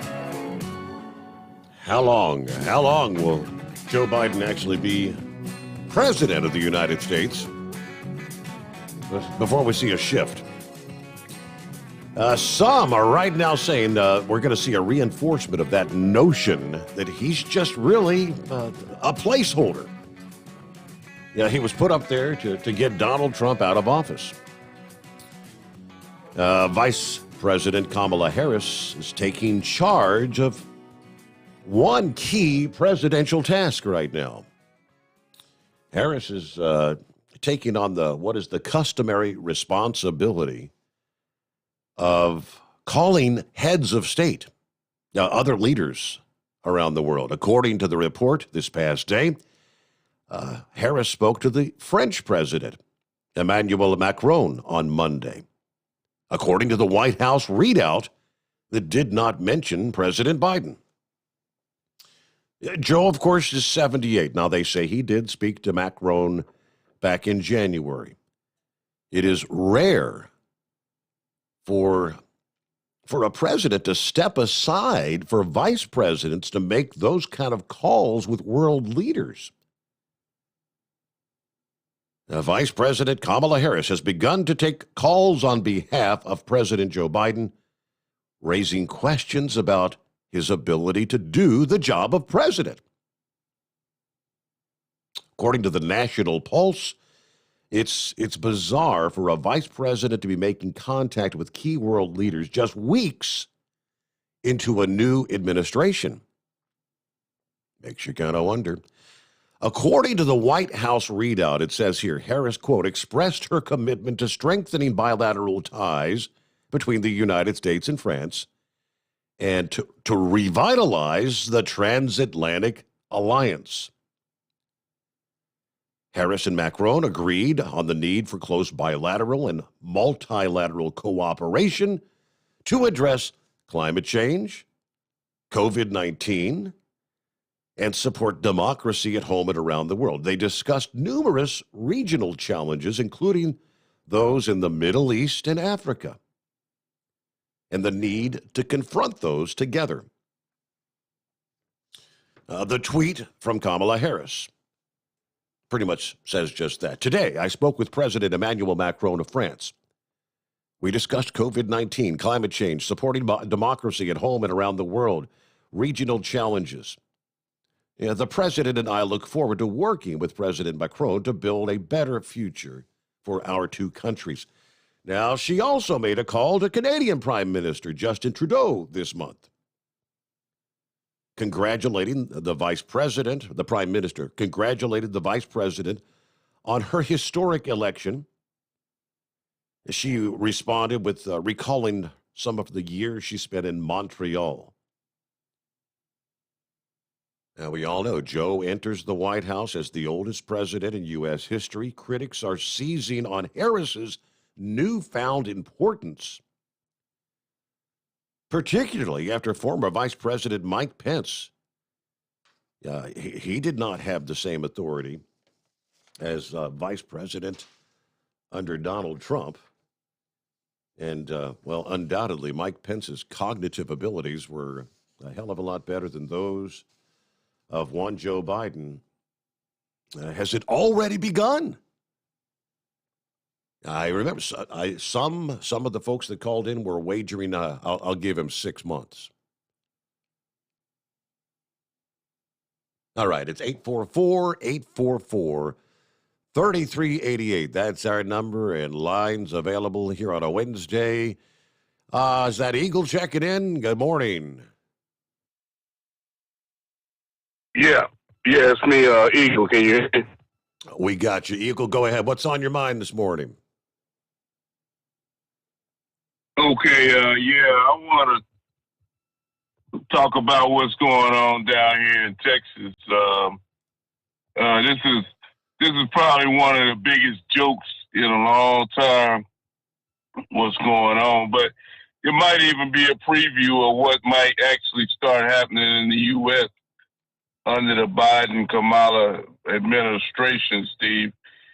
Do you realize that right now, Texas, I didn't know that until today, and I've been living in Texas since 1980 when I was a kid, that Texas has their own, whatever you want to call it, central command for the energy system here in Texas. Mm-hmm.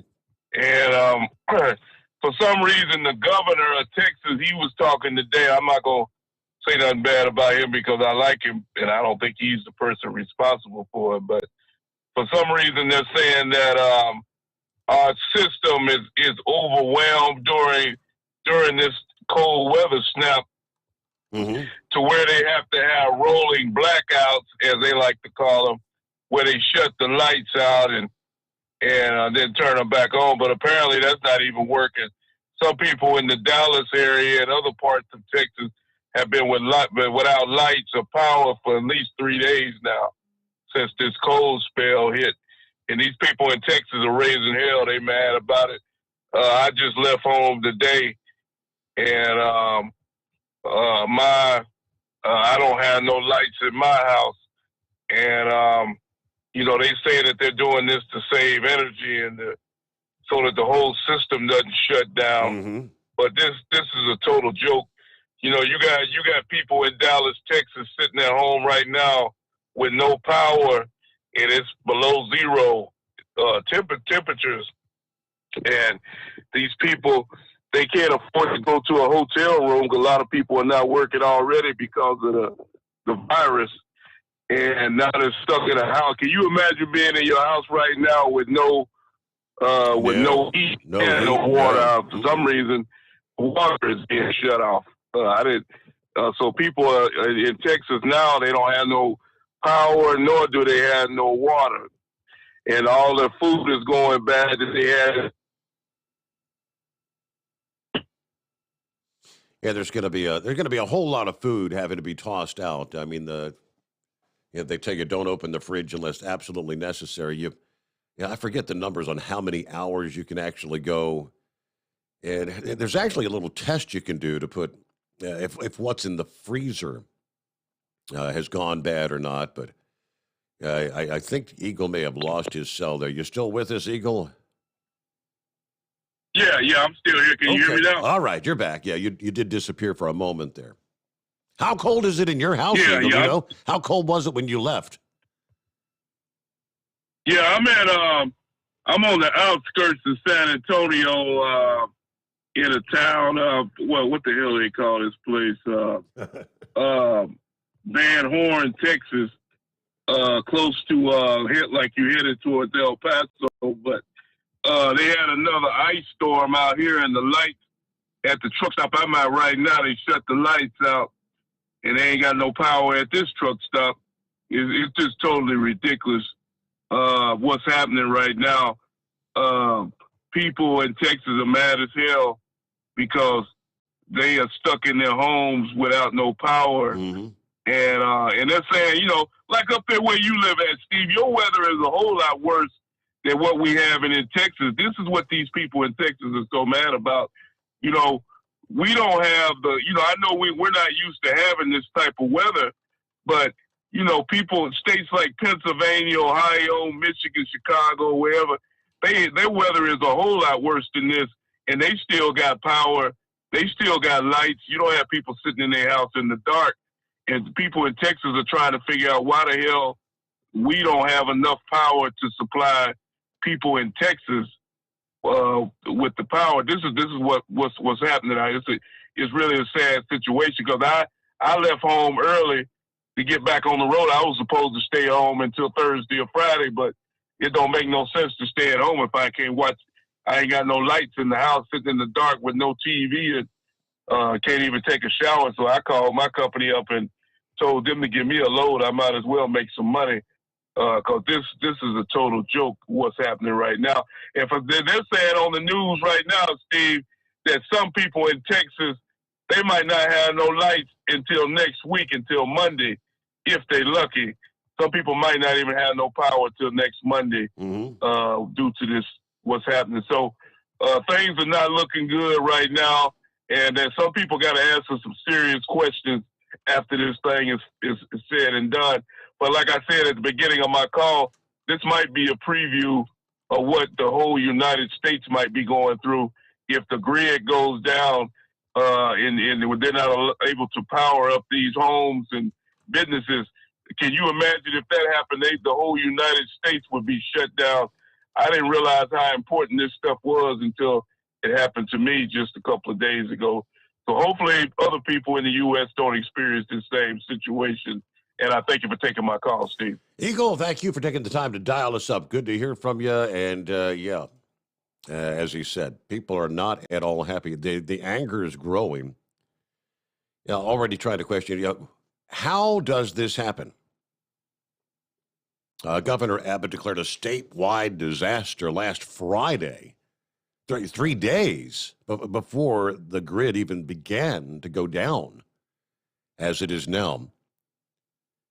At least 2 were dead in a home that was trying to stay warm. They were running the car in the garage. They got carbon monoxide. I mean, some of these things that everyone knows, you don't do those. Oftentimes they say that many of these carbon monoxide poisonings are maybe people from outside the country, that they've come in from Mexico or whatever the case might be, and they aren't aware. And they'll actually bring their damn charcoal grill in the house and fire up the charcoal grill to try to stay warm, or their gas grill. And these things, they die. But the entire grid in Texas is under fresh scrutiny.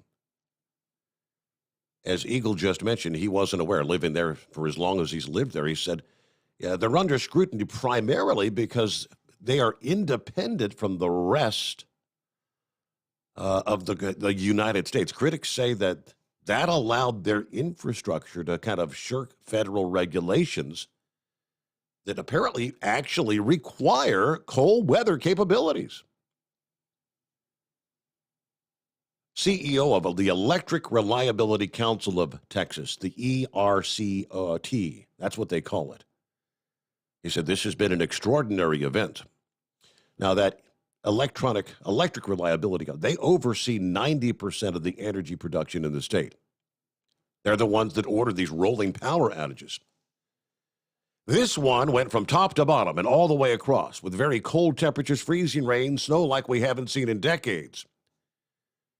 We knew coming in this was going to place an extraordinary demand on our system. And you've got CenterPoint Energy that serves the Houston area that announced yesterday they had directed outages affecting 1.27 million people that could last for several more days. Austin Energy, the community-owned electric utility in the capital of Texas, said yesterday evening that the Electric Council had ordered more outages. It could be days before all customers have power. Now, granted, it's been cold. Single-digit temperatures, snow and sleet since last Thursday, more occurring as we speak. Dallas saw temperatures below zero yesterday morning. Coldest temperatures supposedly since 1949. Historically, Texas days of high energy demands are always in the summertime.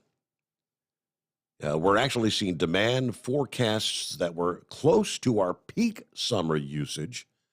The state's two largest sources of energy, natural gas and non-hydroelectric renewables like wind turbines and solar power, have all been severely hampered by the winter storm.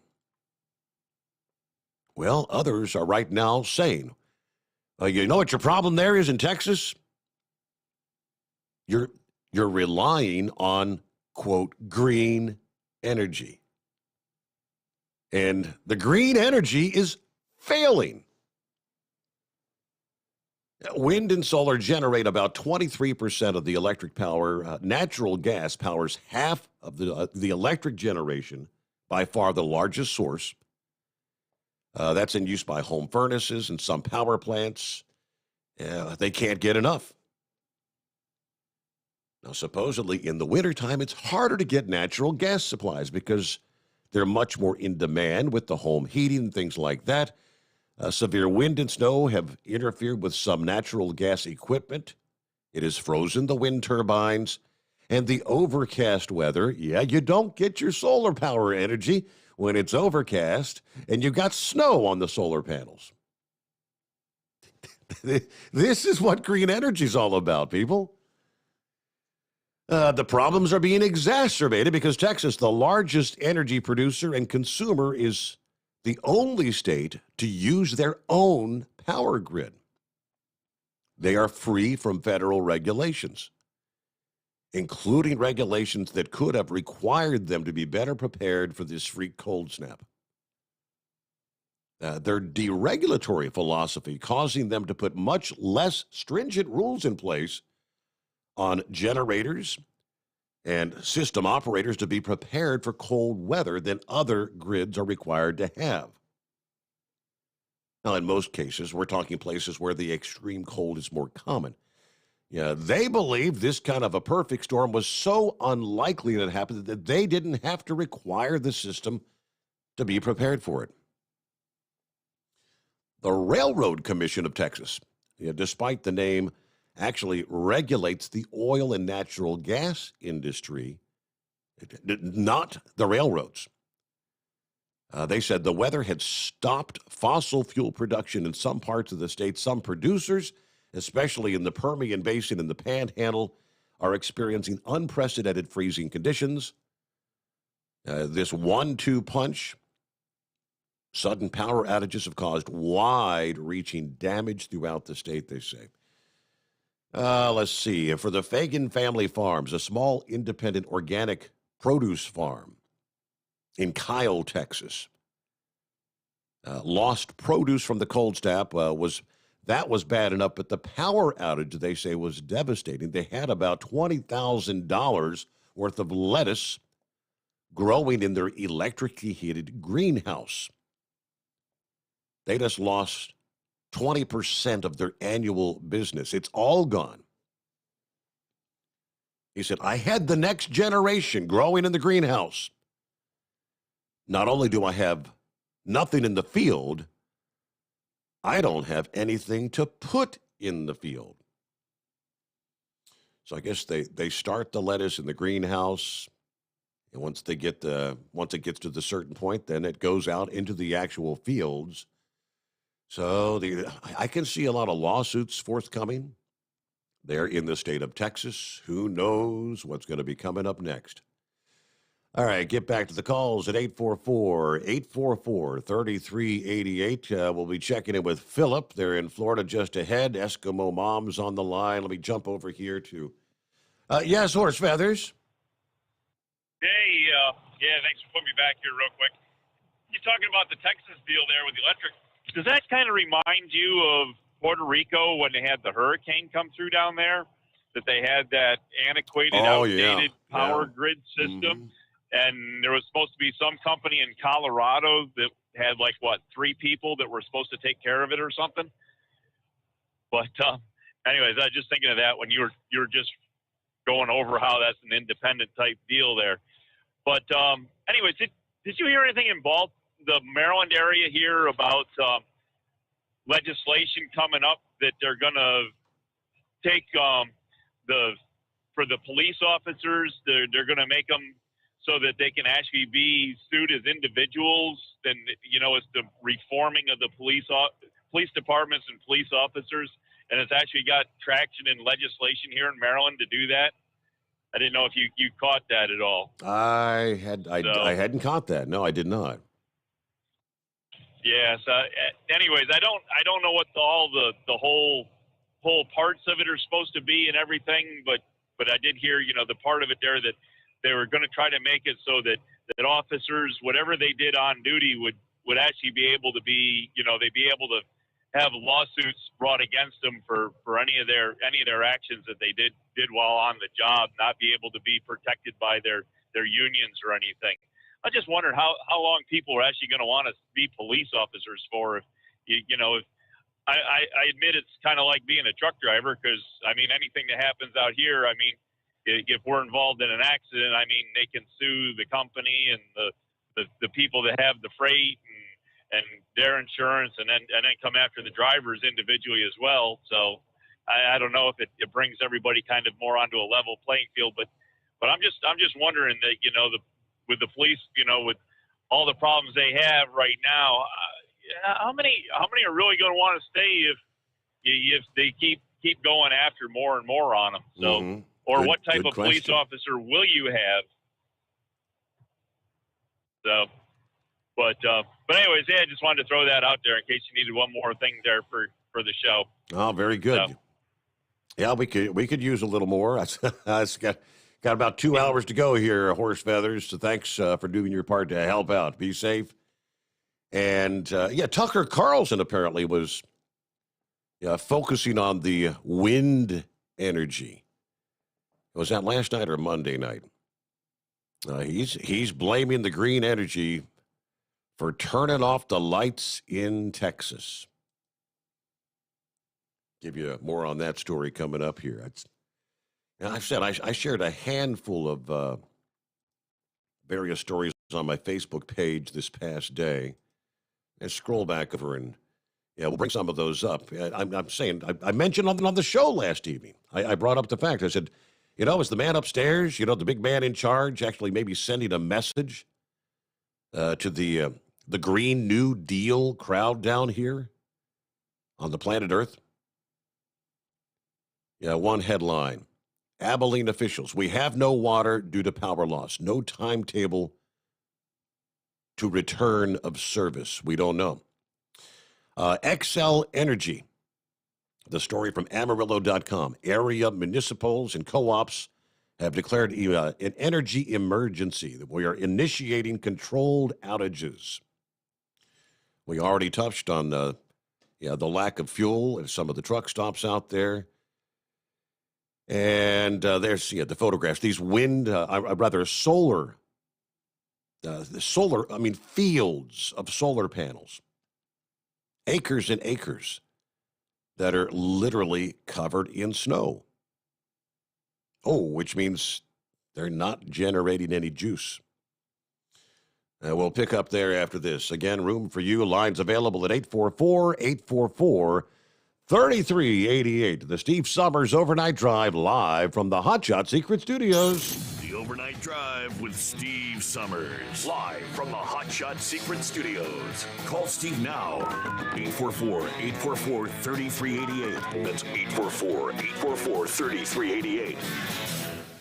At Hot Shot Secret, we share the science behind common diesel problems and their solutions. For example, Ultra-low sulfur fuels. the primary function of diesel fuel is combustibility. One of the little-known aspects of fuel is its role as a lubricant to metal-on-metal moving parts. The introduction of ultra-low sulfur fuels diminishes the fuel's ability to lubricate because sulfur, which has been mostly removed, has lubricating properties. Hot Shot Secret Everyday Diesel Treatment with LX4 delivers unmatched lubricity. Third-party testing confirms that it takes 3 times the amount of leading fuel treatment to match the lubrication benefit of 1 dose of Hot Shot Secret. Everyday Diesel Treatment is a fully formulated 6-in-1 premium fuel treatment for every fill-up, every time. Everyday diesel treatment is available at truck stops, Tractor Supply, O'Reilly's Auto Parts, and online at hotshotsecret.com. Hot Shot Secret, powered by science. Dean Michael, the tax doctor here. Are you one of those truck drivers that came home after a long haul and found the only thing waiting for you was a stack of IRS letters? Your significant other was gone, but your newfound IRS problem is still there. I've heard this story many times over the years. While I can't help you with your broken heart, I can fix your tax problems. If you owe more than $10,000 to the IRS or haven't filed for many years, call me for a free consultation at 888-557-4020 or go to mytaxhelpmd.com. Like I always say, you keep your eyes on the road, I'll keep mine on the IRS. Whether you're a diesel pickup performance enthusiast or just looking for a small upgrade, when selecting common rail fuel system components, look no further than Exergy Performance. At Exergy, you'll find injectors, pumps, and more, engineered like no others on the market using state-of-the-art equipment run by people that have been in the business for decades.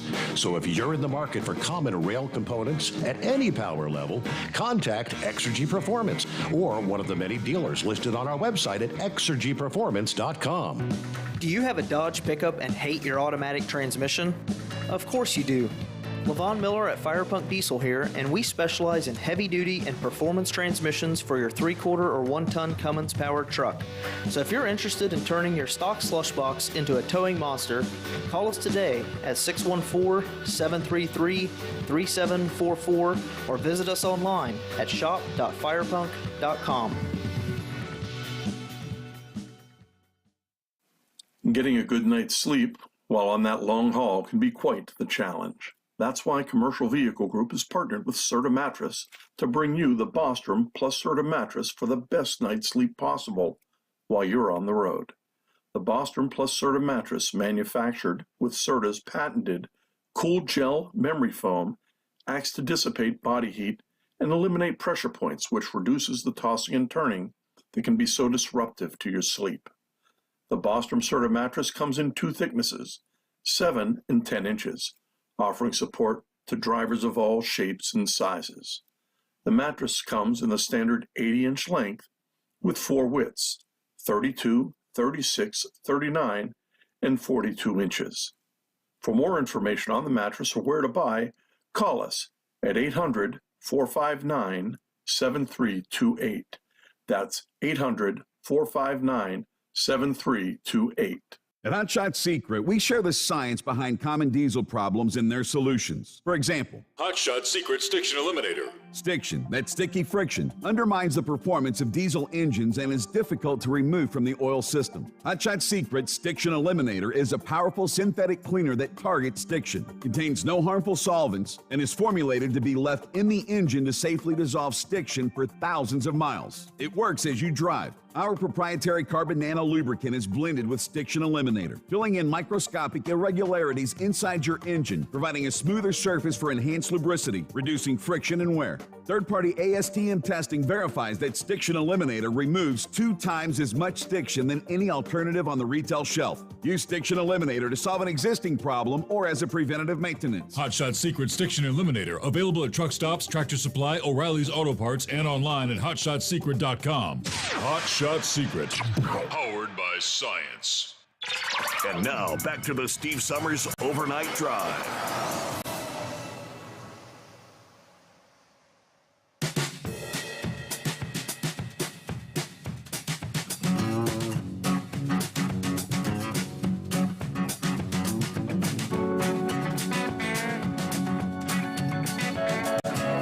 Back at it with the longest hour in radio, as we like to call it. That's right. Hour number 4. Here we go. NASA's Perseverance rover is ready to land on Mars. Ready to go. They confirmed this past day. We launched this thing over the summer. The star of the Mars 2020 mission, as they called it. And it will touch down, not today, not Wednesday, but Thursday. And they picked what they call the most difficult landing spot of any mission they've ever done. It will land, if all goes according to plan, in the Jezero crater, an ancient delta on the Martian surface. Percy, for short, they call it Percy, will explore the Martian terrain. They'll conduct a number of science investigations. Percy is going to be actually collecting samples. It will deploy the first helicopter beyond the Earth and search for signs of ancient life. Yeah, that'll be interesting. A helicopter to launch, so they'll be able to get an aerial view very, very close to the surface. Right now, according to the project manager at the Jet Propulsion Laboratory in California, Percy is operating perfectly. They had a virtual press conference this past day, and the spacecraft is focused. The team is focused. We're ready to go for landing. Ahead of the landing, the teams at NASA sent the command series for the entry process, descent, and the landing sequence, known as the EDL. That starts the timeline for touchdown. The spacecraft will enter the official EDL phase on Thursday. The EDL, the shortest, most intense phase of the entire mission, as we discussed last evening. They call it the 7 minutes of terror. That's the 7 minutes where the spacecraft has to slow down from nearly 12,500 miles per hour to 0 miles per hour to land on the planet. Agency personnel eagerly anticipate getting through those 7 minutes of terror and safely landing the spacecraft. A spokesperson says, we're feeling good. This guy has worked on all 5 of the rover missions. He spoke to space.com. He said, there's no guarantees in this business. We always talk about what Mars might throw at us, and it's never the thing it threw at us the last time. So we got to be prepared for that. But she went on to say the team's doing a great job. The spacecraft is solid. I lead the test program. I'm confident it will do the things. Again, there's no guarantees, but we're feeling good. Whether it's on the red planet or right here at home on the blue marbles, science can bring us together, and we can create solutions to challenges that seem impossible. All right, the rover getting close to the red planet, about 125 million miles away from the Earth. It is now less than 370,000 miles from Mars. That's a pretty cool thing. And, of course, if you're inclined to do so, you can follow the landing. On landing day itself, NASA will provide live coverage of the event starting at 2:15 Eastern Time. You can watch, there would be a number of websites. Space.com will have the live feed, courtesy of NASA.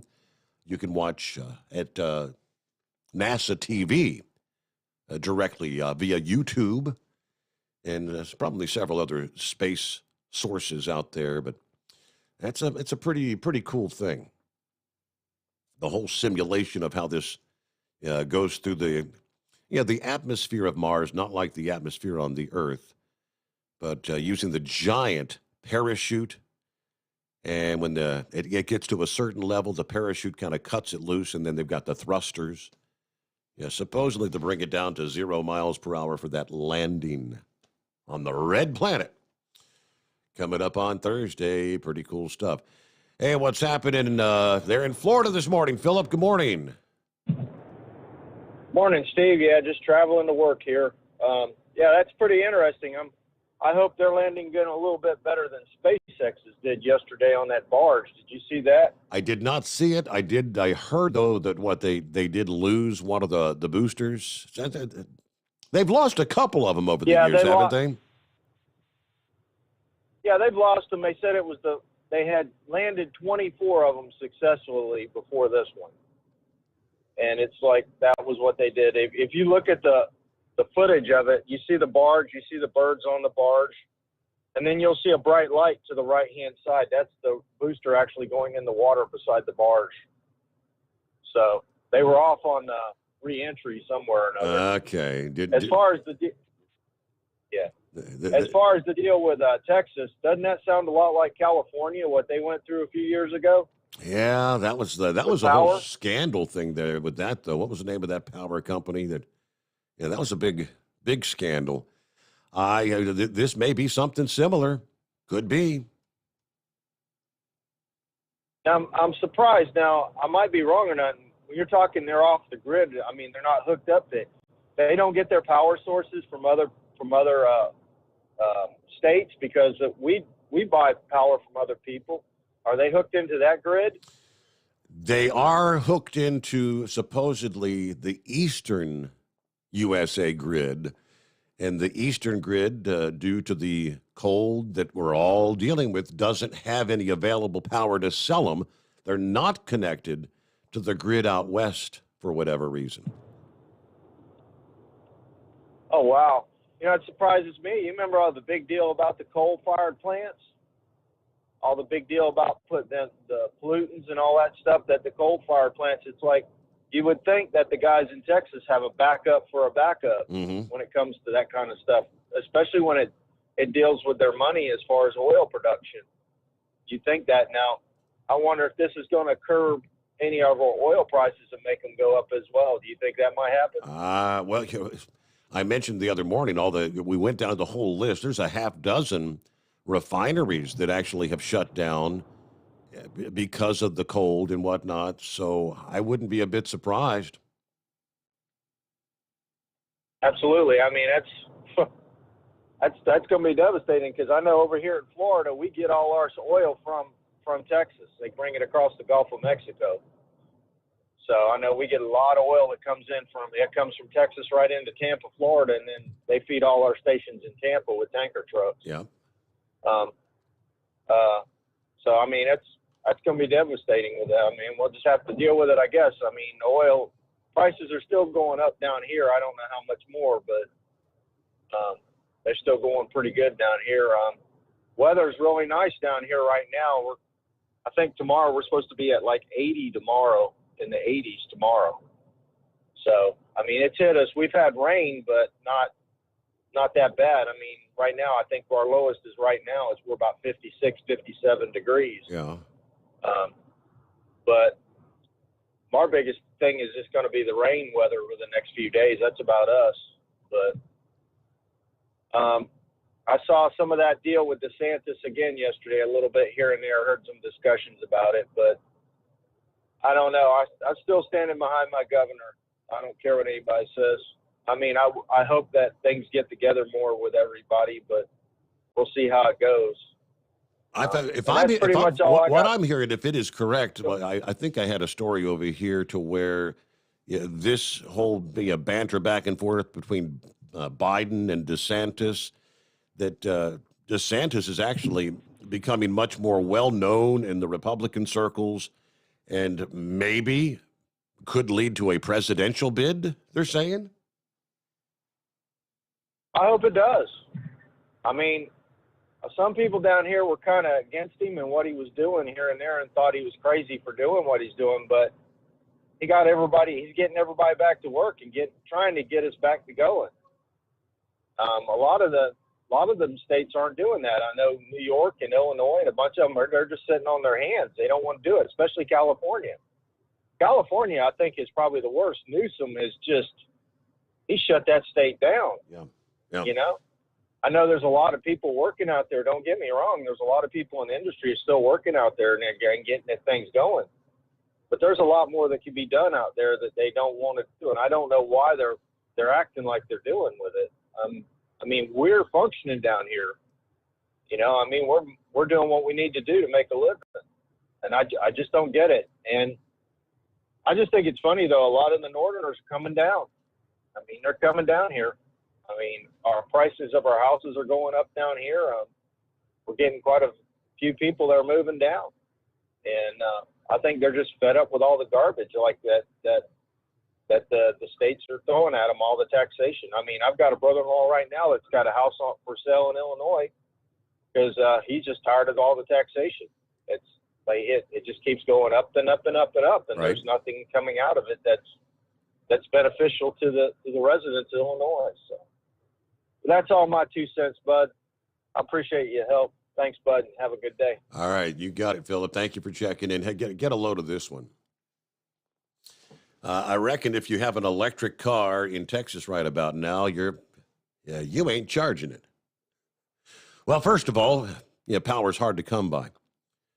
According to oilprice.com, the shortage of electricity with this cold snap sent the spot prices for electricity, as they call it, soaring. The day before yesterday, I think we shared last evening, the price was up like 10,000%. The spot electricity prices so high that the cost to charge your Tesla would be like $900.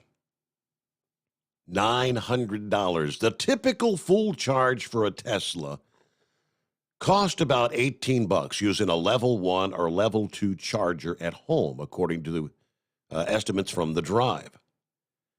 That estimate is based on an average price of 14 cents per kilowatt hour of power. The extreme winter weather this week has sent Texas spot prices soaring as the wind turbines are froze and the ice storm reduces the wind power generating capacity by more than half. Spot electricity prices at the West Hub have soared above the grid's $9,000 per megawatt hour cap, compared to a normal price of $25 per megawatt hour. Normally $25, now $9,000. At the same time, cold and ice cut almost half the wind power in the state. We're dealing with higher than normal generation outages, frozen wind turbines, limited natural gas supplies. Well, so there you go. The wind-dependent Texas grid is experiencing rolling blackouts. Prices the equivalent of $900 per Tesla charge. And an expected supply shortage of 10, I guess that's gigawatts, the amount of electricity needed to power 5 million homes. I guess the director of the systems this past day said that the number of controlled outages do remain high. We're optimistic we'll be able to reduce that number throughout the day, but okay, gotta love it. Let's go green, and let's do it right now. Well, what about oil prices? Yeah, where are they going? According, again, to oilprice.com, commodities have rallied in recent months, outperforming equity indexes, expectations of an economic recovery, rising inflation. The bull run is across the board, spearheaded by a 50% jump in oil prices over the past 3 months, and it's not done running, according to analysts. Some of the biggest investment banks have even started to call the start of a new commodities super cycle, which by definition lasts for years, typically about a decade. Okay. Now, they go into all the analyst expectations from the J.P. Morgans and all those other, the Goldman Sachs and all those investment firms. So I guess the headline tells the tale. Is this oil rally the start of something much bigger? And that was the headline from this past day. We've got lines available. It is 844-844-3388. And yes, Eagle back with us. Go ahead, Eagle. Yeah. I forgot to tell you something when I was on the phone with you the last time about this electrical nonsense. But you know something I noticed I didn't think about that until you just mentioned about the Tesla vehicles. I ain't seen too many. I've been driving all day long. I ain't seen too many Tesla vehicles drive by my truck today. Like you said, it costs too much money to charge them up. I bet you those people wish they wouldn't have bought that Tesla now. Not if it's going to cost that kind of money to charge. You damn right about that. Yeah, that's what I'm saying. I'm not seeing too many of those cars on the road right now, especially at $9,000. You say to charge it up. 900. I don't think them cars are going. Yeah. Huh? At 900 to charge them. $900. Yeah. Yep. I mean, $900. $900. My fault. Yeah, that's a lot of money. Yeah. I think a lot of those cars are going to be parked until after this cold snap is over down here in Texas. But you know something, Steve? I tell you how bad it is. Another thing I forgot to tell you. I was in a town tonight called Sonora, Texas, and I was going to go to the truck stop. As I got closer to the city, I'm like, what the hell is going on? It's pitch black dark. Ain't no lights nowhere. The city lights are out. The gas stations are closed. The Dollar General stores are closed, and they don't even have no lights. That's how bad it is, Steve. Some of these places don't even have no lights. If you ain't got no electricity, I guess they can't even power the street lights, for the green and red lights. Those lights were turned out. The whole city was completely dark. And then when I found they got a truck stop in Sonora, Texas, and I get there, and they ain't got no lights. The whole parking lot is completely black. It's just embarrassing. That Texas made the mistake of being only having one grid panel and not trying to cooperate with other states, like you said, and the other guy said, having a backup grid that we could use just in case. And but one thing it does, it blows up in the face of all these idiots that talk about this green power. This is not going to work because, like you said, you can't. Solar panels don't work when they covered in snow. Wind turbines don't rotate when they frozen. So all these knuckleheads that say that we got to go to a different power, we can't continue the way we used to be.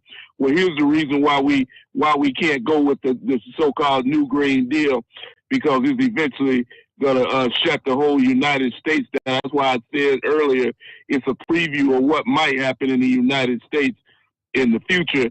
And like I said, something else I noticed, Steve, I went to a Home Depot store 2 days ago, and I pulled in the parking lot, and there was 5 police cars in the parking lot, and there are people down in Texas right now fighting over generators because, like I said, they don't have no electricity.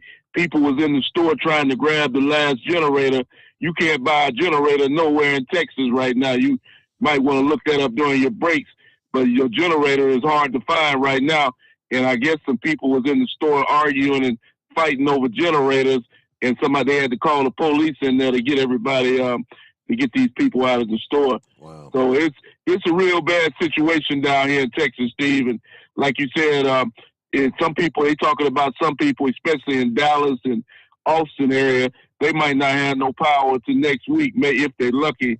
So this is a valuable lesson to the state of Texas. Hopefully they'll make the right move after this whole thing ends and decide to go with another power source and use a different kind of a grid, because you never know when you're going to have another cold situation like we have now, because there's a lot of, believe me, Steve, there's a lot of frustrated people here in Texas, and they're not very happy when you have to sleep in a house when it's 0 degrees outside with no heat. So you obviously got a lot of angry people. And I thank you for taking my call, Steve. And the sad part is people are dying due to what's going on with the power grid in Texas. That's the sad truth. as millions endure another frigid night.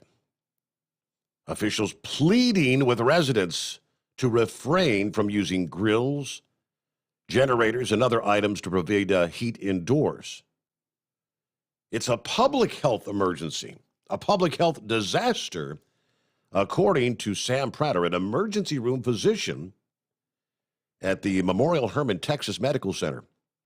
They held a briefing this past evening referring to dozens of cases of carbon monoxide poisoning. At least 2 people, 1 child and an adult, dead there. Harris County Judge Linda Hidalgo said at least 300 calls regarding carbon monoxide poisoning had been received by the fire marshal there, hospitals, and other agencies. This is a disaster within a disaster, is the way she put it. Harris County Fire Marshal imploring people spread the word about carbon monoxide by texting and calling neighbors and friends. Share the warnings on your social media. We have to get the message out. People are dying. We're losing family members due to carbon monoxide poisoning. The safety rules say never use a grill or a generator indoors. Don't even use a generator in your garage or even in close proximity to the building. The Cy-Fair Fire Department in Northwest Harris County said apparently many people are using charcoal grills inside their homes for heat. That department alone took 14 people, including 7 children, to hospitals with carbon monoxide poisoning.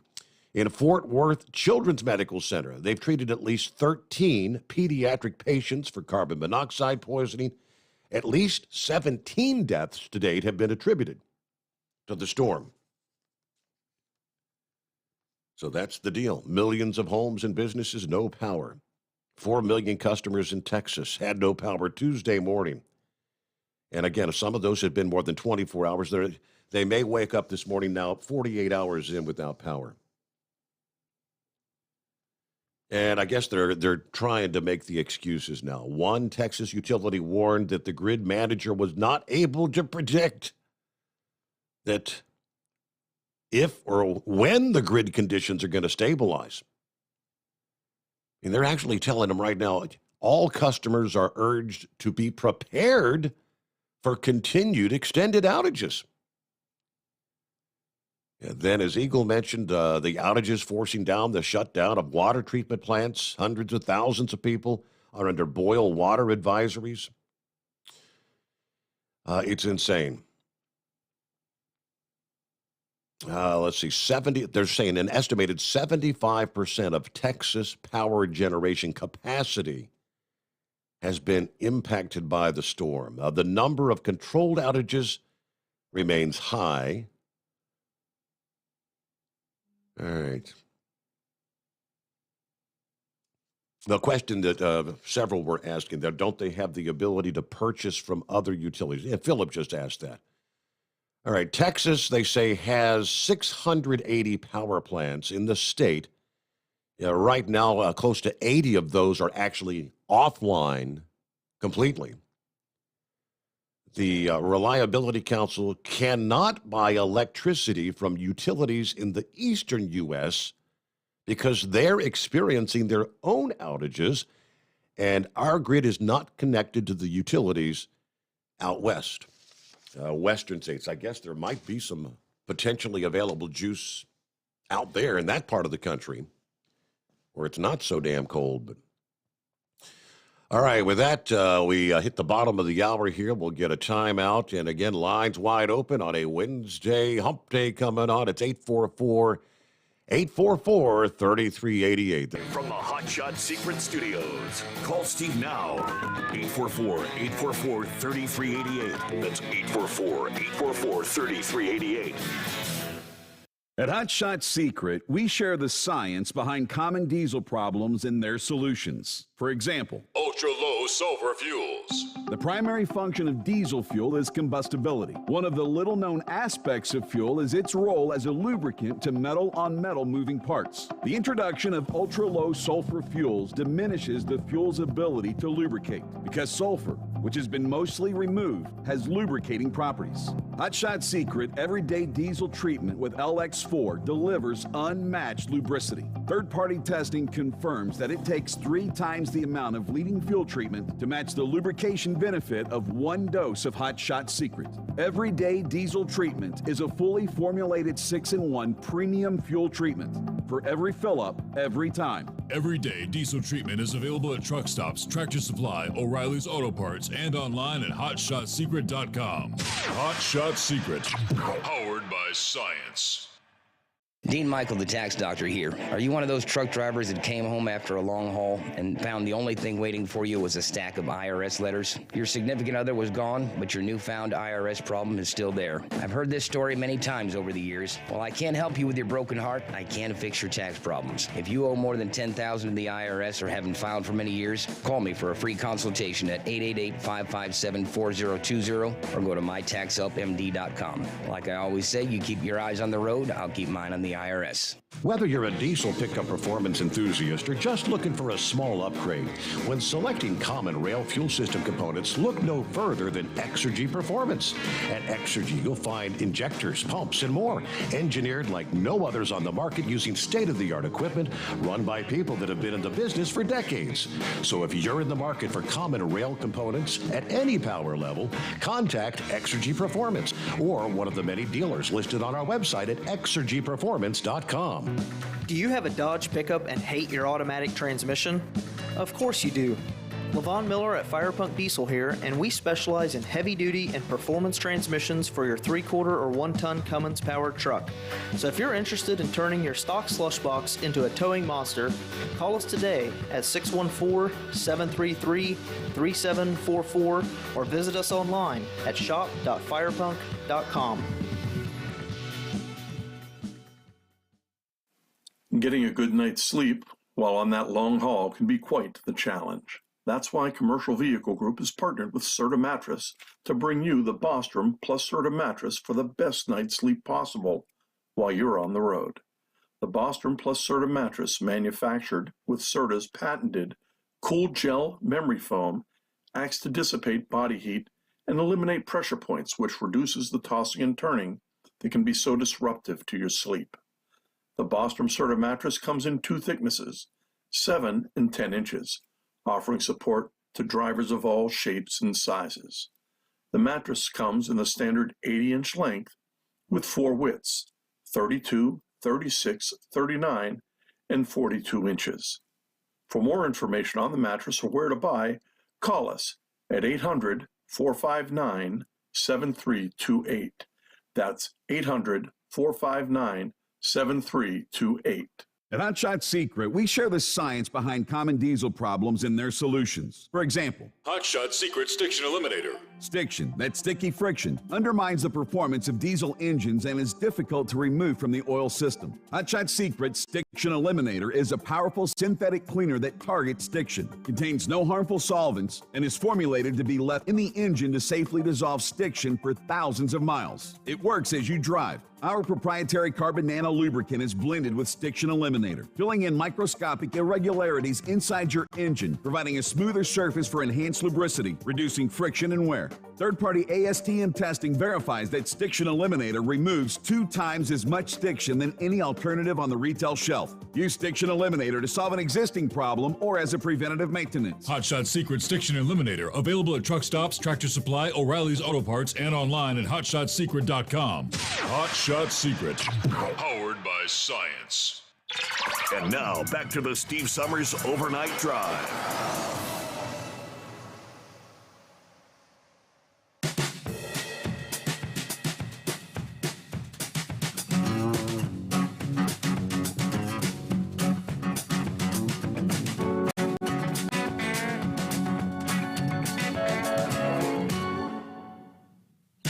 right, we did get an update this past day on what turned out to be a deadly tornado in southeastern North Carolina late Monday night. It was right about the time we were coming on the air, just after the midnight hour. At least 3 dead and at least 10 others injured. A lot of destruction. I'll give you more on that here momentarily. Meanwhile, it is 844-844-3388. Tucker Carlson, I mentioned earlier, taking aim at the sustainable energy industry, particularly the wind turbines in Texas. In Texas, you've got large deposits of natural gas. He went on to slam the state for having so much of their grid into wind turbines that are froze. Millions of Texans are suffering, waking up to boil water advisories because we don't have electricity to purify the water.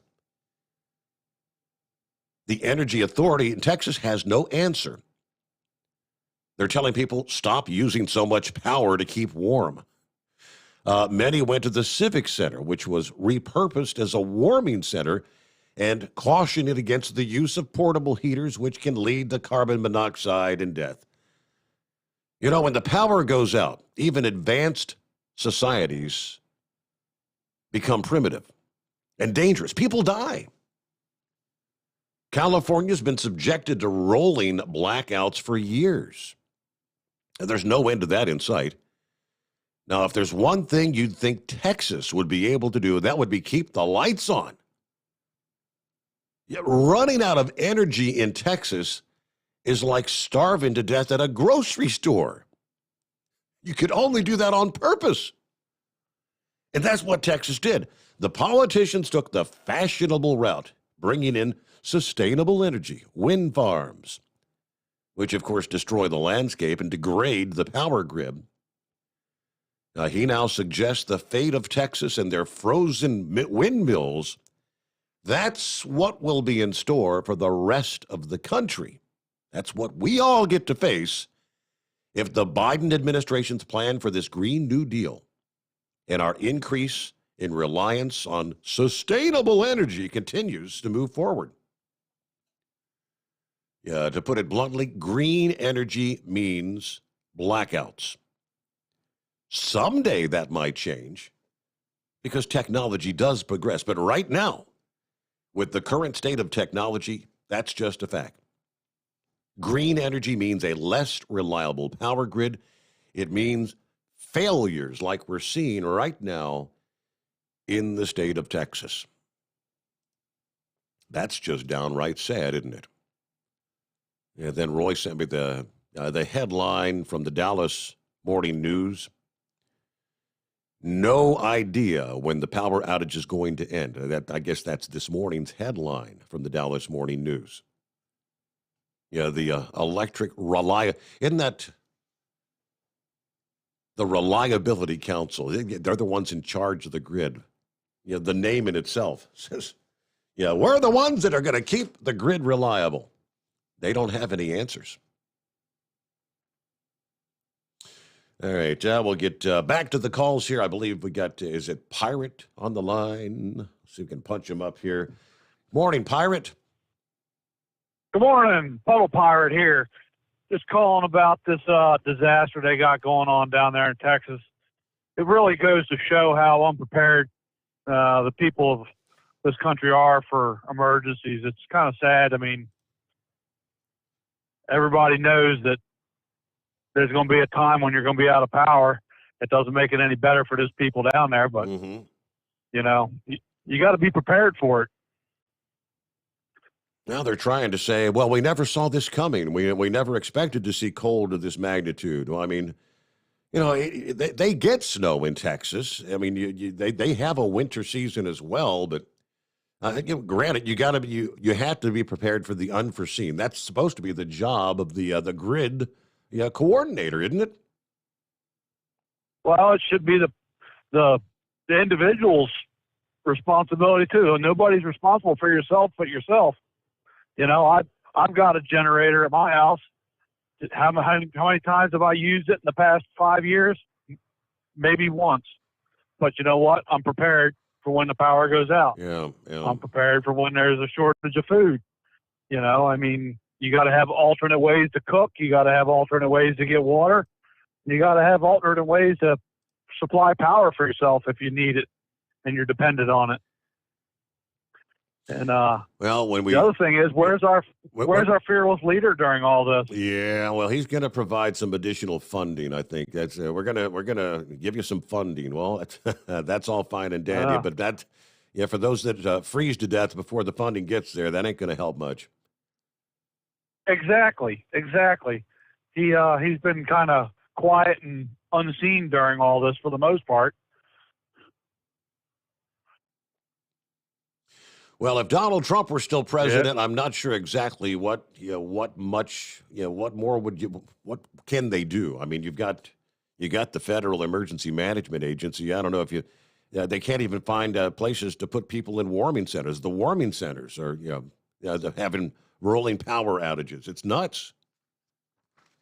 Right. Oh, absolutely. I've got friends that live down there, and they're in a pretty hard spot right now, and you know, there's people that are hauling generators down there to help people out and everything else. But, you know, they're in a tough spot right now. And I don't know if there's any relief in the immediate future for those folks.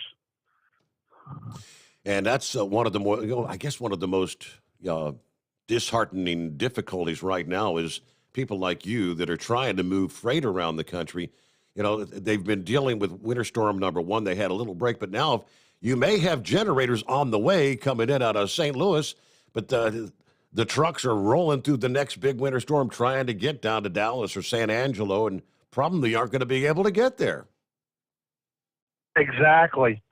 And, you know, it seems we're in this weather pattern where it's storm after storm right now. Well, it's going to make it tough for stuff to get down there.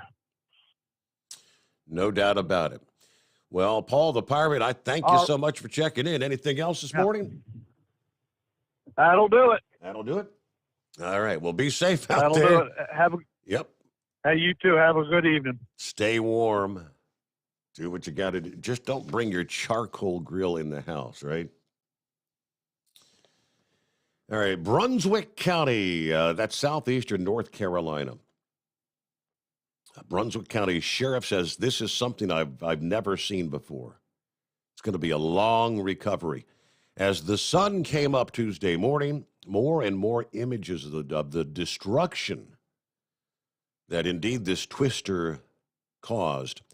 The National Weather Service was on the scene this past day, and this particular tornado, hard to imagine, in the month of February in North Carolina, a preliminary rating of an EF3 on the scale. Winds estimated at 160 miles per hour. Devastating damage to many homes, especially in the Ocean Ridge Plantation area, according to the sheriff. Emergency services and multiple fire and law enforcement agencies on the scene assessing damage, clearing debris from the roads. That tornado spawned by the same ongoing storm that has draped the nation in our snow and the ice. Our next system that's coming in as we speak, the potential to trigger more severe weather in the southeast. Now, the Monday night tornado, right about the midnight hour, according to the emergency management officials, over 50 homes were damaged, multiple homes completely destroyed. People were trapped in their homes. The Wilmington Fire Department said teams there were sent in to help find people throughout the day this past day. As the twister charged on the hardest hit location, the coastal towns of Ocean Isle Beach, Sunset Beach, and Carolina Shores, where buildings were completely leveled there. Multiple power lines downed by the tornado, 37,000 Brunswick Electric customers without power this past morning. All right, the governor saying our thoughts and prayers are with those affected. At least 3 dead, a number of injuries, damage to dozens of homes caused by that fierce tornado. The state is sending in assistance. I spoke to the sheriff. He said drone footage from CBS captured one of the most directly impacted locations. That was Ocean Ridge Plantation. Homes completely ruined, entire streets with damage. National Weather Service shared that officials reported downed power lines along Highway 17. Now, it was earlier on Monday, another tornado actually made landfall near Damascus, Georgia. That was about 5 o'clock in the afternoon, and that was an EF2, according to the early assessment from the National Weather Service there, the kind of damage that was inflicted, an EF2 tornado.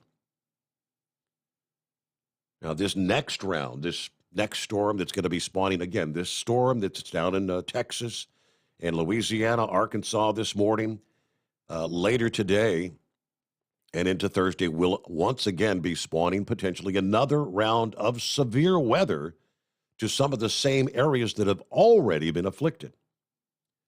Heavy, gusty thunderstorms, almost a certainty from the Gulf Coast Wednesday to the northeast Gulf Coast and the southern Atlantic coast by Thursday. Now, of these storms, a small percentage can turn severe with the risk of damaging winds.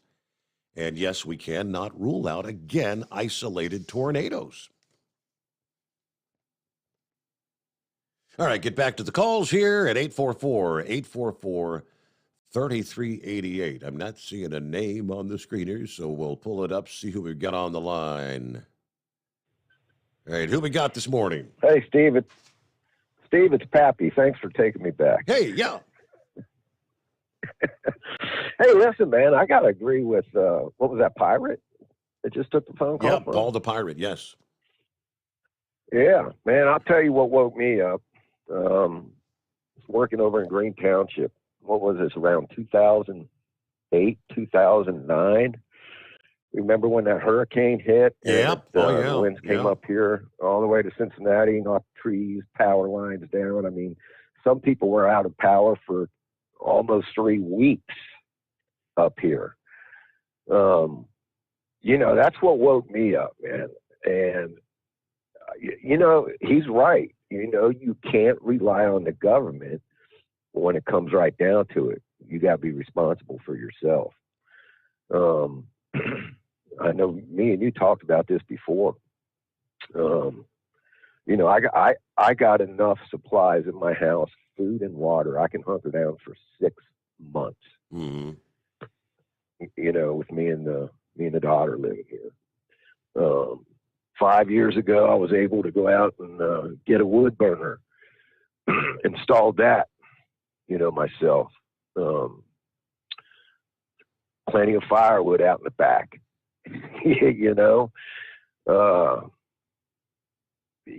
you got to be prepared, man. I wish I had, what I'm hoping to do in the future is get some solar panels and put some solar panels out, not for a full supply. In other words, I'm not planning on trying to run the whole house, but just a backup solar plan, enough to run refrigerator, microwave, a few lamps, that kind of thing. Sure, some of the basics, yeah. Just some of the basics, I got probably, them little portable propane tanks. Yep. Little camping propane tanks, little small ones. Yeah, the Coleman things, yeah. I probably, I got probably 30 of them stashed down in the basement there. With a little burner, you just screw on the top of it, and a way to, boil some water. Open up a can of stew, man, and heat the stew up. If the microwave's not working, if you don't have electric or gas, they get the range to fire up. But yeah, I mean, worst case scenario in this country, and it's possible, is if we got hit by an EMP, which is an electronic magnetic pulse, electromagnetic pulse, EMP. Yep. you know, if there's several other countries. I know China has one. I think North Korea was trying to work on one. Yep. They've been talking Russia for years about obviously has them. Kim Jong-un had been the threat. And I think here in just the last few weeks, I saw some headlines about Russia could hit us with an EMP. And Steve, if that was to happen, you're talking about crippling this country. I mean, we're not talking, man, a snowstorm for a couple of weeks. You're talking about the grid being down for years. I know some of the power plants where you got these substations, you know, all around the area. Mm-hmm. Some of these, not generators, but they got some of the power plants have these. And if they go off, if they short out, they were saying they only have a few supply of them here in the States. They have to actually order these things from another country. I'm wanting to say it's Germany, but I don't know 100%. But it takes 3 years to get them. So, and those are the really, really big. I don't know what size. I remember talking the transformers, about the transformers. Yes. Yeah. I guess these things, these must be gargantuan or something. But yeah, they said if a number of them went out, we would spend literally years with the power grid down. I think there was estimate that within 6 months, 70% of the population would perish within a year. Yeah.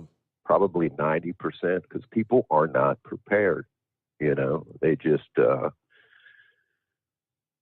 mean, that's worst case scenario. But, so yeah, I gotta agree with Pirate there, man.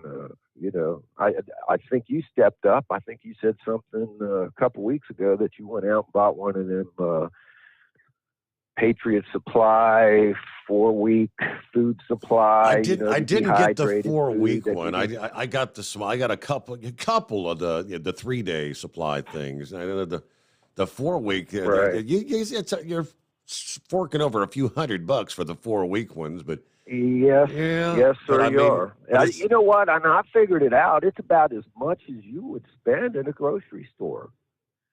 You know, it really is. It's not that. It's about the same as what's your food bill for 4 weeks? Oh, yeah, absolutely.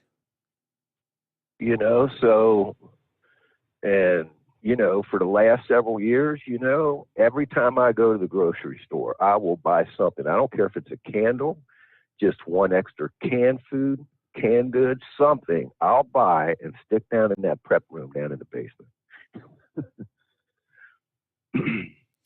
Well, they always say better safe than sorry, but yeah, that 4 Patriot stuff, it's got I think it's 20-25 year shelf life, because I guess it's dehydrated, right? You got to put it in water and it rehydrates kind of thing. Yes, sir. And they're good. I'll tell you what, I mean, Mountain House makes some. A lot of campers use them, you know, when they go camping. They got bacon and eggs, they got stew, and all you do is you boil some water, dump it in to a bag. You know, some of it comes in bags. You can buy it in a can, but what you do is you just boil the water, take some of that, put it in a bag, dump the boiling water in a bag, let it sit for like 3 minutes, and have at it. And I've ate the scrambled eggs and bacon, and it's good. You would think that it would be like, oh man, this stuff is not going to taste good, but you'll at least survive. But I'm telling you, you'd be surprised how good it tastes. It really does. I don't reckon that's crispy bacon, better, is it? Better than MREs. Yeah, man. right, yeah. You know, it's better than the MREs the government gives out. I got a, you know, they call them the bug out bags. You know, I keep one in the cruiser. You know, when I was working on the other side of town, I always thought, man, if we get hit by one of these and the car goes down, I got to make it home, man. It's 35 miles. You know, I figured it was a 2-day trip walking. No doubt. You know, and so, you know, yeah, I got one in the back of the cruiser there, man. If something goes wrong, I got a 3-day supply to try to make it home, you know, so. Better safe, All right, I better appreciate safe than you taking my sorry, as call they say. back. Hey, yeah, thanks for Yes, chiming sir. in here. You know. Yeah, All right. we'll take that any day of the week. Well, Pappy, yep, be safe out there, and thank you so much for being a part of the show. Tom sent me the power grid outage map. Yeah, I guess it's Power Outage US. PowerOutage.us is the website. And Texas right now is right at just shy of 3 million. So I guess the number is down a little bit. What's going to be interesting, because they've got all the freezing rain that, again, is moving through. I just refreshed you. From just to the southeast of Dallas, you've got all the way down to Waco, to Austin, and almost all the way down to Corpus Christi. There's that zone of the freezing rain and sleet. Can't tell by looking at the radar which is which. The pink and the purples. Yeah, one is freezing rain, the other is sleet. I think the purple is the sleet because that's what's closer to the snow area. And then south of the purple, you got the pinks, and I think that's where the freezing rain. Yeah, it lands in the liquid form and then freezes on everything it touches. But yeah, we're going to see the numbers begin to climb higher. And there's a big chunk of Louisiana that's going to see that frozen mixed bag of precip pushing through as we head on through the upcoming day. A couple minutes before top of the hour here, let me see. I haven't been paying attention to my messages enough. Let's see. Awesome show tonight, Steve. I'm an avid listener. Always loved your show. I can't call in because I'll wake up my gal and my mom, but be safe. Rock on. That's from Rick. Thank you very much, Rick. That's all that matters. Make sure you listen in. Hello, Steve. Another bad night in Texas. Austin, Texas. Now they're using fire department vehicles to transport civilians to warming centers. Other fire department vehicles are still getting stuck on the roads. All the first responders are doing an amazing job with the circumstances they're dealing with right now. That's from our friend, the Lawnmower Man. Sent me that a couple of hours ago. All right, thank you so much, Lawnmower Man. Steve, gas prices will skyrocket, not just because of this bad weather, but because when the Democrats are in control, it's just common. The diesel prices go much higher. Well, and yeah, that alone, you are correct. But yeah, I mean, when you're going to go the Green New Deal route with solar and wind, how comical is it that, what was it, 2-3 weeks ago? Yeah, you had Joe Biden signing his executive orders. Then you had, what's his name? Talking about, all these Keystone Pipeline workers can get a job as a solar panel technician. All right, good deal there. And one more from yesterday. Hey, Steve, glad to see you back on the radio, back on the air. This is Brian. I'm a line haul driver at Saya Freight, Madison, Wisconsin. I reckon it's pretty cold in Madison as well. With that, we'll get a top-of-the-hour break. We'll come back with more at 844-844-3388. The Steve Sommers Overnight Drive, live from the Hot Shot Secret Studios. You're listening to the Overnight Drive with Steve Sommers. At Hot Shot Secret, we share the science behind common diesel problems. For example, fuel additives. The purpose behind most fuel additives is to impact performance of your diesel or provide protection to your fuel system. Hot Shot Secret Everyday Diesel Treatment provides both performance enhancement and protection with 6 key components. This fully formulated premium fuel treatment includes the performance-enhancing cetane boost, injector cleaner, and LX4 lubrication, as well as protection against water with a demulsifier and rust inhibitor, plus a stabilizer that minimizes fuel filter clogs. Everyday Diesel Treatment delivers a 6-in-1 premium fuel treatment for every fill-up, every time. Everyday Diesel Treatment is available at truck stops, Tractor Supply, O'Reilly's Auto Parts, and online at HotShotSecret.com. Hot Shot Secret, powered by science. PureFlow Air Dog, your leader in fuel air separation system technology. Our systems filter out water, particulates down to 2 micron, and remove all of the air out of your diesel fuel. This allows for nothing but pure, clean diesel fuel to reach the expensive injection system equipped in your vehicle. Not only do our fuel systems protect, they also come in a variety of flow rates to meet your performance needs. Our systems are compact and use OEM-style fittings for easy installation. Learn more about our product at www.pureflowairdog.com and be sure to follow us on Facebook and Instagram. Protect your investment with PureFlow Air Dog. Drivers, you demand that your equipment's reliable and dependable, and that also applies to your headset for communication. Well, our friends at Stellar Electronic have you covered. The Pluto Duo headset bundle is the best communication headset you can find in the industry. No matter the challenging environment you're driving in, the Pluto headset will make you sound crystal clear all the time thanks to their 99% noise cancellation. And the Duo's not only a stereo converter for the headset, but also a power bank so you can charge as you go. Learn more at StellarElectronic.com or visit them on Facebook. Do you have a Dodge pickup and hate your automatic transmission? Of course you do. Levon Miller at Firepunk Diesel here, and we specialize in heavy-duty and performance transmissions for your 3/4 or 1-ton Cummins-powered truck. So if you're interested in turning your stock slush box into a towing monster, call us today at 614-733-3744 or visit us online at shop.firepunk.com.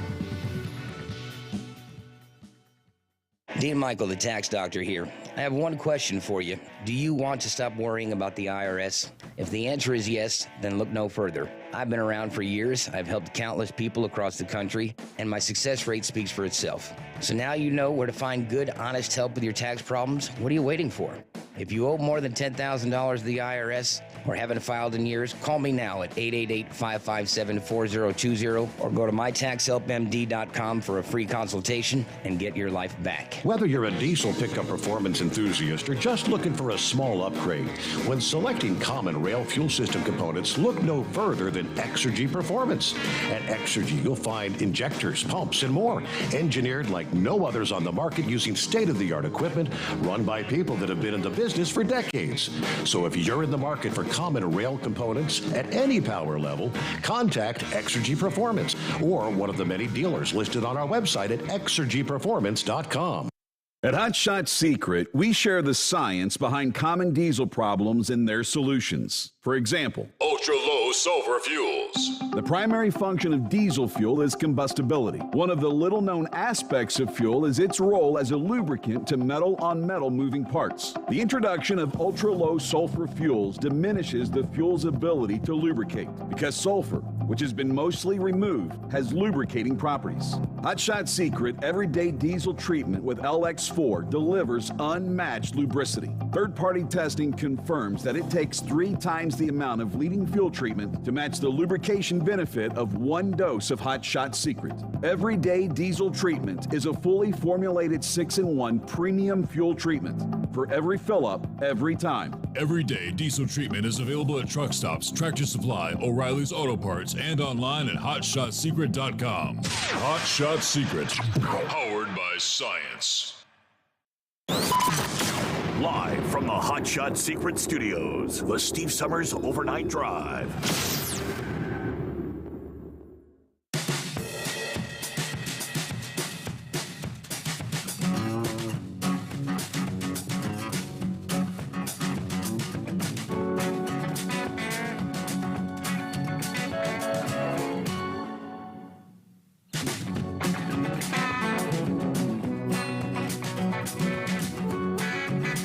All right, back for the final hour.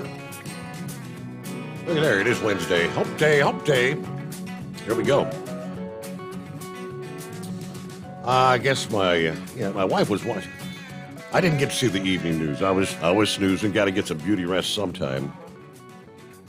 And she was telling me, you wouldn't believe. She said, the lines of people going out looking for fast food in parts of Texas. Okay, so I'm thinking, so your power's out. If you don't have an alternative source, like Pappy was just talking about, to try to heat up something, a can of beans or whatever the heck it's going to be, Microwave ain't working, oven ain't working, you ain't got no juice. Then you go out and, well, they said many of the fast food joints weren't open because they didn't have power. So for any restaurant that was actually open, they were saying the lines were hours long, hours long lines waiting to get something to eat. Finding an open location for a hot meal was the goal for many people. It turned out to be most found the same restaurant. If you were the open one, I'm looking at, they shared a video of a Burger King location. They were open with a skeleton staff doing their best, scrambling to serve hot meals in Houston. One customer said, well, when you're hungry and you're cold and you don't have any options, waiting in line for hours for fast food doesn't seem unreasonable. From morning to night, the line only grew as the day wore on. At times, more than 50 cars in line at any given time. So they're saying it was taking hours. Another customer said, we haven't ate a meal all day, so we're trying to get a hot meal to eat at home. By 10 o'clock Monday evening, Burger King staff had to start turning away those waiting in line. They were out of food. We ain't got no more burger. You ain't got nothing left to cook. As those massive power outages continue, that's a point to ponder. You got to have that alternative thing. It's not a bad idea having some of those little Coleman tanks, because I've got one of the little grill you can hook the Coleman tank up to. Yeah, of course they're great for the Coleman lanterns. Put out a huge amount of light with those little propane tanks, but yeah, you could at least heat up something as long as you got a way to open your can of beans, because the electric can opener ain't going to work, right? I think there's going to be a lot of people making some different preparations for the future in places like Texas. All right, with that, what are we looking at? It is 844-844-3388. Is this Ron? Yes, sir. How are you? Doing all right, Captain Ron. Captain Ron. Okay. Yep. What's up? Captain Ron. Yep. Looked like he was begging for callers, so I figured I'd call. Well, it's been a bit of a slow night. Yep. I kind of agree with Pappy and Tyra Paul, but have you seen some of these huge apartment complexes? You can't even have a grill at most of them. And I don't know how you would get power to them, each apartment. But anyways, I do what I can to be prepared, but not everybody has the luxury of having that extra storage or a heat source. You're kind of out in the cold right now. Yep.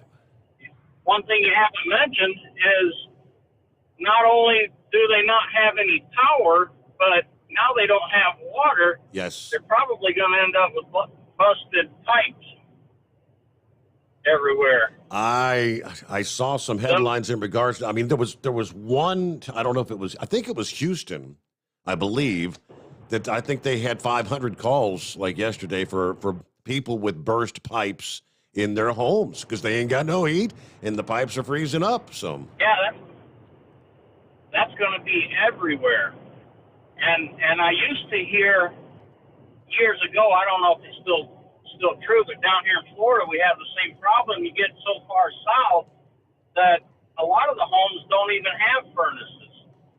I don't know if it's that way. I used to hear it was that way in southern Texas, but I don't know if it's still that way or not.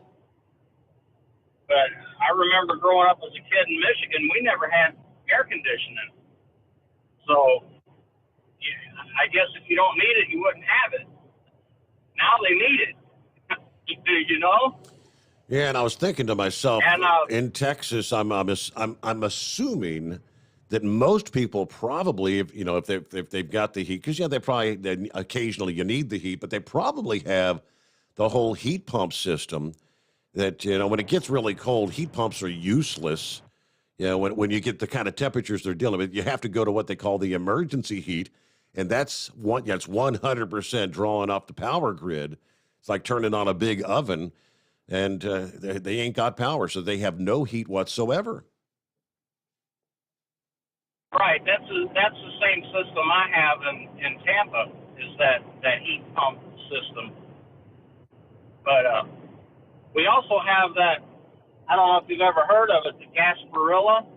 They have a pirate parade, and the kids' pirate parade, and they throw all these beads like Bourbon Street. But they rescheduled it originally, but now they've called it off totally for the year. Yeah. I guess for COVID. But we can have a Super Bowl. Go figure. And you haven't mentioned, I saw it on Facebook that the North American Truck Show's been canceled totally. Did you see that? Mid-America Truck Show, correct. Yeah, Mid-America was canceled. I don't know. Is that the one you're talking about, Louisville? Yes, I Yep. believe so. Yep. Not till March of 2022. Yep, that's what I was reading. But other than that, I guess that's about all I've got. I get all my information from you, so I work the same schedule you do, pretty much. Same nights and everything, so I get all my news from you. All right. Well, hey, we appreciate you tuning in there. But enjoyed the show, and 4,000 miles on a bicycle seat sounds like it'd be awful hard for me. Yeah, no doubt. But anyway, I'll let somebody else get on here. I'll catch you later. Thank you for checking in, Captain Ron. Be safe out there. There you go. I think we lost Mike. He was checking in from North Carolina. I guess he lost his cell. Let's see. We'll get to Sylvester. Hang in there a moment. Yeah, talking about the water pipes. I pulled up the update. Austin, Texas. Austin Water tells KVUE they've had 4 water main breaks, and that was as of Monday. Apartment complexes with burst water pipes. Austin fire crews sent out a tweet as of like 6 p.m. that night that they had another 685 broken water pipe calls to 911 since midnight. Many of those in the last few hours. Dispatchers are currently answering about 1 broken water pipe call per minute, he said. And we can only respond to a fraction of those calls. AFD says they responded to 466 broken pipes. Now, that was on Monday. As temperatures rise toward the end of this week, this danger of water pipe breaks will actually increase, they say. Emergency officials are asking the public turn the water onto a drip to prevent those pipes from bursting. One Austin resident said she had to rush out of her apartment Tuesday morning about the midnight hour because of a broken water pipe and lost power. Why does it seem so unprepared, referring to the winter weather response to the broken water pipes? Like so many others, she has a lot of questions. You're scared for your life. You don't know how bad the road conditions are going to be, so you're just kind of like, let's just leave. Let's leave, take any medications that we might need, and where are we going to go? Yeah, they ended up at their mother's place until they get their power back and, of course, get their water back to the apartment. But we're not getting any answers to these questions. Nothing. No suggests literally. What our leasing director told us was, well, if you have babies, if you have to leave, leave. That's all we can tell you. If you can go, go. Because it's not going to be safe here. Plumbing companies swamped with calls. The Radiant Plumbing Company CEO said they're doing online consultations because their crews can't travel in the ice as well. They're doing some calls. It's like $20 an hour for 15-minute windows just to get as many people through as we can. We're helping people to shut things down and maybe just troubleshoot. So, we've got some heat back on in some homes. We realize this town needs help, but we can't risk our guys' lives going out in their vehicles so we can keep fixing Austin once this is all over. So we're offering the virtual help. I guess for the most part right now, if you do have a pipe break, you've just got to find where your shutoff is and turn it off. Now, I say as far as leaving your water pipes at a drip, the tips they were offering to protect your pipes from sub-freezing weather, if you have outside faucets, let them drip. This says 5 drops per minute. That ain't much, but let it drip 24/7. Open your cabinet doors under the sinks next to an outside wall. In unheated garages, shut off washing machine water. Water softeners should be drained. In sustained sub-freezing weather, let the water drip slowly for your inside faucets. If possible, collect that water to reuse for other things.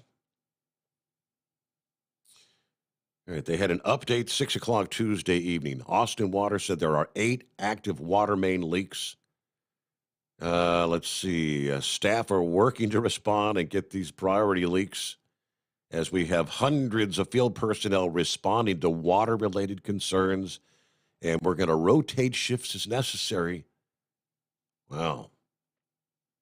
If you experience a water line break and the property owner, the cutoff valve, if it doesn't work, if you can't find the proper valve, they're available to turn your water off at no charge, they said. All right, good old times. All right, let's get back to our calls here, 18 past the hour.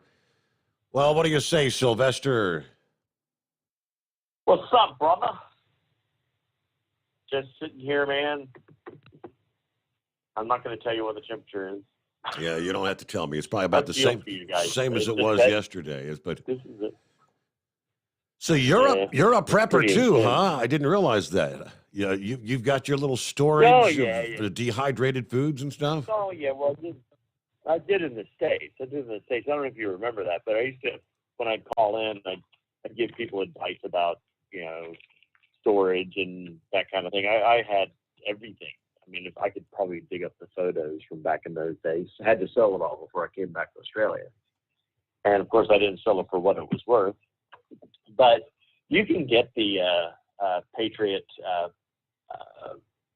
Patriot Supply stuff, but that stuff is expensive. Or you can actually go through and get, go buy the raw materials and make your own stuff. That's basically what I ended up doing. I had some of the others, basically in my bug out kit, and I had a couple of good sized tubs because it was not just me, of course. It was my wife at the time, and which funny, I wouldn't probably no, I'm not gonna say that. I was gonna say something really horrible, but I better not. And the thing was, is having a background in food service, you learn how to cook, two, what your caloric intake needs to be. I remember Yoda used to call in and on our conference calls, and he'd go on about how he's got all this canned food that he's put away, and I said to him, I said, canned food, cans really only have a life expectancy of about 5-10 years on the most. Oh yeah, if that. And, because there's water and there's oil in some of them, and salt in them, and the salt eats away at the inner linings of the cans, all this stuff. There's a lot of water involved with it. So one can of beans is actually 60% water. And then the rest of it, if you look at, when I say beans, I mean like green beans. And I said to Yoda, I said, well, do me a favor one day. Get your cans, look at the caloric intake of each one of them, and then calculate how many cans you have and how many calories you have total in your entire stock. So I had a database that I kept to determine exactly what my caloric needs were every day, because you need a minimum of 2,000 calories in a survival situation. And he used to say, "Oh, I've got 6 months put away for my entire family," and it ended up he had about a week when he figured out the total caloric intake of everybody, including the children. And he had a bit more than a week.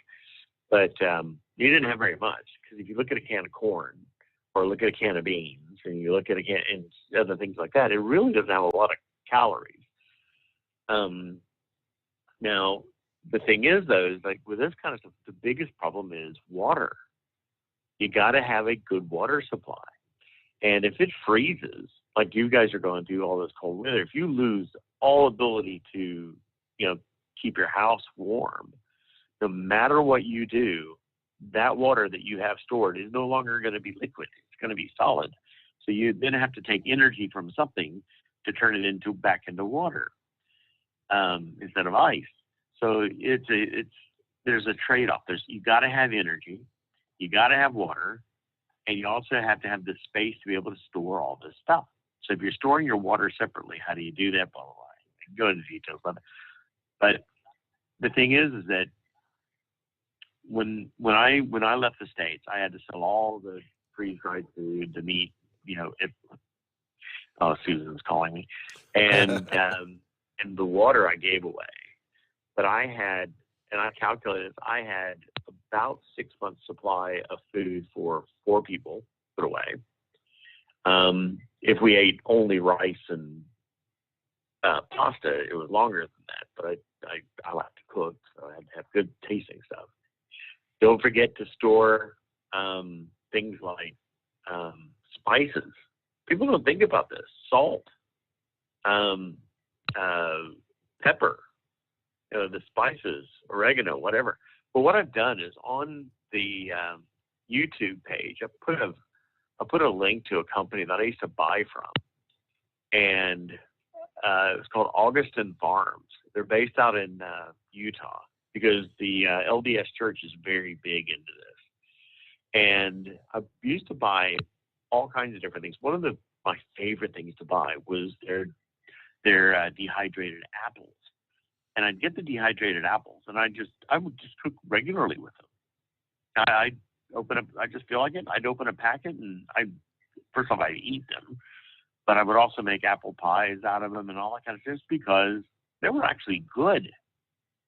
So you can get all that kind of stuff, and also the Mormon Church has a lot of different. And I'm not Mormon, but I got involved with the Mormon or the LDS canneries. They've got canneries all over the place. They had one in north side of Nashville. That's the one that I belong to. And you go in there, you help out, you can up things for other people as well, and you can your own stuff. But you had things like butter powder. I'm not kidding you. Freeze-dried butter. And the stuff was great. Freeze-dried cheese. It was great. No pun intended that it was great. Wow. But freeze-dried tomato. So you take a bit of the powder, you put it into and make tomato sauce. Actually, I almost said tomato sauce with it. But I also used to make these things called hamburger rocks. You take your own hamburger. I'd buy it at Costco. I'd buy like 30, 40 pounds of it, and then I'd dehydrate it and I'd stick it into freeze-dried bags and put an oxygen absorber in it, and it was sealed good for 20 years. Really? But yeah, and I remember I used to call in and talk about this stuff years ago.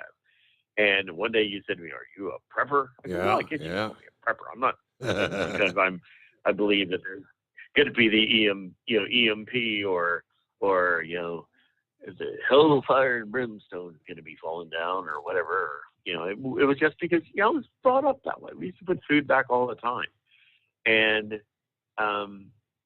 right now there are a lot of people that probably wish that they had put food back. I'm thinking in Texas, there's a whole lot of people that won't be found.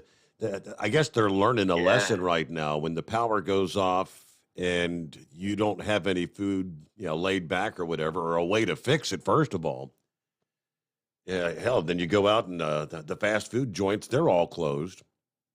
Whatever the communities, was that Austin, Texas? Which one was it where they told all the restaurants to not open yesterday because, like the whole city's water system, they don't have potable water. All three of the water treatment plants down, no power.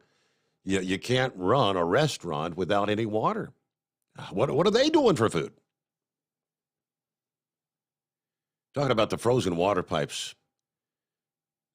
This from the Houston Chronicle yesterday morning, February the 16th. This woman was leaving her water, do the little drip thing in her sink. She had lost power, and it's so cold in her house. The photograph is, you can see the water that would have been a drip, a big icicle coming right out of the tap down into the sink down below. One giant icicle. She left the water dripping to prevent frozen pipes. She's been out of power since Monday, and now that's how cold it is in her house. She lives in a historic Houston neighborhood. First lost power about 8 o'clock Monday morning. She said it did come on at about 5 in the afternoon, but for a very short time, we never got back up to temperature. The temperature was up to about 53 in the house when the power went out again about 7:30 p.m., and it ain't been back on since. She has since gone to a friend's house and staying there. Then she shared a photograph of their little dog. The water in the water bowl is frozen. The dogs, well, that's how cold it is indoors. I did stay put, wore a lot of layers. Flannels, wool socks, coat, 3 blankets. Tried to get the dog to stay under the blankets with me, but she was less interested. I guess she's just shivering on the corner of the bed. How many people are going to succumb to the temperatures if they won't venture out to find a warm place to survive? This is the kind of thing where when it's all said and done, people that have like elderly neighbors, if they're not being checked on, they come to find them dead from hypothermia in their own recliner or their own bed. It's very, very sad. All right, looking at 29 past the hour. Our number, 844-844-3388. And we'll return after this. The Steve Sommers Overnight Drive, live from the Hot Shot Secret Studios. You're listening to the Overnight Drive with Steve Sommers. At Hot Shot Secret, we share the science behind common diesel problems. For example, Fuel additives. the purpose behind most fuel additives is to impact performance of your diesel or provide protection to your fuel system. Hot Shot Secret Everyday Diesel Treatment provides both performance enhancement and protection with 6 key components. This fully formulated premium fuel treatment includes the performance-enhancing cetane boost, injector cleaner, and LX4 lubrication, as well as protection against water with a demulsifier and rust inhibitor, plus a stabilizer that minimizes fuel filter clogs. Everyday Diesel Treatment delivers a 6-in-1 premium fuel treatment for every fill-up, every time. Everyday Diesel Treatment is available at truck stops, Tractor Supply, O'Reilly's Auto Parts, and online at HotShotSecret.com. Hot Shot Secret, powered by science. PureFlow Air Dog, your leader in fuel air separation system technology. Our systems filter out water, particulates down to 2 micron, and remove all of the air out of your diesel fuel. This allows for nothing but pure, clean diesel fuel to reach the expensive injection system equipped in your vehicle. Not only do our fuel systems protect, they also come in a variety of flow rates to meet your performance needs. Our systems are compact and use OEM-style fittings for an easy installation. Learn more about our product at www.pureflowairdog.com and be sure to follow us on Facebook and Instagram.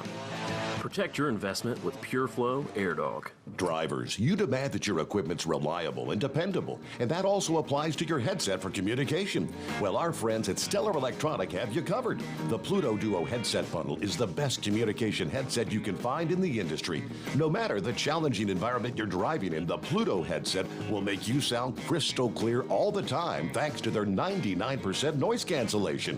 And the Duo's not only a stereo converter for the headset, but also a power bank so you can charge as you go. Learn more at StellarElectronic.com or visit them on Facebook. Do you have a Dodge pickup and hate your automatic transmission? Of course you do. Levon Miller at Firepunk Diesel here, and we specialize in heavy-duty and performance transmissions for your 3/4 or 1-ton Cummins-powered truck. So if you're interested in turning your stock slush box into a towing monster, call us today at 614-733-3744 or visit us online at shop.firepunk.com. Dean Michael, the tax doctor here. I have one question for you. Do you want to stop worrying about the IRS? If the answer is yes, then look no further. I've been around for years. I've helped countless people across the country, and my success rate speaks for itself. So now you know where to find good, honest help with your tax problems. What are you waiting for?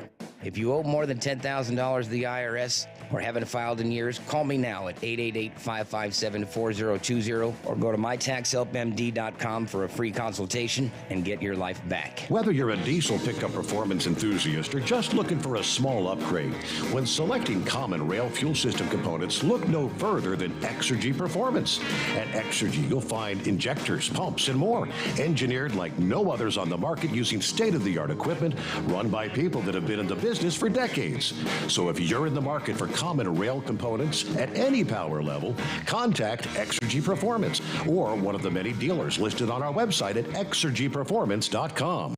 At Hot Shot Secret, we share the science behind common diesel problems and their solutions. For example, ultra-low sulfur fuels. The primary function of diesel fuel is combustibility. One of the little-known aspects of fuel is its role as a lubricant to metal-on-metal moving parts. The introduction of ultra-low sulfur fuels diminishes the fuel's ability to lubricate because sulfur, which has been mostly removed, has lubricating properties. Hot Shot Secret Everyday Diesel Treatment with LX4 delivers unmatched lubricity. Third-party testing confirms that it takes 3 times the amount of leading fuel treatment to match the lubrication benefit of 1 dose of Hot Shot Secret. Everyday Diesel Treatment is a fully formulated 6-in-1 premium fuel treatment for every fill-up, every time. Everyday Diesel Treatment is available at truck stops, Tractor Supply, O'Reilly's Auto Parts, and online at hotshotsecret.com. Hot Shot Secret, powered by science. Live from the Hot Shot Secret Studios, the Steve Summers Overnight Drive.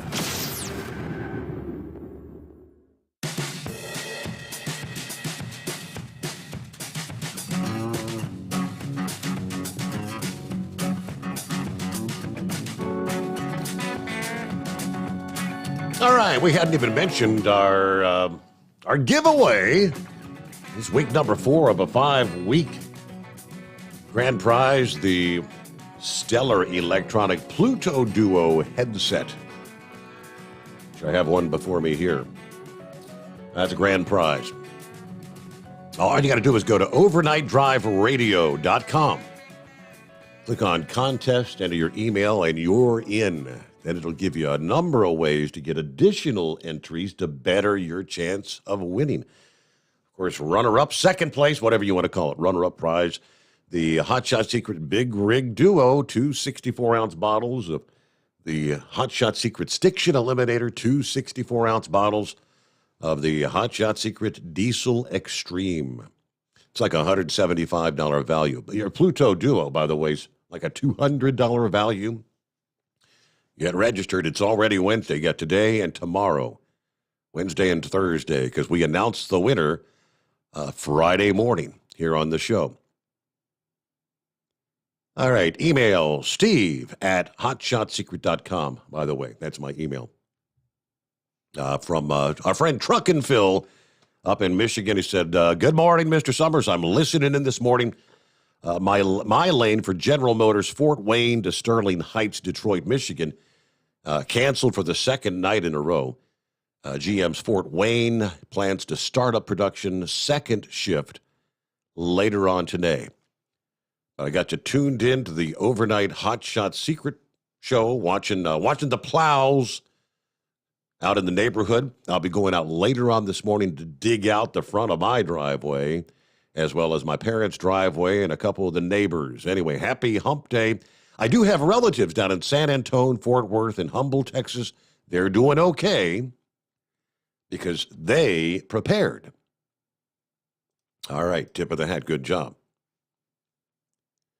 Then Craig says, all right, they're telling you to boil your water. How do you boil water when you don't have any power? That's good. Unless you have some alternative source, you're right. A way to get a flame. He said, thank God Trump's not president. He'd be the one getting blamed for people not having water, people not having power, people dying. Yes, he would. But to be quite honest, they'll probably blame him anyway. You know what I mean? Yeah, just give it a little time. We'll start seeing that. Oh, this it's all Trump's fault. He should have done something about this when he was president for 4 years. All right, let me get back to the calls here. Who we got next? Is that, let's see.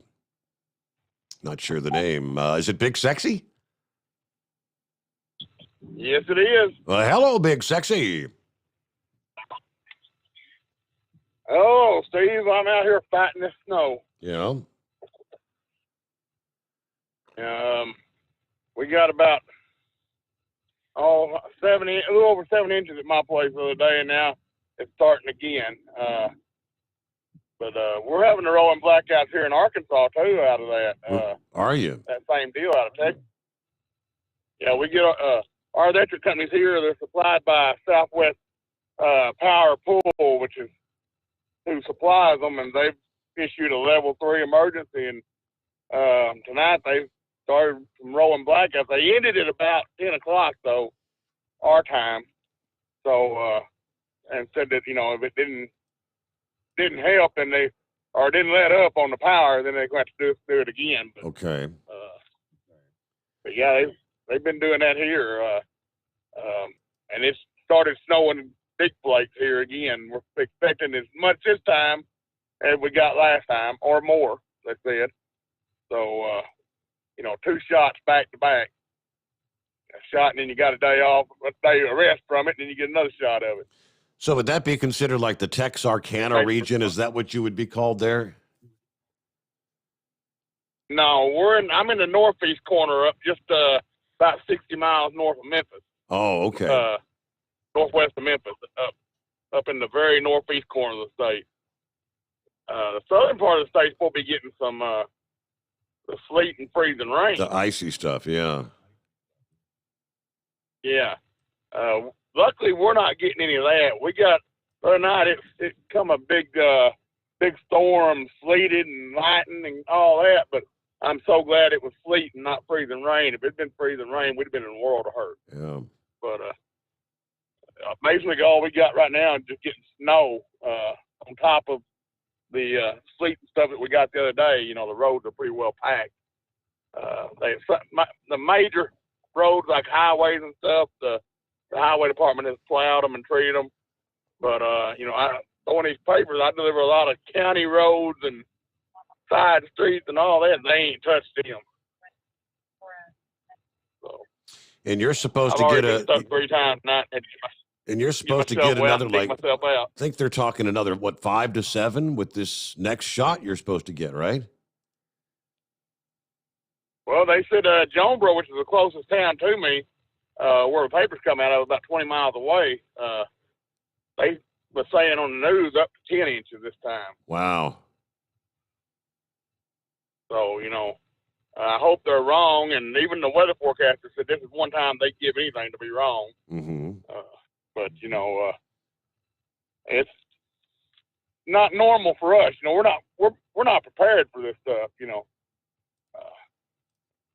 like I said, I used to drive a truck years ago, and you know, I know a little bit more about driving on than some of these people around here. They fly by you 70 miles an hour, and you think, well, I'll see you in the ditch up there in a minute. Uh-huh.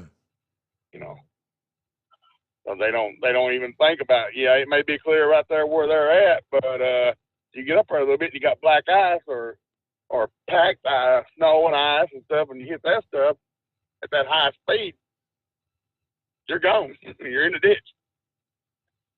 But yeah, they're calling out they called out the guard to help in, like I said, Jonesboro was our biggest town up here, about 100,000 people. They called out the guard to help first responders get around. Well, it's been a rough go, so it sounds like if they hadn't got the roads cleared from the last round, that's probably like all a packed down layer of ice now, and you're going to stack snow on top of that. It's going to take them a few days to get that stuff cleaned up. Yeah, it's going to take a while. This all started last Wednesday morning when I was running my route like it is now when it started. A little bit earlier, maybe a little bit earlier than this when it started, last Wednesday. So we've had a solid week of it. You know, and so far I haven't missed a customer yet. That's going to change tonight. I'm not going to be able to get all of them tonight just because there's some places I can't get to. Yeah. But up until tonight, matter of fact, I think I'm the only carrier with a paper that hasn't missed a customer. But I've already had to miss one tonight, and it looks like I may have to call some of the rest of them and not do, you know, call it and not do them either, you know, because the roads are getting worse. I'm thinking they should be pretty understanding about not being able to get the newspaper in this scenario, right? Most of mine will be. I never have any complaints anyway. I keep all my customers happy, so most of them is going to be understanding that, you know, if I didn't get there, there's something wrong. So they're not going to. You're going to have one or two that's always never happy, no matter what you do. But other than that, most of them are going to be. They're going to be understanding. You say, hey, well, listen, lady, we got a foot of snow in the last 3 days. I cut us a little slack, right? Wow. All right. Well, hey, good luck with that. I can't imagine being out trying to deliver papers and this kind of stuff. Yeah, he's right. The snow's now pushing all the way up into Pine Bluff, Arkansas. You got a line up to Springdale, Arkansas, Springfield, Missouri. You got some of the heavier snows pushing in. It's all going to be making its way toward the Memphis area here in the coming hours. A lot of icing ongoing between Waco, Austin, and San Antone. You put it in motion. Yes, San Antone may begin to wind things down here in the next hour or so, unless things start to fill back in on the southern side of the storm. But yeah, you've got precip all the way down to Corpus Christi. A little freezing rain, maybe all the way down into deep southern Texas. What are we looking at? 16 before the hour. It is 844-844-3388. Let me see if would this be Mike on the line? Hello, Mike.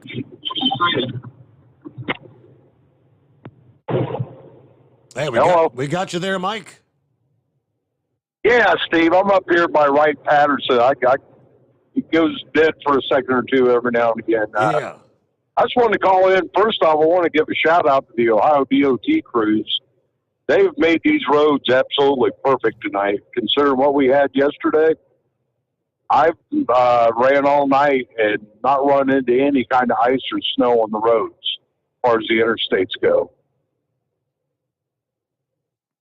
So what a difference a day can make. Yeah, it was a real mess 24 hours ago. I mean, I don't know. I asked my son, I said, were they actually throwing salt? And he said, on the main thoroughfares they were, but early on they were really just kind of plowing the side streets and waiting for the heaviest snow to finish falling before they went back through and plowed and threw some salt. So took them a while, but I guess they've done a good job.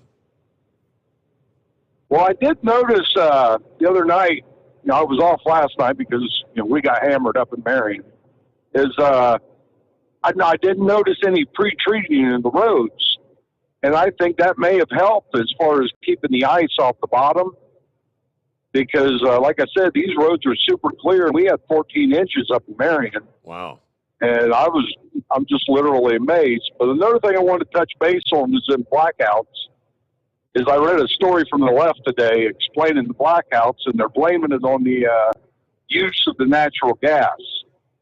That the natural gas plants are having to crank up the power to pump out, enough gas to feed everybody, and it has nothing to do with the turbines freezing up because they've got what would you call like a defrost mechanism in them.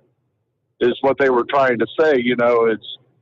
It had nothing to do with the green energy. It was the use of the natural gas. Yeah. That was who was trying to say that? Draining the power. Who was that saying that again? I can't remember. It was just an article I read on my phone. Like you get that one news feed from Google, and that's what their explanation was. It was the wind turbines and the solar panels had no problem keeping up with the supply, except for the increased demand from the natural gas companies. Well, everything I've read to this point said, everything I've seen for the last 2-3 nights has said, 50% of the turbines are froze. Now, someone did call and said that the turbines need electricity going to them. I believe that's to have if it's a defrost cycle. So it's probably half of those wind turbines don't have the electricity to go through the defrost, and that's why they're frozen. Right. I mean, because you consider how large just the nacelle on one of those is, the actual unit that the prop's attached to, and you're wanting to cool that thing down, defrost, that's going to take a lot of energy, and it's probably more than that turbine can generate in a given amount of time. Yeah. Okay. So they're just shooting us in the foot. They had the little smart remarks about people on the right in the article, so I knew it was definitely based from the left. And they're not going to be able to keep up with the solar and the wind. There's no way. Yeah. And once the electric cars start really showing up, then what are we going to do? When you're talking about hundreds of thousands of electric cars and trucks being charged up, what's that going to do to our power grid? I think I'd be more inclined to go with Tucker Carlson that green energy is going to lead to more blackouts. But really, that's all I got to say. I just want to, thank you for what you're doing and giving us a venue and giving us a great platform to listen to in the evenings, in the mornings, I guess. Thank you so much for checking in there, Mike. You're a first-time caller, right? No, sir. I was a first-time caller last year, and I wanted to throw on the message. I don't know if you caught it. If you want to call me Mad Max, my two first grandkids were Maddie and Max, and I figured that would be a good handle. But anymore, you hardly ever use the handle on the radio. Nobody ever wants to talk anymore. So. Yeah. Okay. So I'm Captain Ron's buddy. I'm the one he turned on to you. So. All right. Good deal. Thank you so much, Mike. Well, be safe out there. Have a good morning, and thank you for checking in. Let me see. I may have found the story he's talking about here. Yeah, I guess trying to say that no, it's not the green energy to blame. Frozen wind turbines in Texas causing some conservative politicians to declare the state's relying too much on renewable energy. But in reality, the lost wind power makes up only a fraction of the reduction in power generating capacity that's brought outages to millions of Texans. All right, now when whoever put this together, what is a fraction? Everything I have seen says Texas power generation I saw one report that said 23%, another report that said 21%. Now that's 1/5 of your power generation. Any way you slice it, 20% is 1/5. And if you want to say 1/5 or 20% of your power is just a fraction, okay, whatever you want to say. One official with the Reliability Council said Tuesday that 16 gigawatts of renewable energy generation, mostly wind generation, was offline. Nearly double that amount, 30 gigawatts, had been lost from thermal sources. Gas, coal, nuclear energy. Yeah, they're trying to say Texas is a gas state. Now, he said all of Texas' energy sources will share blame for this crisis. The natural gas industry is most notably producing significantly less power than normal. Gas is failing in the most spectacular fashion right now. It appears that a lot of the generation that has gone offline has been primarily due to issues on the natural gas system. Still, some focus their blame on wind power. Dan Crenshaw of Houston said this is what happens when you force the grid to rely in part on wind as a power source. When weather conditions get bad like they have this week, intermittent renewable energy like wind isn't there when you need it.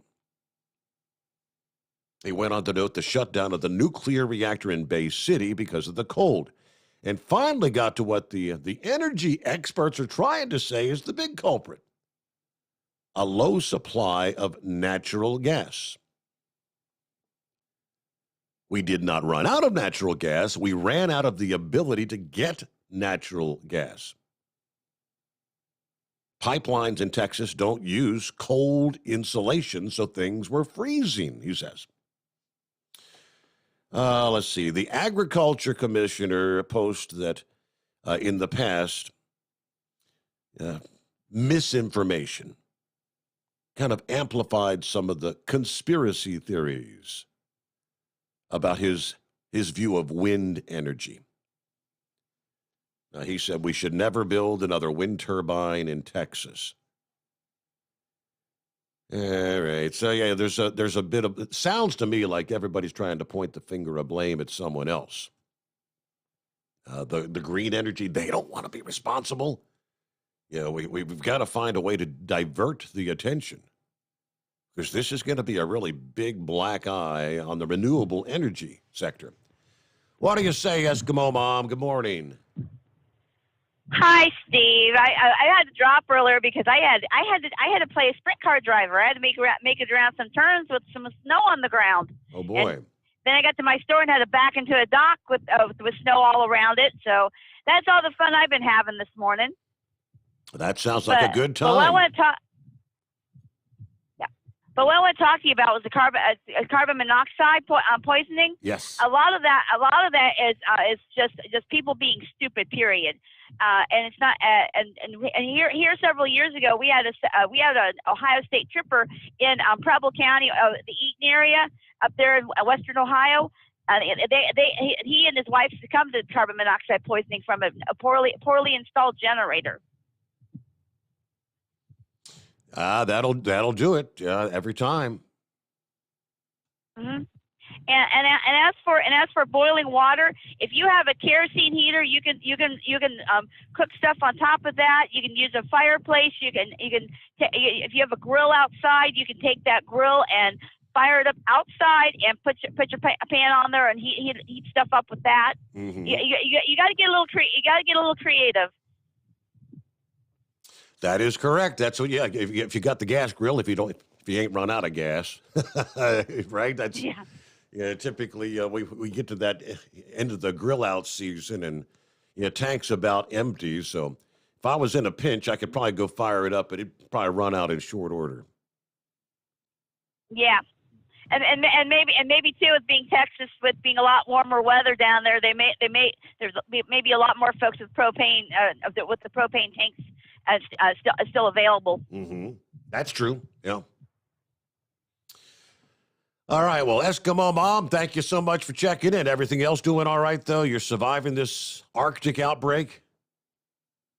I am doing my best. I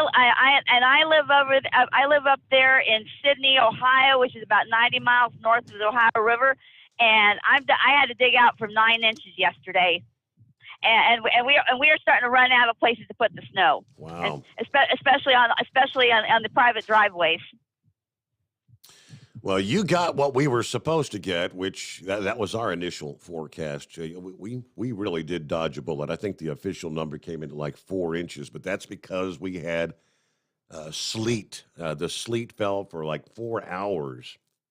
Now, probably a half, 3/4 of an inch of sleet. If that had all been that light, fluffy snow, that's probably a half dozen inches that we escaped. One last note, sharing that story about the real reason for the rolling blackouts. Don't blame renewable. Don't blame us. If you want to go to the website earther.com, well, that kind of probably tells the story right there. You're an earther. You're a green new dealer. Absolutely. They're going to do everything they can to say, no, it's not the green energy. It's not our fault. It's not that. It's something else. All right. It'll get sorted out. I know that, hey, there's an actual full-fledged investigation into the company that maintains the power grid there in Texas. They'll find out how this all unfolded. And, of course, the idea is going to be they're going to have to make some changes to make sure it doesn't happen again. I can assure you this will not be the last Arctic outbreak to impact Texas or so much of the country. It's just a part of our cycles. All right, have yourself a great hump day. Thanks for hanging out with us through the late night, early morning hours. See you back at the midnight hour tonight. I don't think we have any special guests slated at this point to get the new day started. If you weren't with us early on, though, real quick, let me mention, we had our special guest, Sarah Lee, with the foundation Waypoint Vets.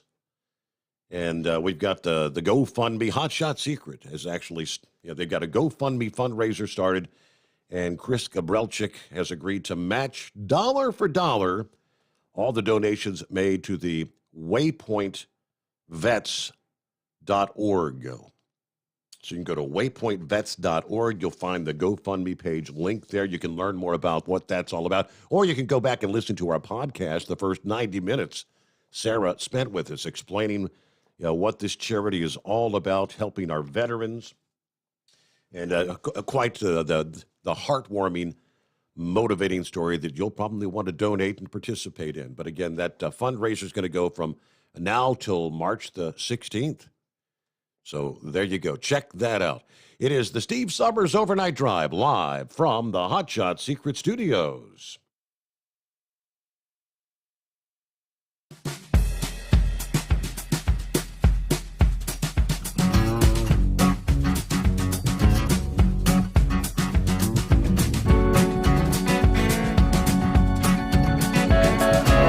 You'll never guess the places that I've been. You never guess the places that I've been. 'Cause everything is like a dream, yeah, but only in that dream that I live in. I'm never gonna let the day begin. Never gonna let the day begin. 'Cause everything is like a dream, yeah, but only in that dream that I live in. Oh, don't wake me up before you go, and I'll just make this bed my home. Oh, darling, please just let me sleep. Give me my dreams.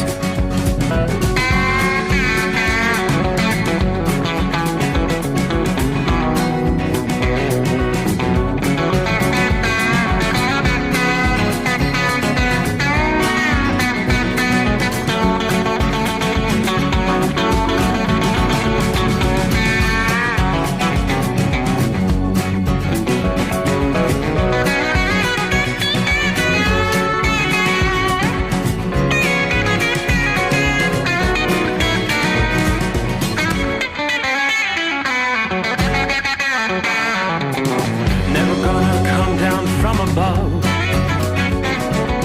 'Cause everything looks better from above.